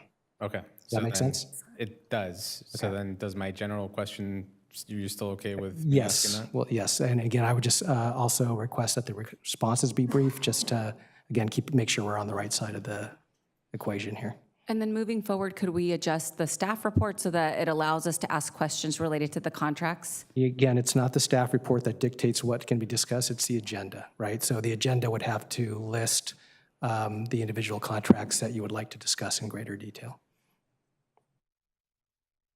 Then can we add the individual contracts? I just think it's almost makes no sense then for us to even review. The whole point of it is it exceeded our city manager's signing authority, so it had to be agendized so that we can see it. But when the council member is asking questions related to it, he can't ask any questions. So it almost seems like why do we have it on the agenda at all? Well, I mean, again, it gives an opportunity for the public to see what we've done as far as contracts are concerned. If there's specific, I mean, this is supposed to generate discussion, right? So if there's something that doesn't look right, you just agendize it for something else, another meeting, Would and we then it could be be able full to, discussion. So if a council member has a specific question on a contract, because I understand what you're saying because it's receive and file, and it's more of a transparency list for both the city manager's office and for Visit Anaheim, which is executed by Mr. Morton, not by the city manager. So if we have specific contracts that would have to be before we publicly release the agenda on Thursdays, that we would have to request that we list them separately? Yeah, obviously the mayor's in a different situation, so if you see something that you'd like to have separately agendized, you do have that authority. Otherwise, unless there's a policy decision that we're going to agendize these to list every, contract, the proper way to get into detail on any of these is to say, again, clarifying questions, okay, but great, debate, you want to just agendize that for a different meeting. Yeah, and the purpose of why, just to clarify, and sorry to interrupt you, Madam Mayor. So the purpose of it's clarifying questions. It's not that I necessarily have an issue with that specific contract. It's more, I want to know, because these are essentially public funds, how these funds that are being used, how they, what you're going to be using them for, and how that benefits the city as a whole. Not necessarily because I have an issue with the contract itself and wanting to have a separate conversation as to the details of that, but maybe that's a separate conversation that we can have and see what it is that we can do to be able to ask questions of the report to fulfill our responsibility of overseeing the public funds. Yeah, I mean, again, unless there's some urgency to this, you can always agendize something for the following meeting to discuss in greater detail questions or substance you have about a particular contract. But if you look at our agenda, which dictates what the scope of what a discussion can be, it doesn't really allow for that, right? Because it doesn't list the specific contracts you'll be talking about. And it's intended to mean that if someone's a member of the public's looking at the agenda, they would know whether or not to show up at a meeting because there's going to be a substantive discussion happening. If our agenda doesn't list those, it doesn't really give notice to anybody that we're going to be talking about specific, expenditures based on those contracts. So again, it's the agenda. It's not the staff report or the attachment, it's the agenda. Okay. If it's okay with you, I'd love to follow up with you to see if that's something that moving forward, if we can have offline, a conversation as to how moving forward we can adjust our policy to be able to, maybe there's a path forward that, because from my perspective, if we have to agendize this, and I'll end it with this because it was really like 3 questions. From my perspective is if we're not able to ask, I think as my colleague mentioned, that we're able to ask the questions and then having to agendize this whole conversation and using staff time to come back with a staff report and it's a new agenda item and it's 3 questions, I don't know if that's the best use of our time, kind of how we're now been talking about this for a few minutes. I just want to follow up because these contracts have already been signed. Correct. So every question that my colleague would ask would be clarifying.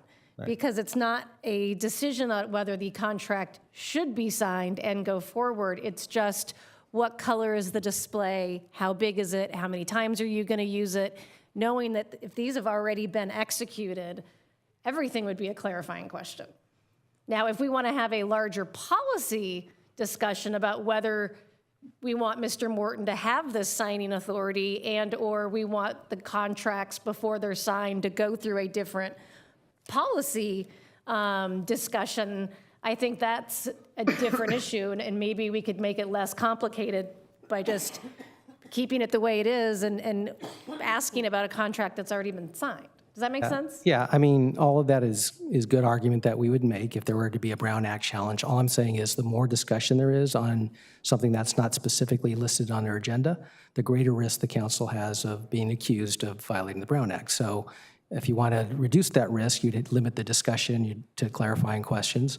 If you feel more comfortable having the kind of questions that Mr. Leon asked, that's fine. It's just that it would be better practice under the Brown Act to re-agendize for a different time to ensure that the public has proper notice. Yeah, I think your questions are clarifying.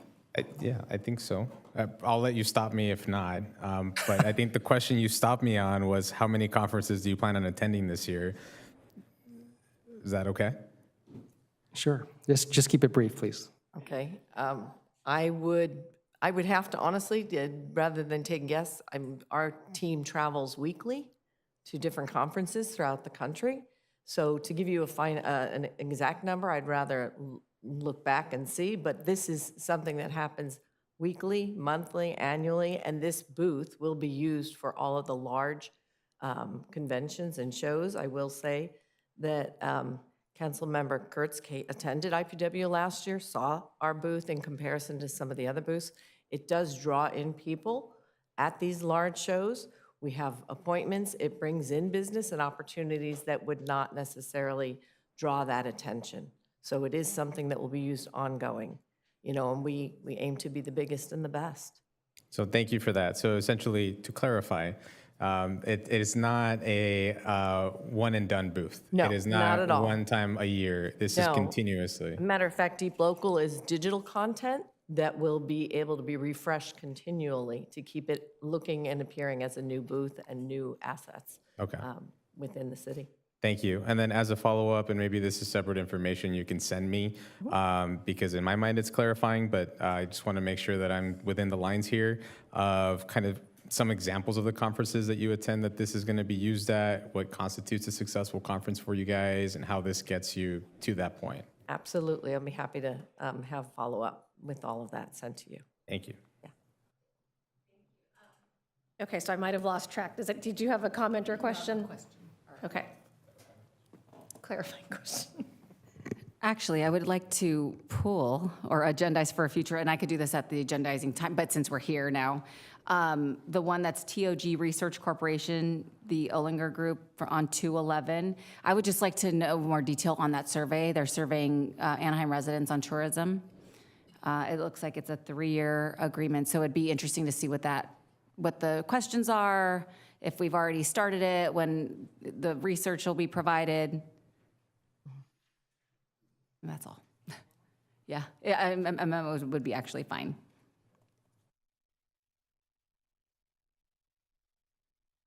Okay, so we have a motion to move the item. Do we have a second? Second. So please vote on item 3.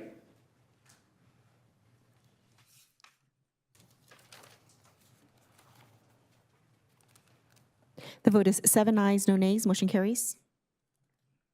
Thank you. So item number 4 was pulled by Councilmember Maas.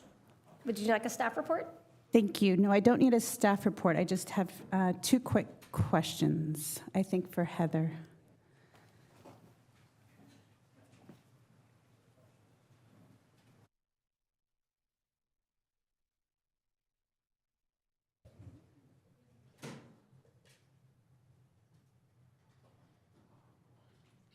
Hi, Heather.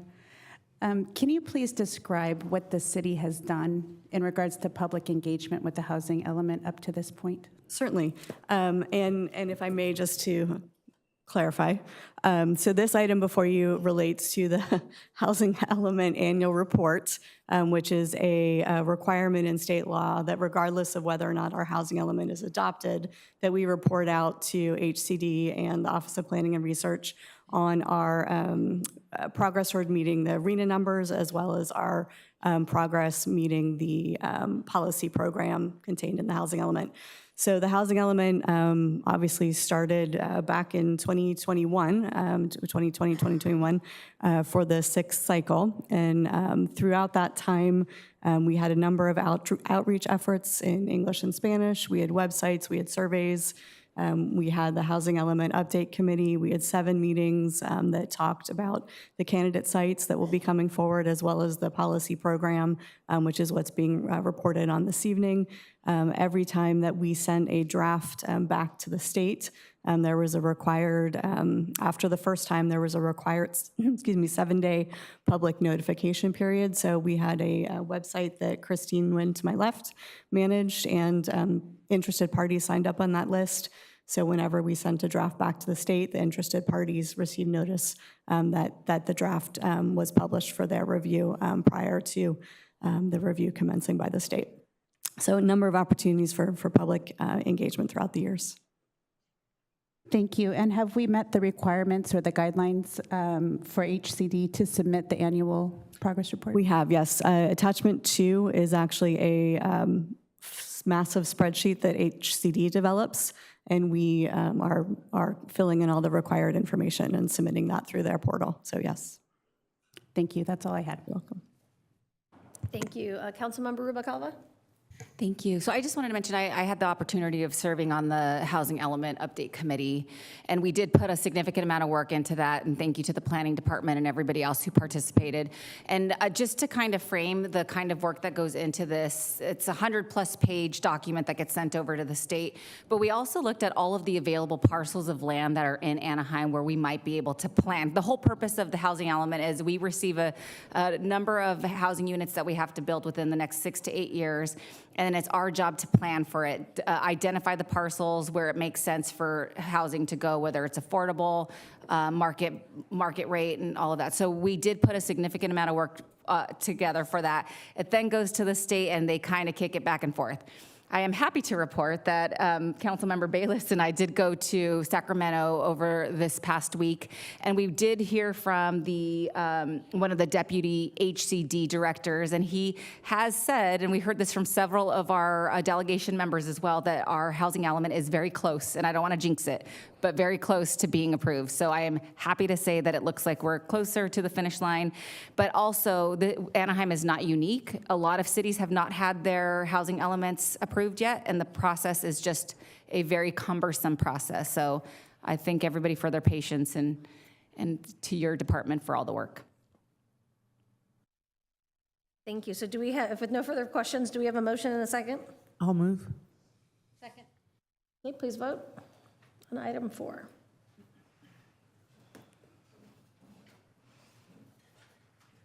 The vote is 7 ayes, no nays, motion carries. So the next item was pulled by Councilmember Leon. This is item number 6. If I can get a brief staff report, please, Madam Mayor.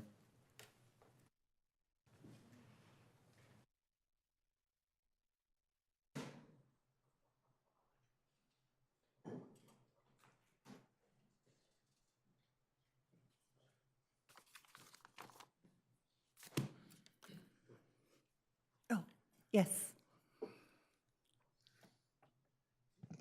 I'll ask Carrie Buffard, the purchasing agent, to present the staff report. Yes, before you today is the Liquidity Auction Surplus Program contract. This program allows us, or this contract actually allows us to centralize our surplus program at this time. Currently, we're working in a decentralized format.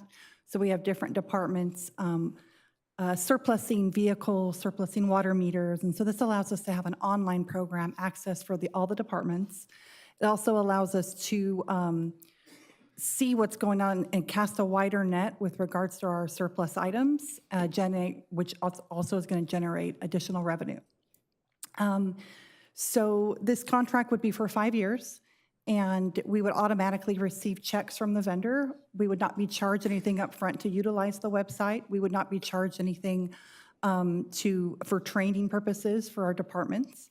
And then we would be able to receive these checks automatically once the items were sold.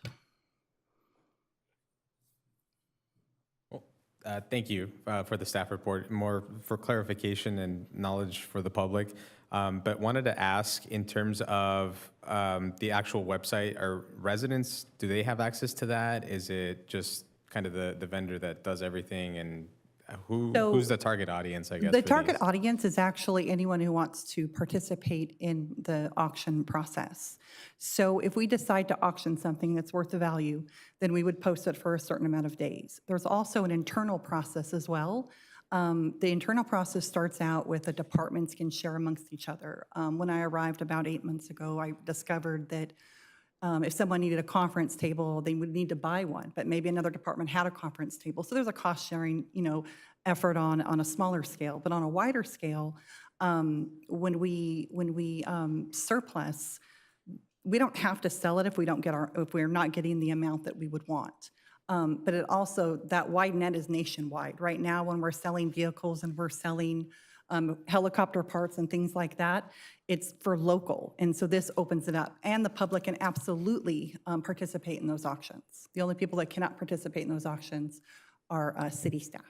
Awesome. And then during that process or after that process, at what point do you determine which items are eligible for donations to the school districts and nonprofits? So it would be internal first, and then after that is posted for 7 days, then we would go would work with community services and other departments to determine the nonprofits that would participate, or the school districts that would participate if they're interested. We would post it to them, and we would let them know these are on the website. We would reach out to them and have a training session for them as well if they're not already on that GovDeals website. And then from there, after that 7 days, then we would offer it to nonprofits that we would select to participate as well. Got it. Okay. Thank you. Appreciate the information. You're welcome. Then I'll move the item if there's no other questions. Oh, I think we have one question from Councilmember Bayless. Yeah, I just want to add a quick comment. I come from local government, and one of the things that I really like to see about this is generally, you take a pallet, put saran wrap and push it off. But what this does is it opens up the advertising basically to everybody. It's a larger pool.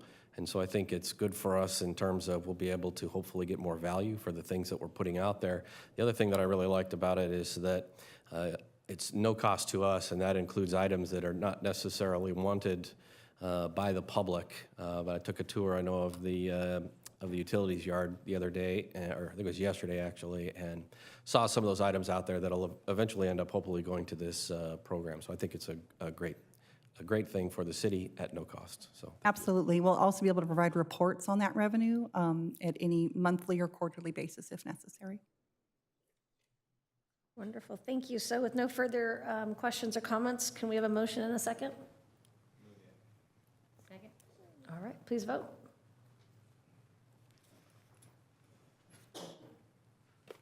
The vote is 7 ayes, no nays. Motion carries. Our next item is item number 7, pulled by Councilmember Rubalcaba. Would you like a staff report? Yes, please.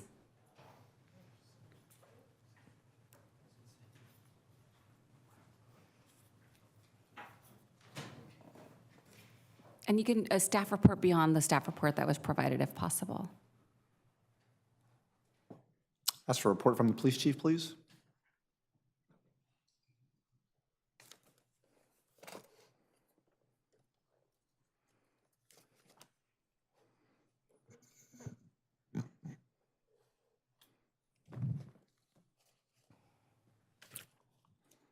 Get my bearings. Sorry about that. Okay, good evening, Mayor, members of City Council.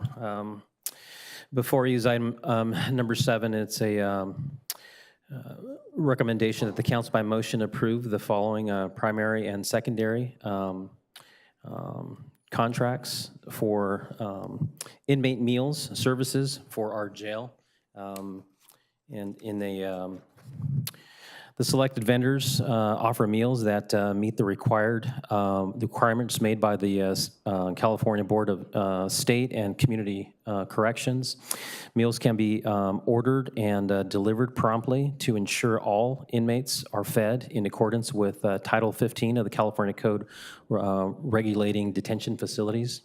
We currently have a temporary agreement in place with a vendor that provides these meals at the detention facility. It's very difficult to find vendors that meet all the requirements in place to serve food for those that are being detained in our facility. Breakfast, lunch, dinner, snacks, and beverages are all included to meet the needs of feeding inmates. Inmates in our facility are held in our facility between 8 to 10 hours before they are transported to the county jail. And we provide meal service, serving meals 3 times a day, 7 a.m., noon, and 5 p.m. And before you is a request for a contract with the primary contractor, AJ Sons, Linguice Fancy Frozen Foods, for 1 year period, effective upon all necessary signatures with 4 one-year extensions. The projected cumulative total for the 5-year term in this amount not to exceed $425,000. In addition to that, a contract with a secondary contractor, Every Meal, for a 1-year period, effective upon all necessary signatures for 4 1-year optional revenue renewals. The projected cumulative total for the 5-year term of the amount not to exceed $150,000. And the last request is authorize a purchasing agent to execute all necessary contractual documents related to the agreement, all in accordance with our rules and regulations. And as the staff report indicates, there was a RFP process that took place. And I'm available for any questions you may have.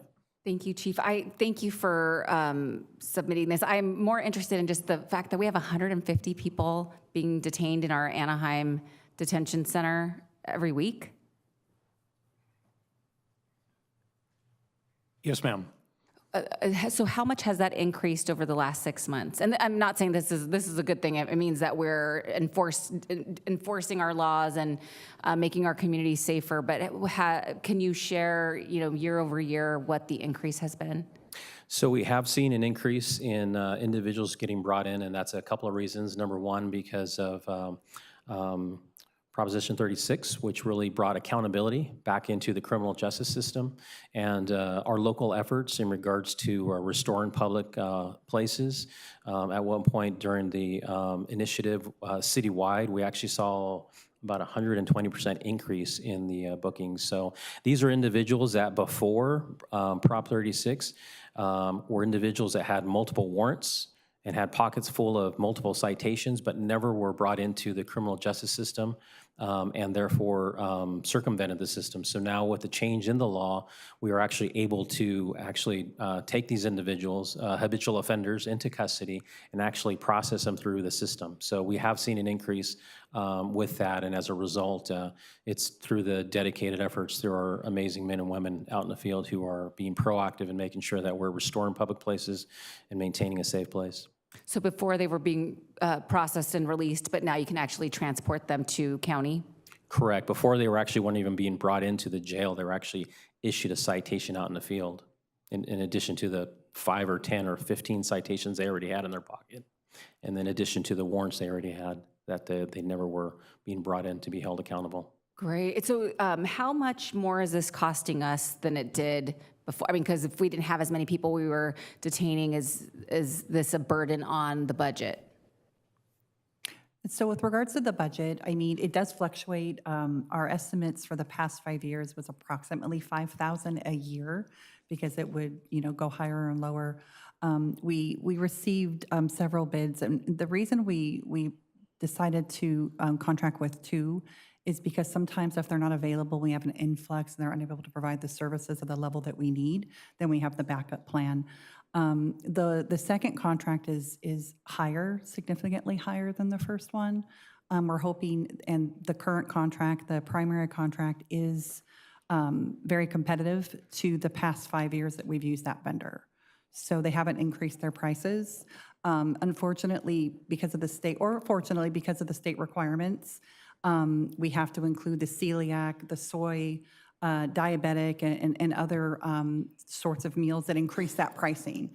And since that's a requirement, that is an extra level of effort and cost included in that. So we're going from $5,000 a year to about $76,000 per year. Yes. So where are we where are we moving that funding from? So what department or what part of the Anaheim PD will that be reallocated from, since this wasn't a budgeted expense? Yeah, it's a shift in our operational expenses that we have. So it's partly out of necessity. We do get, because it's a jail that we have, we often get audited and inspected, and there is the Title 15 requirement. Is pretty specific with the dietary compliances that we need to assure. And the last review with the previous vendor did not meet the standards of those Title 15 title requirements in regards to the dietary type of food that we were providing for our inmates. I mean, maybe we should probably work with some of our state elected officials to see if Title 15 could be, I mean, because when I looked at this, it caught my eye because that is a significant amount of money that we're spending on meals. Not that I don't think everybody should get a good meal, but I just left the Anaheim Elementary School District earlier today, and they contract with the Second Harvest Food Bank. So if that food is good enough for our youth in our city, it's bizarre to me that we have to follow Title 15 and offer specialty foods that cost our city up to $400,000. So that's why I pulled this item, but thank you for the work that you do. I appreciate you answering my questions.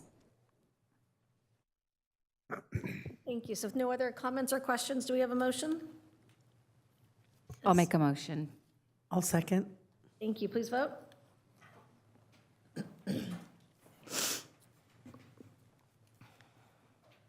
The vote is 7 ayes, no nays. Motion carries.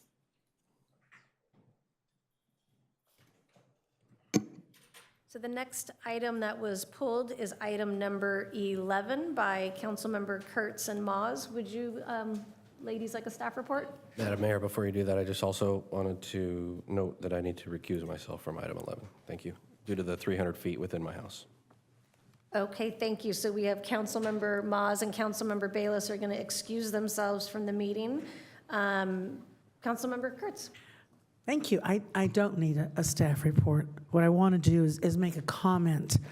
I pulled this item last meeting because I needed more information from the parties, especially our Public Works Department. And I thank you, Public Works, for spending time explaining our charter and the lowest responsible bidder process and all of that. I understand. And I will support the item. I will vote yes on the item because our charter specifically says that we need to go with the lowest responsible bidder, and that today, as of this moment, Big Bend doesn't have any, while they have some while the Department of Industrial Relations is looking at some items, there is no charge pending right now. So, but what I want to say is, first of all, thank you to Public Works for going the extra step, ensuring that those companies that are doing, those contractors that are doing business with the city of Anaheim, especially those under the working under the CWA, are held accountable, and that you've hired someone to specifically look at the progress of that contractor and paying its employees. Also, not only to Big Ben, but to any contractor doing business in the city of Anaheim, I just want to point out that we take payment to those workers very seriously, and that our Public Works Department will continue to aggressively take a look and make sure that those workers, whether they're union or not union, are paid what they're supposed to be paid. And lastly, I want to thank the Center for Contract Compliance for bringing this issue forward, for asking the questions. I ask that you continue to work with the city, making us aware of any issues that may be out there, because again, I want to make sure that those workers that are working on our streets, in our sewers, anywhere in Anaheim, that they're getting paid what they're supposed to be paid per our contracts. And so I thank you to Public Works, thank you to the Center for Public Compliance, and thank you to the contractors that are doing the right thing and will continue to do the right thing because you're working in the city of Anaheim. Thank you. That's my only comment. Thank you. So with no more comments or questions, do you have a motion? I'll move the item. Second. Okay, so please vote.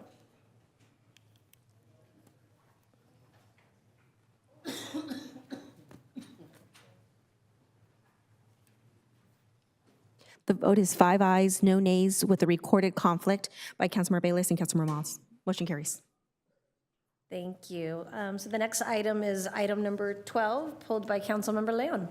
I think somebody else also pulled it, but thank you, Madam Mayor. I don't need a staff report.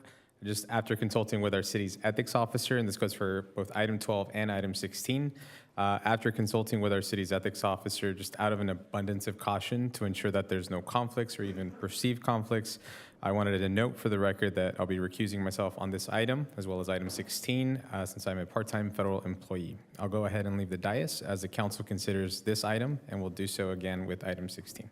Thank you. Thank you. Councilmember Kurtz. Don't need a staff report. I have a question, and I've because this was pulled last time also, I've had an opportunity to take a look at these agreements, and I just want to be assured the one with the lesser amount, the $305,000 for the survey. There is something in the agreement that ATN will match with $49,000.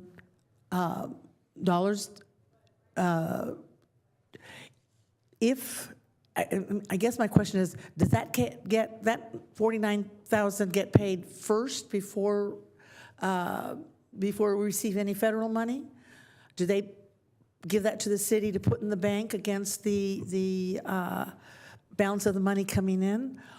And what happens if they don't pay it? Is the city held liable? So that $48,000 match they're putting up for the grant is an in-kind match. So they're providing in-kind services. So there's an actually a dollar amount exchanged, and then they would be, it's typically a reimbursement situation. So as they expend the funds with the consultants doing the study and they complete the study, they would submit their final report to the grantor and get reimbursed. Okay, does the city, is the city in receipt of those reports on an ongoing basis, so that do we also have to sign off on them?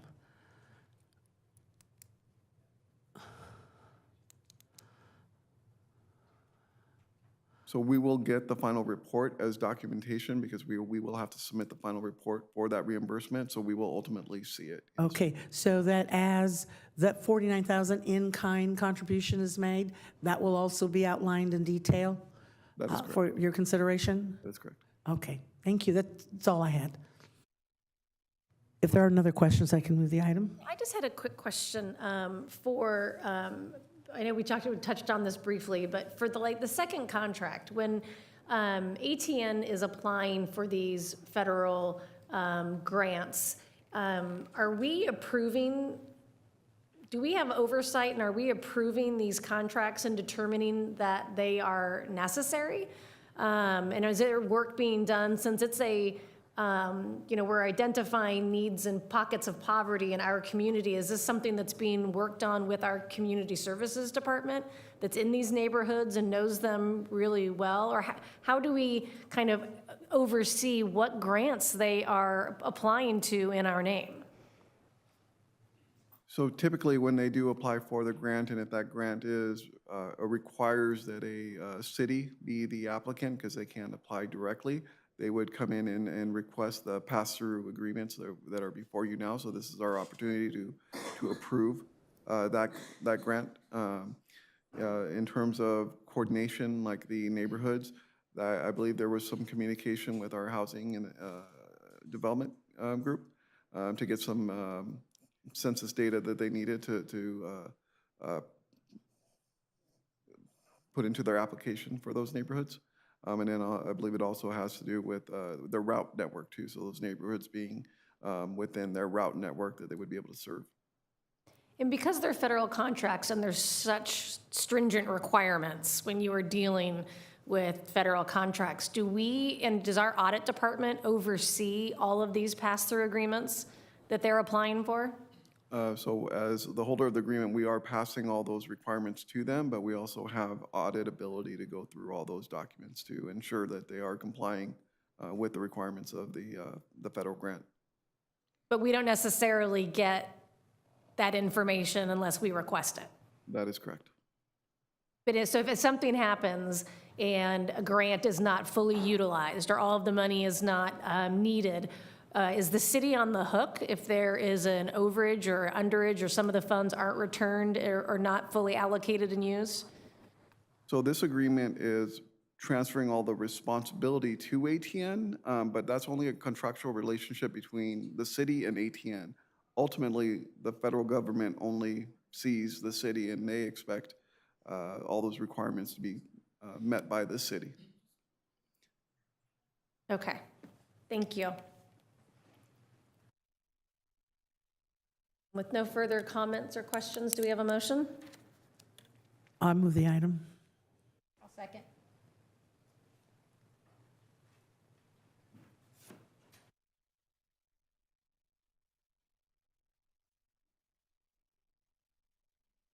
The vote is 6 ayes, no nays. Motion carries with a recorded conflict by Councilmember Leon. So, next item is item number 14, pulled by Councilmember Meeks. Yes, thank you. I just wanted to highlight this item.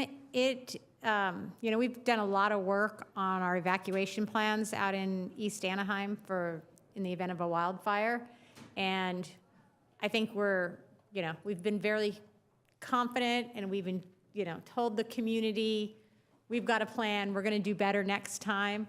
But now we've gotten a grant to be able to actually model that, and which I think is super important and a great benefit to all of us. I mean, I think it's going to provide the community more confidence in our evacuation plan, and it's also going to give us the opportunity to identify any problems that may have that we haven't identified yet. Is there a pinch point? Is there some place that isn't really working and we need to make modifications? So I just wanted to thank the staff for getting this grant and moving forward in this, because I think it's really important, and it will put a lot of our community at ease when we have documentation that shows our evacuation plans are going to work.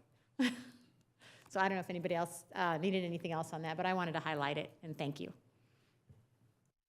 So no other comments or questions? Would you like to move the item? I will move the item. So please vote.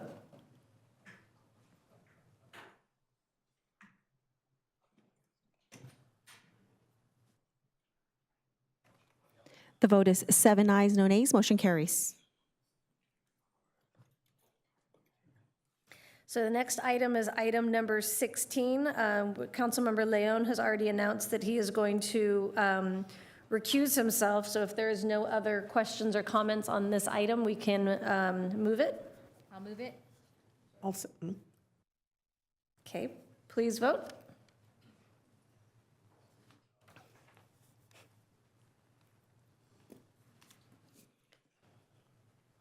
And the vote is 6 ayes, no nays, with a recorded conflict by Councilmember Leon. Also noting for the record, the updated agreement number is number FB 25025XXX-2438.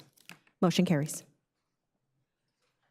Okay, so the next item is item number 18, pulled by Councilmember Bayless. Would you like a staff report? No, just a quick comment. I just wanted to say, I'm happy to see that we're hiring some internal candidates for the position of the Planning and Building Director.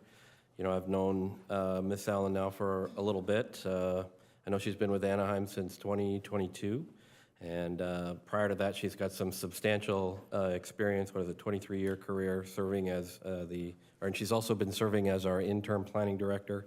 I know her to be a very great employee. I'm happy this is going. I know she's been managing a couple of our high-profile projects, including Disneyland Forward, and I'm glad that we're able to get a well-qualified internal candidate. And with that, I'll move the item. Thank you. Councilmember Kurtz. Thank you. I expected her to be up here in the hot seat. So I just wanted to say congratulations, a well-earned promotion. Thank you for serving our city. Yeah, I think we all concur. Congratulations. I'm very excited for this. Councilmember Rubalcaba.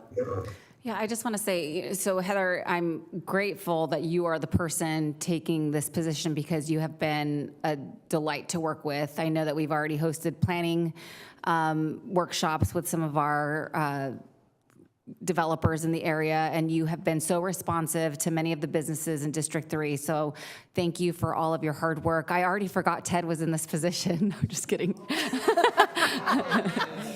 But you are amazing. So welcome. Thank you. Councilmember Leon. I didn't forget, Ted. I didn't forget. Actually, Heather, I have some questions for you. I'm kidding. I'm kidding. Now, I want to echo my colleagues and say congratulations, and we look forward to working with you. Thank you. So with that, can we have a motion and a second? I'll move the item. I'll second. Please vote.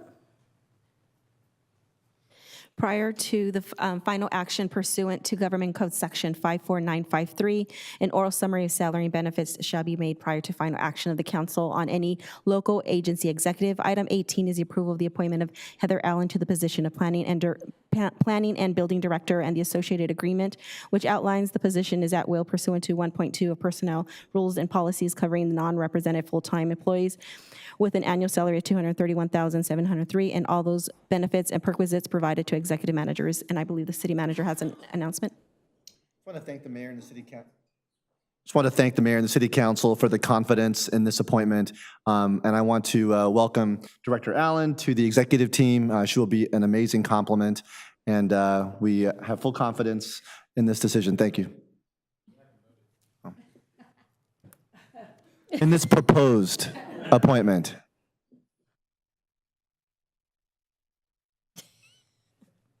And the vote is 7 ayes, no nays, and our city manager has.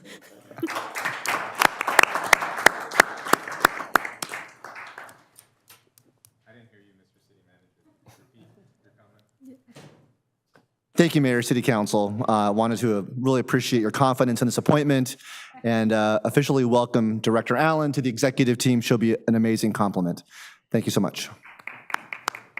There you go. All right. Item number 19 was pulled by Councilmember Bayless. Would you like a staff report? No, just a quick comment. You know, this is another item I wanted to pull to share a few comments on how important I believe Kaboom is and to share my appreciation for the work they do in our city. You know, I got to see firsthand the impact this organization has had in our community during my 8 years serving on the Parks and Recreation Commission. And as the staff report noted, this will be the 18th park project that we've partnered with Kaboom on, and they've been an integral part helping the city complete so many of our playground updates and renovations. I'd also like to thank the Anaheim Ducks Foundations for their generous contributions to the project, and I'm particularly happy to announce that this project is taking place at Maxwell Park, just happens to be located in District Number 1. And so I just want to say thank you again to Kaboom, and I'm looking forward to our continued partnership, and with that, I'm happy to move the item. Thank you. Go, Councilmember Leon. Thank you, Madam Mayor. Happy to second that motion and congratulate my colleague in District 1. As someone who grew up going to Maxwell Park, I actually was just commenting to my colleague that I think the last time that that playground was updated was when I was in elementary school. And so I'm just very glad and happy that that's going to happen, and I appreciate everybody's work in making that a reality. So thank you. Thank you. So please vote. The item included a resolution of the City Council of the City of Anaheim authorizing the Director of Community Services or designee to accept all grants from Kaboom Inc. on behalf of the City of Anaheim for the installation and maintenance of playground equipment at Maxwell Park, authorizing the Director to execute all required grant documents and amending the budget accordingly. And the vote is 7 ayes, no nays. So the last item is item number 25, Yes. pulled by Councilmember Kurtz. Last one here, and I don't need a staff report. I just want to share, you know, sometimes here in the council, we pass an ordinance and we think it's perfect, it's tight, it's going to do what we want it to do until it doesn't. Some little thing goes wrong. I want to thank the Carpenters Union for actually calling us and saying, hey, we think you have a loophole here that can we talk about, can we sit down and talk about it and see if we can straighten it out? And because the mayor, Carpenters Unions, city staff, were all able to come together and take a look at what was happening with not only the ordinance as written and what we intended it to do, and realize there was a loophole, came together and are fixing that loophole. But we can't do that without partnerships, without working together and good, strong relationships. So I want to thank the mayor, city staff, the Carpenters Union for working together to take care of this issue, and so that it's not going to be an issue any longer. With that, I'd like to move the item. Thank you. I'll second. Please vote.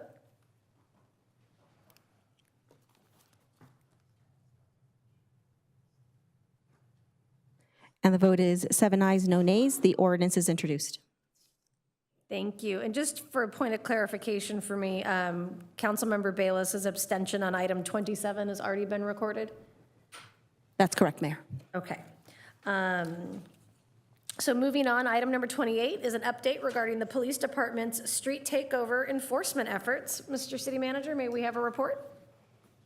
Ask for a report from the police chief, please.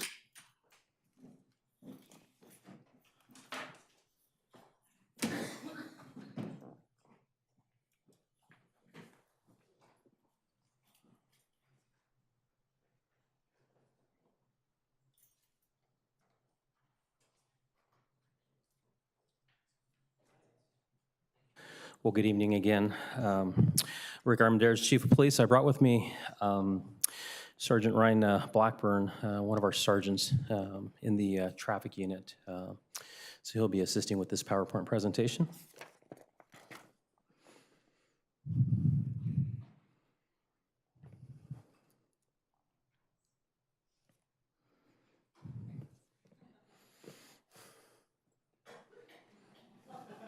There we go. Okay.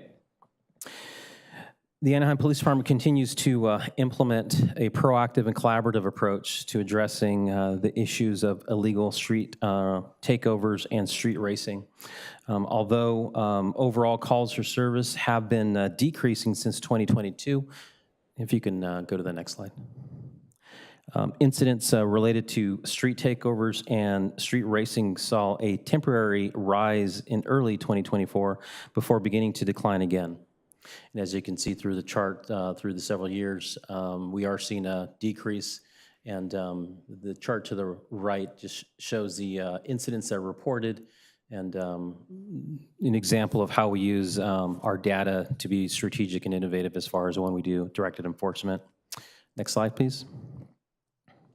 So our proactive response, the Anaheim Police Department employs intelligence-led policing strategies and technology to detect and respond to street takeovers.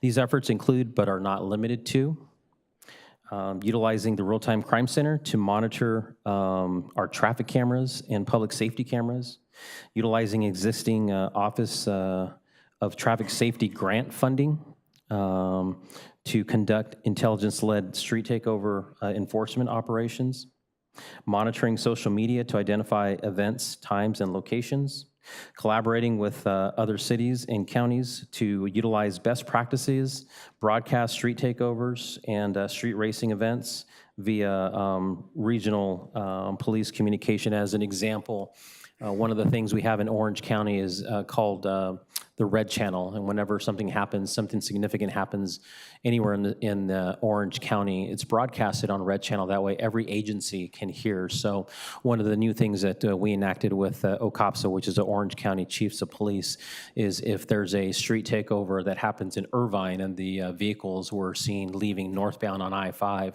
to be able to broadcast that information so we may be able to be readily prepared to intercept them as they come northbound on I-5, even if it's just one officer with his lights on, pulled to the side of the road at the nearest off-ramp, just to be an indicator, deterrent, to let them know that we are aware and we are going to be prepared in case they come into our city. And then one of the things that I do want to also note is the fact that we're very fortunate that we have air support, Angel. Angel has been instrumental in when we deal with street racing and street takeover incidents. They're able to safely monitor the events, identify the most egregious offenders, and keep an eye on them, directing our ground units, our officers, to those offenders to be able to stop them and detain them and do enforcement actions with them. They're also able to gather evidence by being able to video record the events that are happening, so we can use at a later time for follow-up prosecution, which we'll talk about here in a little bit. There has been, next slide, there have been some legislative changes officially defining at the state level, officially defining sideshow in law to be more synonymous with street takeovers. The changes allow courts to suspend a driver's license for 90 days to 6 months and impose driving restrictions for employment-related purposes if a violation occurs during a sideshow. It also strengthens existing laws by permitting vehicles impoundment, not only when the participant is arrested, but also when a vehicle is used to block or obstruct a highway or off-street parking facility to facilitate the speed contest or the exhibition. It authorizes a police officer to obtain a warrant to impound vehicles involved in speed contests or street takeovers on the highways as well as off-street parking. So again, that's where the observation and video, whether it's street cameras, whether it's the recently approved dash cameras for our patrol cars or the cameras that are used on Angel Air Support, to be able to utilize that evidence and to follow up and to be able to issue a citation or arrest or impound the vehicle even after the event takes place. Next slide. The intelligence and technology. Our intelligence unit monitors social media platforms to track events. However, this can be challenging as groups will close their accounts. They don't keep them public, but instead are private. Peer-to-peer applications are commonly used. We utilize, again, as mentioned, the Real-Time Crime Center to monitor public safety and traffic cameras in real time. Our automated license plate readers are used to identify and track vehicles involved in illegal activity. We also utilize strategic surveillance cameras selectively placed in high-risk intersections to identify patterns. And we're in the process of looking at advanced social media software in the future to enhance and detect and intercept planned events when it comes to street takeovers and street racing events. Next slide. Our investigative response, this is where we really started to put more effort into the follow-up and bringing back the accountability component to it. Coordinating with Orange County DA's office as well as our own city attorney's office in the investigation and filing of cases. We have assigned traffic safety officers to conduct follow-up investigations on street takeovers related to that activity.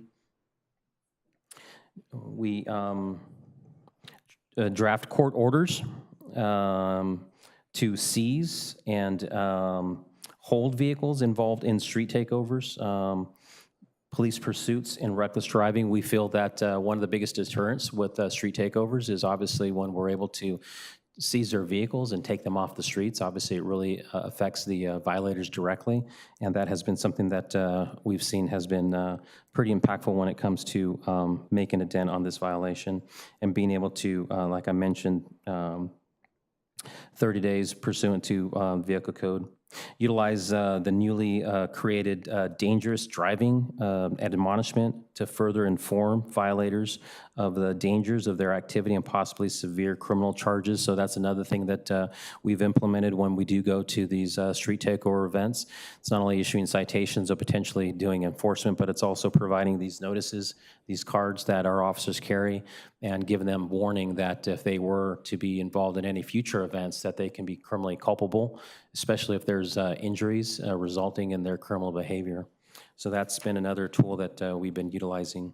And I'm going to pause for a second to allow Sergeant Blackburn to cover anything that I may have missed or you wanted to highlight. About that, just real quick, as far as the legislative changes, I think we're very fortunate, City of Anaheim, that we already have a lot of these things put in place. Several years ago, we enacted the AMC municipal code for street racing spectators, realizing that these guys are actually looking for, guys or gals, they're looking for an audience. And so some of the changes that you're going to see in July, we already actually have, and we're utilizing those tools, not only to educate the public out there, but also help us out with enforcing these violations. And just to close before I open up for any questions, obviously this is an ongoing challenge that not only is limited to Anaheim, but across the state, really.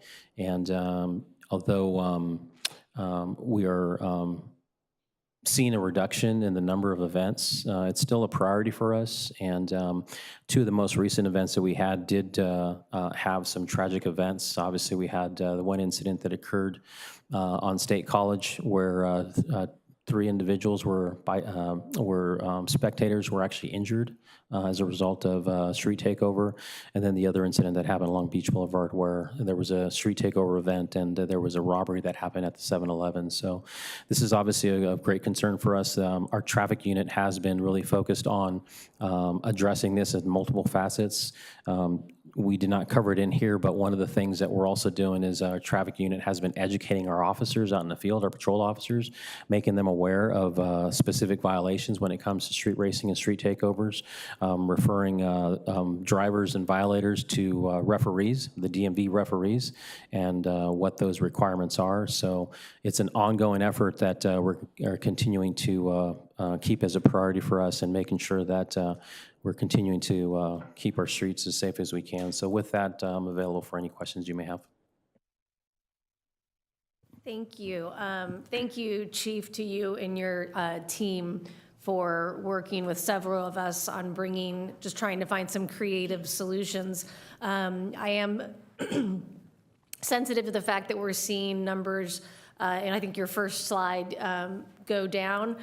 My concern with anything like this is that there's such high-risk events that when they do happen, the potential for large-scale tragedy, given the spectators, given the drivers, given just pedestrians that are just walking on the street, is greater than a normal, traffic-involved incident. So I had a question. In one of our first conversations, we were talking about the use of technology and how we can better use technology to not only alert us when an event is happening, but also the follow-up. And as part of that conversation, we were going to do a inventory between cameras that Public Works has, traffic, real-time crime center. Where are we on assessing how many cameras we have, how many of them work or don't work, and what's the tie-in that all that technology speaks to each other? Thank you for the question. So yeah, that is a city-wide initiative, and where we're identifying all our city cameras, city-owned cameras, whether they're in intersections or actually in facilities. So the city just recently completed, through the city manager's office, a complete audit of all our cameras. They're over Carrie's not here. There are over 600 cameras, I believe, that we identified. And what we did with that is we wanted to focus on the intersections, making sure that the cameras were up to date, whether they're black and white, whether they're color, whether they're pan, tilt, zoom, or whether they're fixed in stations. So that process is still taking place, and we've been able to address many of the cameras that are a priority for us. We identified the top 14 intersections within the city of Anaheim that are seeing regular street takeovers. So we made sure that those 14 were updated and are working, and then we're working on the remainder. So that remains to be a priority for the city, and making sure that those are all fixed. In addition to the technology mentioned, Mayor, again, when we met again with Councilmember Kurtz as well, we talked about dash cameras for our patrol vehicles.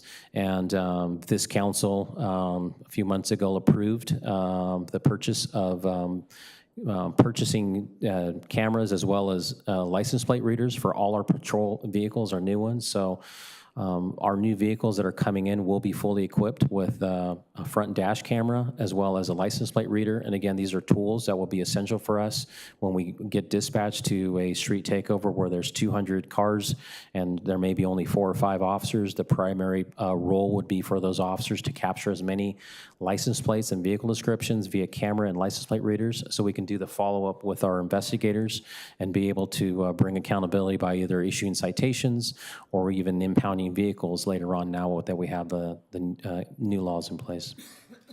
And do you find that, you said the 14 major intersections now have their cameras up to date. Do those cameras have license plate readers, or is that something that's only on a moving vehicle? All our cameras do not have license plate readers. So the 14, I don't believe any of them do. We do have license plate readers that are strategically placed throughout the city, and we're in the process of adding more. But the 14 intersections do not have license plate readers. Okay. And so, thank you for touching on the legislative response. And obviously, it's different level of culpability for bystanders versus participants. But do we have anything that you see other municipalities doing or have enacted in their municipal code that we should be working on to hold people that are either participants or bystanders to these events? Thank you for that question. Yourself, as well as Councilmember Kurtz, as well as Councilmember Rubalcaba, have been following up with myself on the different ways we can look at this. We look at the 3 E's when it comes to traffic. We look at education, enforcement, and engineering. And one of the things we did as we began to look at how do we minimize these events within our city is we looked at those areas. So collaborating with Director Rudy Amami from Public Works. They did a white paper study to look at what, if any, engineering aspects can be done for those 14 intersections, whether it's blot dots or other type of things. So they did an extensive research on that. That was part of the memo that was presented to this council a couple of months ago.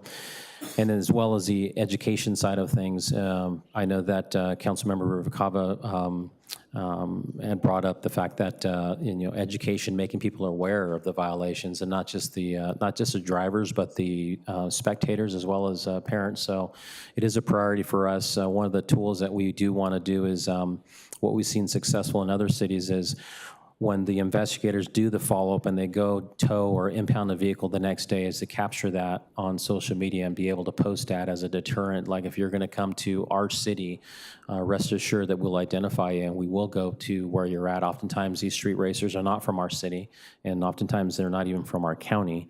But we will go out and identify you and ultimately hold you accountable. And if we need to go out and take a tow truck and impound your vehicle, we will do that. So we worked on the education side as well. In regards to the legislative side, we Councilmember Rubalcaba, myself, and our city attorney looked at several different aspects of any muni code sections that may be applicable.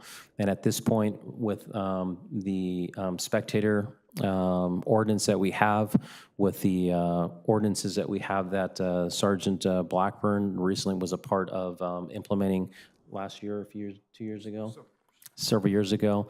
And with the recent legislation by the state, we believe that we have the legislative tools to do that. For us, it's just now following up and doing the investigative work and making sure that we start putting everything together. And do we have, I know other people have questions, so I just want to kind of point, Anaheim gets saddled with a lot of this because we have large major thoroughfares, whether it's Beach Boulevard, Brookhurst, Anaheim Boulevard, that allows for people to go long distances at high speeds if they want, and or big intersections that they can take over by Angel Stadium, et cetera. And I know we've talked about possibilities in engineering and street design, and are there any specific traffic calming measures that we could test out in these 14 major intersections to just be more annoying, to your point, than the county next door?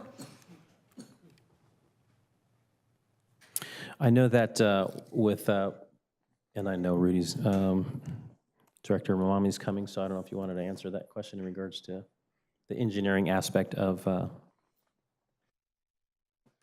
Yes, Mayor, thank you for the question. Yeah, when we did the white paper, we essentially surveyed many of the cities all up and down the state. Obviously, this is a nationwide issue, but more locally, we looked at engineering solutions that were implemented. Ones worked and ones didn't, that were taken out. Obviously, some liability issues too, because we have to be able to make sure the roads are safe for all users. The larger bot dots in certain situations can make it dangerous for drivers, especially motorcycle drivers. But where the situation works, we have implemented solutions such as the location at the end of Weir Canyon, the far south end of Weir Canyon. It's very unique. It's a very wide 6-lane highway that comes to a direct dead end. So you don't really have much cross traffic other than one side street. So we were able to channelize using bot dots for the one motion that everyone is making through that intersection. And we took away that opportunity, and that solution did work. So with that, we continue to look at solutions and continue to work with our other colleagues in other cities. And it's always on the forefront, right? We're always talking about this at all of our industry meetings and things, and coming up with new ways. And we'll continue to implement those as appropriate. Okay, thank you. Councilmember Rubalcaba and then Councilmember Bayless. The only additional thing I was going to mention, and I think the mayor kind of touched on this, was you and I did talk about a comprehensive communication plan that really just informs people, because social media is an important tool, that if you come to Anaheim and you street race or do a takeover, that here are the things that we will be using to enforce. I think the bystander municipal code is something that's really important. And I'm not sure if police officers know that that's something in their toolkit, but how do you educate our police officers on these things that they can actually use to cite somebody? I'll start, and feel free to jump in if you want. But as mentioned, part of our initiative is not only to with technology and all the stuff that I mentioned, enforcement, but is really the education component internally. Our traffic unit have been going to the different briefings. Our patrol officers, the men and women that are out in the streets every day, and educating them on the laws that they can use, how they can use them, the things to look for, whether it's exhaust violations or other vehicle code violations that can be applicable. So our traffic unit has been educating our personnel internally, and I don't know, feel free to add if you have anything to add to that. Thank you. When the AMC was approved, one of the things we went out and we visited each team, each patrol team, and we gave them a PowerPoint presentation on exactly how the law works, what the expectation was, and then at this point, it's just follow up, making sure if they have any questions, we're open to them. And then again, routine visits just to remind them, give them the resources as far as what outside agencies can help us out with it. And if you make a stop, who to contact if they have questions. And the only last thing I'll share with that, Councilmember Rubikov, is actually an idea that you brought up. I mentioned on one of the slides in regards to the investigative response, we provide the dangerous driving admonishment to the drivers, and you had made the recommendation of possibly our officers providing that same admonishment for the spectators. And even though we may not issue them a citation because of the totality of the circumstances, to give them at least a warning for them to be aware of. So that is something that we'll also be incorporating into internally as far as the education component. Perfect, because like the sergeant mentioned, they're putting on a show, right? If people were not there gathering to watch them, they probably would be deterred. They wouldn't do it as much. I mean, I just want to mention too, when Councilmember Bayless and I were in Sacramento, we did bring up increasing the fine for spectator street takeovers as an opportunity for some of these policymakers to go back and just enhance what the fines can be. So $500 is not probably something that would really deter somebody from doing it, but we did suggest that it's $1,000 because I know there were some limitations when we talked to the city attorney's office. So thank you for your work on this. I know it's been about a year since we've really looked into it. And then also thank you for working with the LAPD because I know that they've offered support so that we can do inter-agency just collaboration on takeovers and street racing. Yeah, they've been a great source for information. Obviously, the magnitude of street racing, the street takeovers they have is far more than we do, but so they have that experience that we definitely appreciate. Thank you. Councilmember Bayless? Thank you, Chief. I just wanted to also share, I know you and I have had a couple of conversations in regards to street racing. This is certainly one of the top issues I know in District 1. Just a couple of quick questions, and if these are tactical, just feel free to say no response. But I'm just curious, can the camera on the helicopter read the plates of the cars down on the street? They can. And then one of the byproducts of street racing is also we've got the loud vehicles that go along with that. And I think oftentimes our residents will sometimes hear that first because sound does travel quite far actually, especially at nighttime. And so I was curious, I know we talked a little bit about it, but is there anything on the technology side that can be implemented in terms of locating the sound of the vehicles as they go down? No, thank you for that question. You brought up an interesting topic to that, and the topic was there is technology. ShotSpotter, as an example, is a technology that a lot of cities use. It's basically a sensor that's put out throughout the different parts of the city, and it can detect gunshots, and it can actually determine whether it's a 22 or 45 or a 9mm. And the question that Councilmember Bayless had asked is, can that technology be utilized for something like a street takeover or loud exhaust? And I'm still inquiring about that. So thank you for that. All right, then the last question I have, and again, I'm not sure if these rules have been implemented. I know some of them have, but do you have numbers perhaps maybe over the last 6 months, how many cars have been impounded? I don't have that, but I can get you that information. All right, thank you. Thank you. Councilmember Meeks and then Councilmember Leon. Thank you. I wanted to follow up a little bit on the license plate reader cameras because we have cameras on just about every intersection. I don't know how many. Do we have them on all of our intersections or? About 150 intersections, I believe. Okay, so certainly our larger intersections that would serve as takeover locations.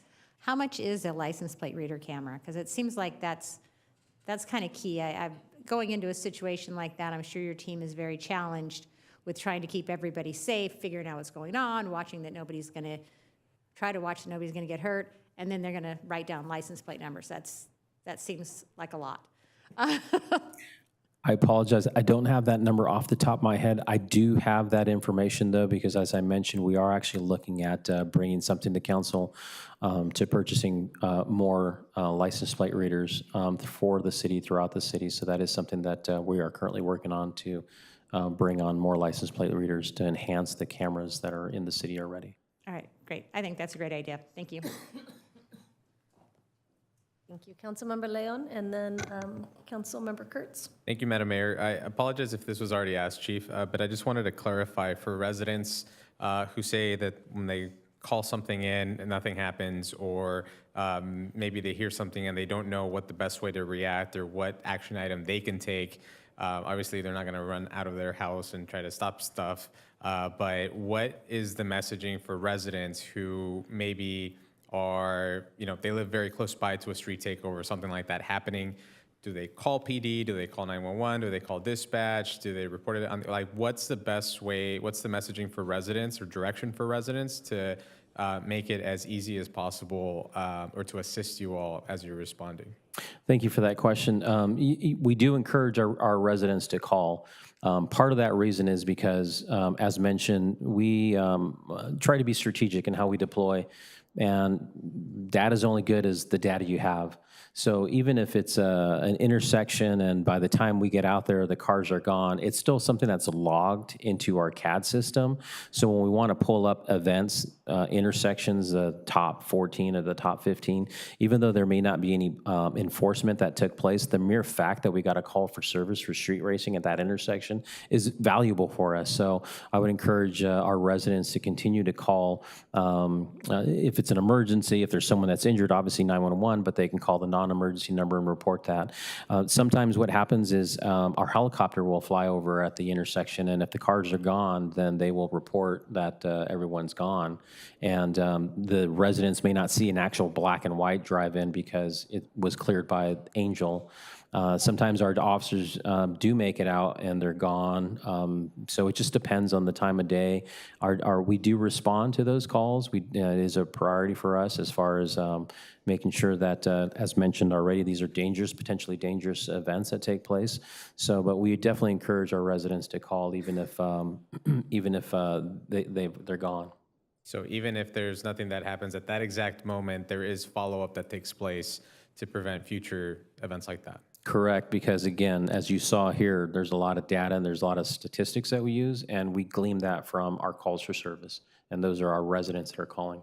Solid. No, thank you, Chief. I appreciate that and appreciate our police team's work on that. I know there have been residents that have reached out to my office and with concerns about it, and I know that there's a few that have reached out saying thank you because our police team was out there, and there haven't been, hopefully I'm not jinxing anything, but there haven't been there has not been that much activity as there once was, as you noted. So I just appreciate everybody's continued work and efforts on this. Thank you. Thank you. And just going to add to previous comments in that you talk about education, not only of those doing the street racing and the street takeovers, but also of our residents. And nothing hurts me more than when I have a resident that say, well, yeah, there was a street racing incident, or there was an incident, and no, I didn't call, because by the time I call, and nobody comes, and they come, and everything's gone. And we need to educate our residents and our businesses also to please give a call. And how you do that, whether it be social media or on our website, to really encourage residents, businesses to call and not to give up, because that data is used. I know one of your officers at a recent community meeting talked about how important that data is. And even though we didn't catch that gang member tagging, we now know he tagged again, and we can follow him with just that data that residents are giving. So I can't emphasize how important it is that you get that message out, and work with maybe our communications team here at the city to not only from a police PIO, but also our own city communications folks to make sure that our residents know that you're working on it, and that they need to report when they see something or hear something. So thank you. Thank you. Thank you. Just one last question for Mr. Imami. Is there, in those 14 intersections that we've identified as the most, or maybe most likely to have this, is there any cities that do kind of specific signage saying, street takeovers are illegal with the police phone number for residents to report? I'm not aware of any signage specifically to that effect, but certainly, a wider outreach to notify all of our community to report that, because one of the challenges, even though there are 14 intersections identified, we also have a lot of streets that are wide without medians that, you could just move 100 feet away from an intersection and do the same thing. So really, it's trying to hit as many areas as we can with the most outreach. Yeah, because I like Councilmember Kurtz's idea of maybe we can work with our communications team and develop something about this issue for all of our community centers. And maybe we can talk to the schools about it, where we know our parents are, and then just something on the major intersections so the people that walk through these every day to go to the store, to take their kids home from school, at least know the number's right there. If they can, just call it and report it, even if you're not going to stop it.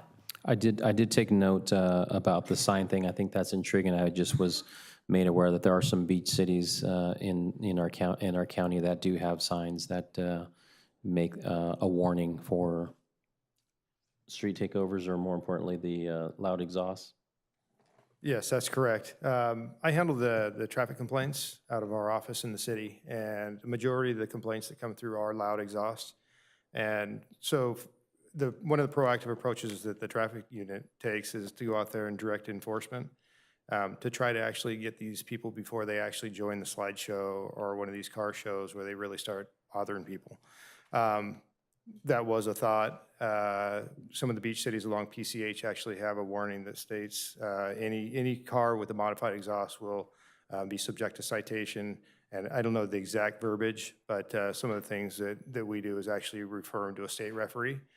They have to bring their car up to compliance, and ends up costing them a lot of money, and hopefully can keep them out of the city. All right, do we have any other further comments or questions? Oh, Councilmember Bayless? Can I ask a question in regards to what you just responded to to the sound? And I'm curious, when we train our officers to look at the vehicle, so we're not just saying, okay, you've got to hear the loud vehicle. We're teaching them to identify the fact of what is a stock muffler and what is not a stock muffler. And if they don't see a stock muffler on the vehicle, we're saying, okay, we want you to, cite this vehicle. Is that correct? Yes, so a majority of our traffic officers have already been through a street racing class where they actually teach and train you how to identify what's OEM, what's compliant, and then a lot of times what happens is they have absolutely no catalytic converter, no muffler. It's just a straight pipe. So very easy to recognize the sound on those, and they can be going 30 miles an hour and sound like they're going 80 miles an hour. And if you're backed up to a street, I know I am, you can hear the cars go by, and it's bothersome. So we do give them training. We also offer them to go to, a couple times a year, they have different street racing courses that we can send our patrol officers to. Councilmember Leon?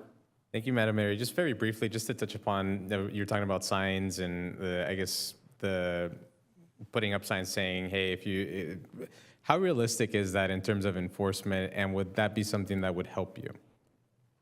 Because and the reason why I ask that is because if it's a beach town, I mean, it's, no disrespect, but it's smaller, whereas our city, we span a significant amount of territory. And so how realistic would that be?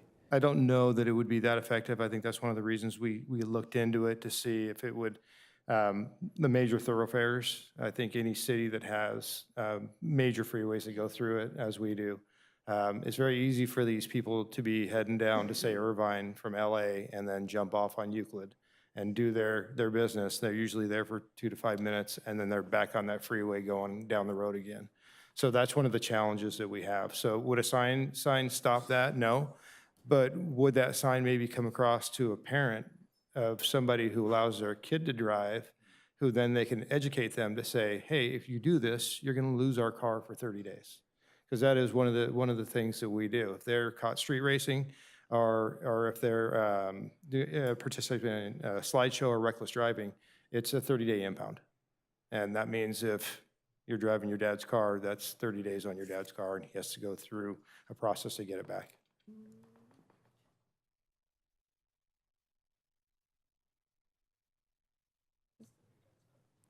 My car doesn't go over 60 miles an hour, so it's definitely not gonna be my car. Would somebody like to make a motion if there's no further comment? I'll make a motion to Mayor. move No the item. motion necessary. It's just an That's right, it's informational. Informational, that's sorry. right.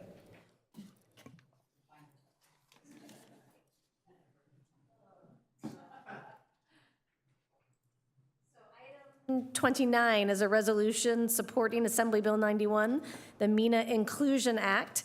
Councilmember Leon, do you want a staff report as you requested this item? Yes, please.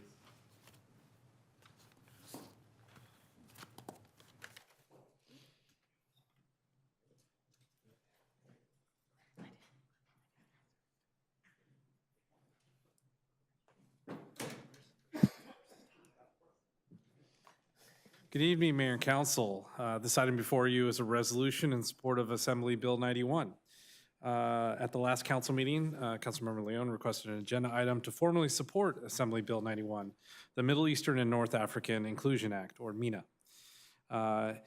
AB 91 essentially would require that starting January 1st, 2026, state agencies, boards, and commissions in California, including local agencies, that collect demographic data on ancestry or ethnic origin must include separate categories for MENA groups. The proposed resolution before you supports AB 91 and recognizes the MENA community's contributions to the city of Anaheim. If this is approved this evening, the city will then transmit the resolution to our state representatives. That concludes my report. Thank you. Councilmember Leon, do you have any questions or comments, or anyone else? Thank you, Madam Mayor. I do, and thank you to our Assistant City Manager and the team for their work on this. As we heard today, California's strength lies in its diversity.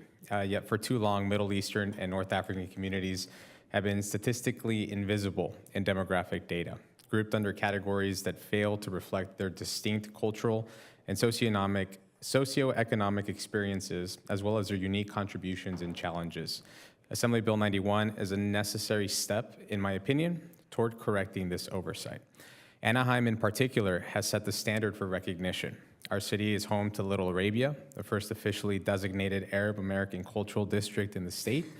We have embraced our role as a leader in celebrating and supporting diverse communities, and now it is time for California to follow suit. AB 91 ensures that MENA communities are finally counted. Accurate demographic data is not just about numbers, it determines funding, healthcare access, educational opportunities, and civil rights protections. I would ask my colleagues to consider these questions. How can we claim to serve all communities fairly if we don't even acknowledge their existence in our data? If we recognize and celebrate diversity in our neighborhoods, shouldn't our policies and resources reflect that same inclusivity? Other historically underserved groups have been recognized in demographic data, Why should MENA communities be left out? This is about fairness. It's about accuracy and visibility. I think our city has led by example, and now California must do the same. And for these reasons, I would like to make a motion to approve this resolution in support of AB 91, and also look forward to hearing any comments from my colleagues as well. Thank you, Councilmember. I'm happy to second your motion, but wanted to make sure, reach out to Mayor Pro Tem Meeks. I do support this resolution and Assembly Bill 91. I think that there's a large enough group of people, MENA, that in our state, that we need to have that demographic. We need to understand what those are. My question was on item 3 on the resolution that we have, that City of Anaheim will continue to support the contributions and culture of the MENA community within the city. It seems extra and it's confusing as to what that means. We will continue to support. Are we going to financially support? Are we going to take some action? I don't like it because I don't know what that means. And certainly 1 and 2 are clear that we want to have a demographic. We want to have that data. Can we do the resolution without 3? Sure, and I'll defer to Councilmember Leon, but let me just tell you what the intent, I believe, of that 3rd bullet is as was alluded earlier with our actions on Little Arabia and the recognition of this community that is already in our city and everything they've brought to the city. I think that's what that bullet was referring to, that we support their contributions. We'll continue to support their contributions. We recognize them annually during the appropriate month, and we bring them in and we recognize them. And I think that's all that was referring to, but I'll defer to your colleague for Would it more be something clarification. where we could swap out, I mean, I hate to wordsmith on the dais, but swap out like acknowledge, like we're acknowledging. Instead of support, we recognize, or, you know. Yeah, recognize or acknowledge the I contributions. just worry about the word support, because I don't want people to misinterpret that and come back to us and go, but you said. So can we do, the City of Anaheim will continue to advocate and celebrate the contributions and culture of the MENA community within the city? Can't we just recognize them? You want to do, the City of Anaheim will continue to recognize the contributions and culture of the MENA community within the city. I would be okay with that. I don't know. What does everybody else feel? Yeah. The City of Anaheim will continue, what was it? To recognize. The City of Anaheim will continue to recognize the contributions and culture of the MENA community within the city. Can I? Councilmember Bayless, I know you had a comment too. I did, yeah. You know, I share the same concerns there, which was, you know, I think it's important for people to be recognized for sure. So I definitely get over the hurdle for number 1. I'd like to agree and vote yes, no doubt on that. But when we look at the next 2 items that are there, the second one I'm curious is maybe it's not specific enough, but are we asking, the request tonight was to support Assembly Bill 91. Are we also saying, hey, the City of Anaheim will also include these 2 boxes in their data requests at the same time? And then number 3, I did have, there was some vague language in the way that was worded with the word support, and I would be more inclined to actually delete item 3.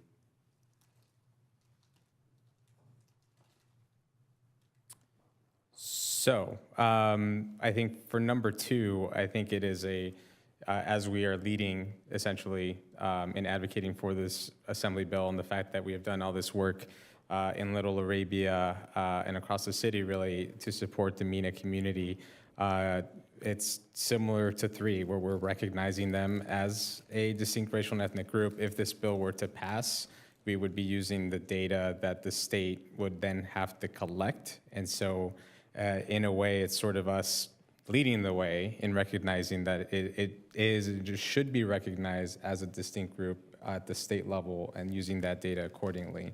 And so, and I think with 3, the City of Anaheim will continue to recognize the contributions and culture of the MENA community within the city is an acceptable edit for me. And so I'll go ahead and amend my motion for number 3 to read in that manner. And I would ask Madam Mayor, since you were the second, if that's okay with you. Yeah, I agree. Councilmember Kurtz, did you? No, he answered Sorry. my question on the recognized. Okay. So at this point, there's no distinct language for Anaheim to collect any of the data in our reports.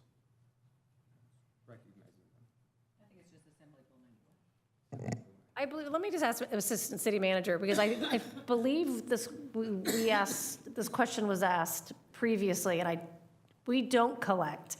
You know, if somebody wants to go to community services and sign up for a class, if somebody wants to come to City Hall, we don't collect any type of data unless it's per a HUD application, or is there any reason we collect that data at all? I'm not aware of every single application we have in the city, like for housing, for instance. It sounds like we do. For community services, I doubt we do. And I think this, if AB 91 passed, I talked to the clerk about this, I think the only time it really would come into play would be during our redistricting. And once we get the census results and Department of Finance starts using these categories, and we would start using these categories.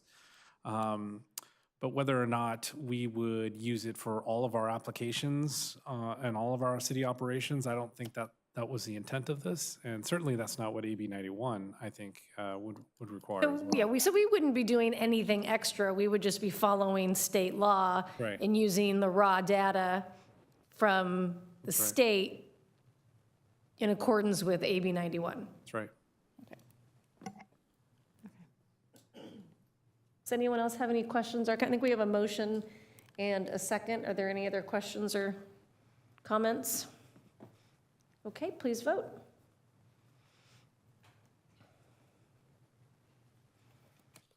A resolution of the City Council of the City of Anaheim recognizing the Middle Eastern and North African Community and supporting Assembly Bill 91, MENA Inclusion Act, and that's including the amendment to include on the therefore for item number 3, the City of Anaheim will continue to recognize the contributions and the culture of the MENA community within the city. And the vote is 7 ayes, no nays. The resolution is approved as amended. So the item number 30 was withdrawn by the appellant, so we are going to move on to our report on closed session. Mr. City Attorney, do you have anything to report? Thank you, Madam Mayor. All items were heard, no reportable action. And we don't have any non-agenda public comments left over from our first period, so I'd like to move on to future agenda requests by council colleagues. Councilmember Kurtz. Well, I don't think it's our business to tell a business how to protect themselves against theft. After listening to some speakers this evening, I am concerned about the safety of workers in our city and customers in our city, just as we were with hotel workers and a panic button. I would like to work with city staff to bring back for discussion and a vote an ordinance that assures the safety of workers in our markets and more importantly, our residents that are shopping in those markets. I too have experienced a problem at an Albertsons near my home where an elderly woman was frightened half to death by people, kids, folks rushing past her, pushing her because they were bypassing the cashier. So I would like to bring that back, but would like to work with staff and any other council member would like to bring something back that we can vote on. Councilmember Meeks. Thank you. Well, with the 4th of July coming up, one of the issues that we have is illegal fireworks. And so the TNT people who sell the Safe and Sane fireworks, which I support our fundraising and our use of that, not in the high fire hazard area, but certainly throughout the city and in some areas of District 6 we allow the Safe and Sane fireworks, which are great. but that sometimes raises the use of illegal fireworks. And I asked them, it's like, so what are other municipalities doing? And some municipalities have what they call a social host ordinance, which can hold the person on the property, like the homeowner, the property owner, responsible for illegal fireworks set off from their property. Because it's very hard for our code enforcement and our police officers to identify who exactly set off that firework, which is what our ordinance requires right now. So I would like staff to look at a social host ordinance for illegal fireworks and bring that back, see if we can adopt something before the 4th of July. And maybe it's just a deterrent. Maybe it's just you as a homeowner saying, hey, you're not going to do this here because I could be held liable, and help us in some way. Thank you. Member Leon? Thank you, Madam Mayor. I just wanted to agendize a recognition for the AUHSD student ambassadors. I think there's one from each school, if I'm not mistaken, as well as a representative of the student representative to the Board of Trustees before they graduate. So no rush, but it's coming up. So I just wanted to agendize that. Thank you. Councilmember Rubalcaba? Thank you. So I would just like to agendize a discussion around the Girls in Government as a city-led initiative. We had a successful one, but now that we have a supermajority female council, I think it would be good if this became a city-led initiative. So I'd like to agendize that item. I'd also like to agendize, along with the mayor, we have been working on the Caltrans property release. So they have asked us as part of this request to put together a resolution that basically says we will be utilizing the land, the 40% of that property, for public use of a fire station. Greg was in that meeting, so he's aware of the details. So he has asked for a couple of council meetings to review that before bringing it back to council. So if we can agendize. And then I'd also like to agendize a recognition for James Origel. He is a District 3 resident and a longtime booster of the Anaheim High School football team. He's actually been serving as a booster since 1973. Wow. So yeah, he still organizes dinners for the football team and stuff like that. So I'd like to bring him in for a recognition. Thank you. One of the things I wanted to work with the city manager's office on, I'm going to break it up into kind of two things, but one is an update on ideas with either economic development or maybe even parks for our open spaces. So when we have non-assembled parcels or parcels we're waiting to get funding on, we were going to come up with some ideas and maybe some small level beautification projects to, so we don't just have fenced empty lots in small pockets around our city. And then I also wanted to work with the team on ideas to potentially look at our billboard ordinances and options to perhaps move some of our interior billboards to the other parts of our city and clean up some of the billboards we have on our major thoroughfares. So I think that's it. With no other business before the council, we stand adjourned until April 8th.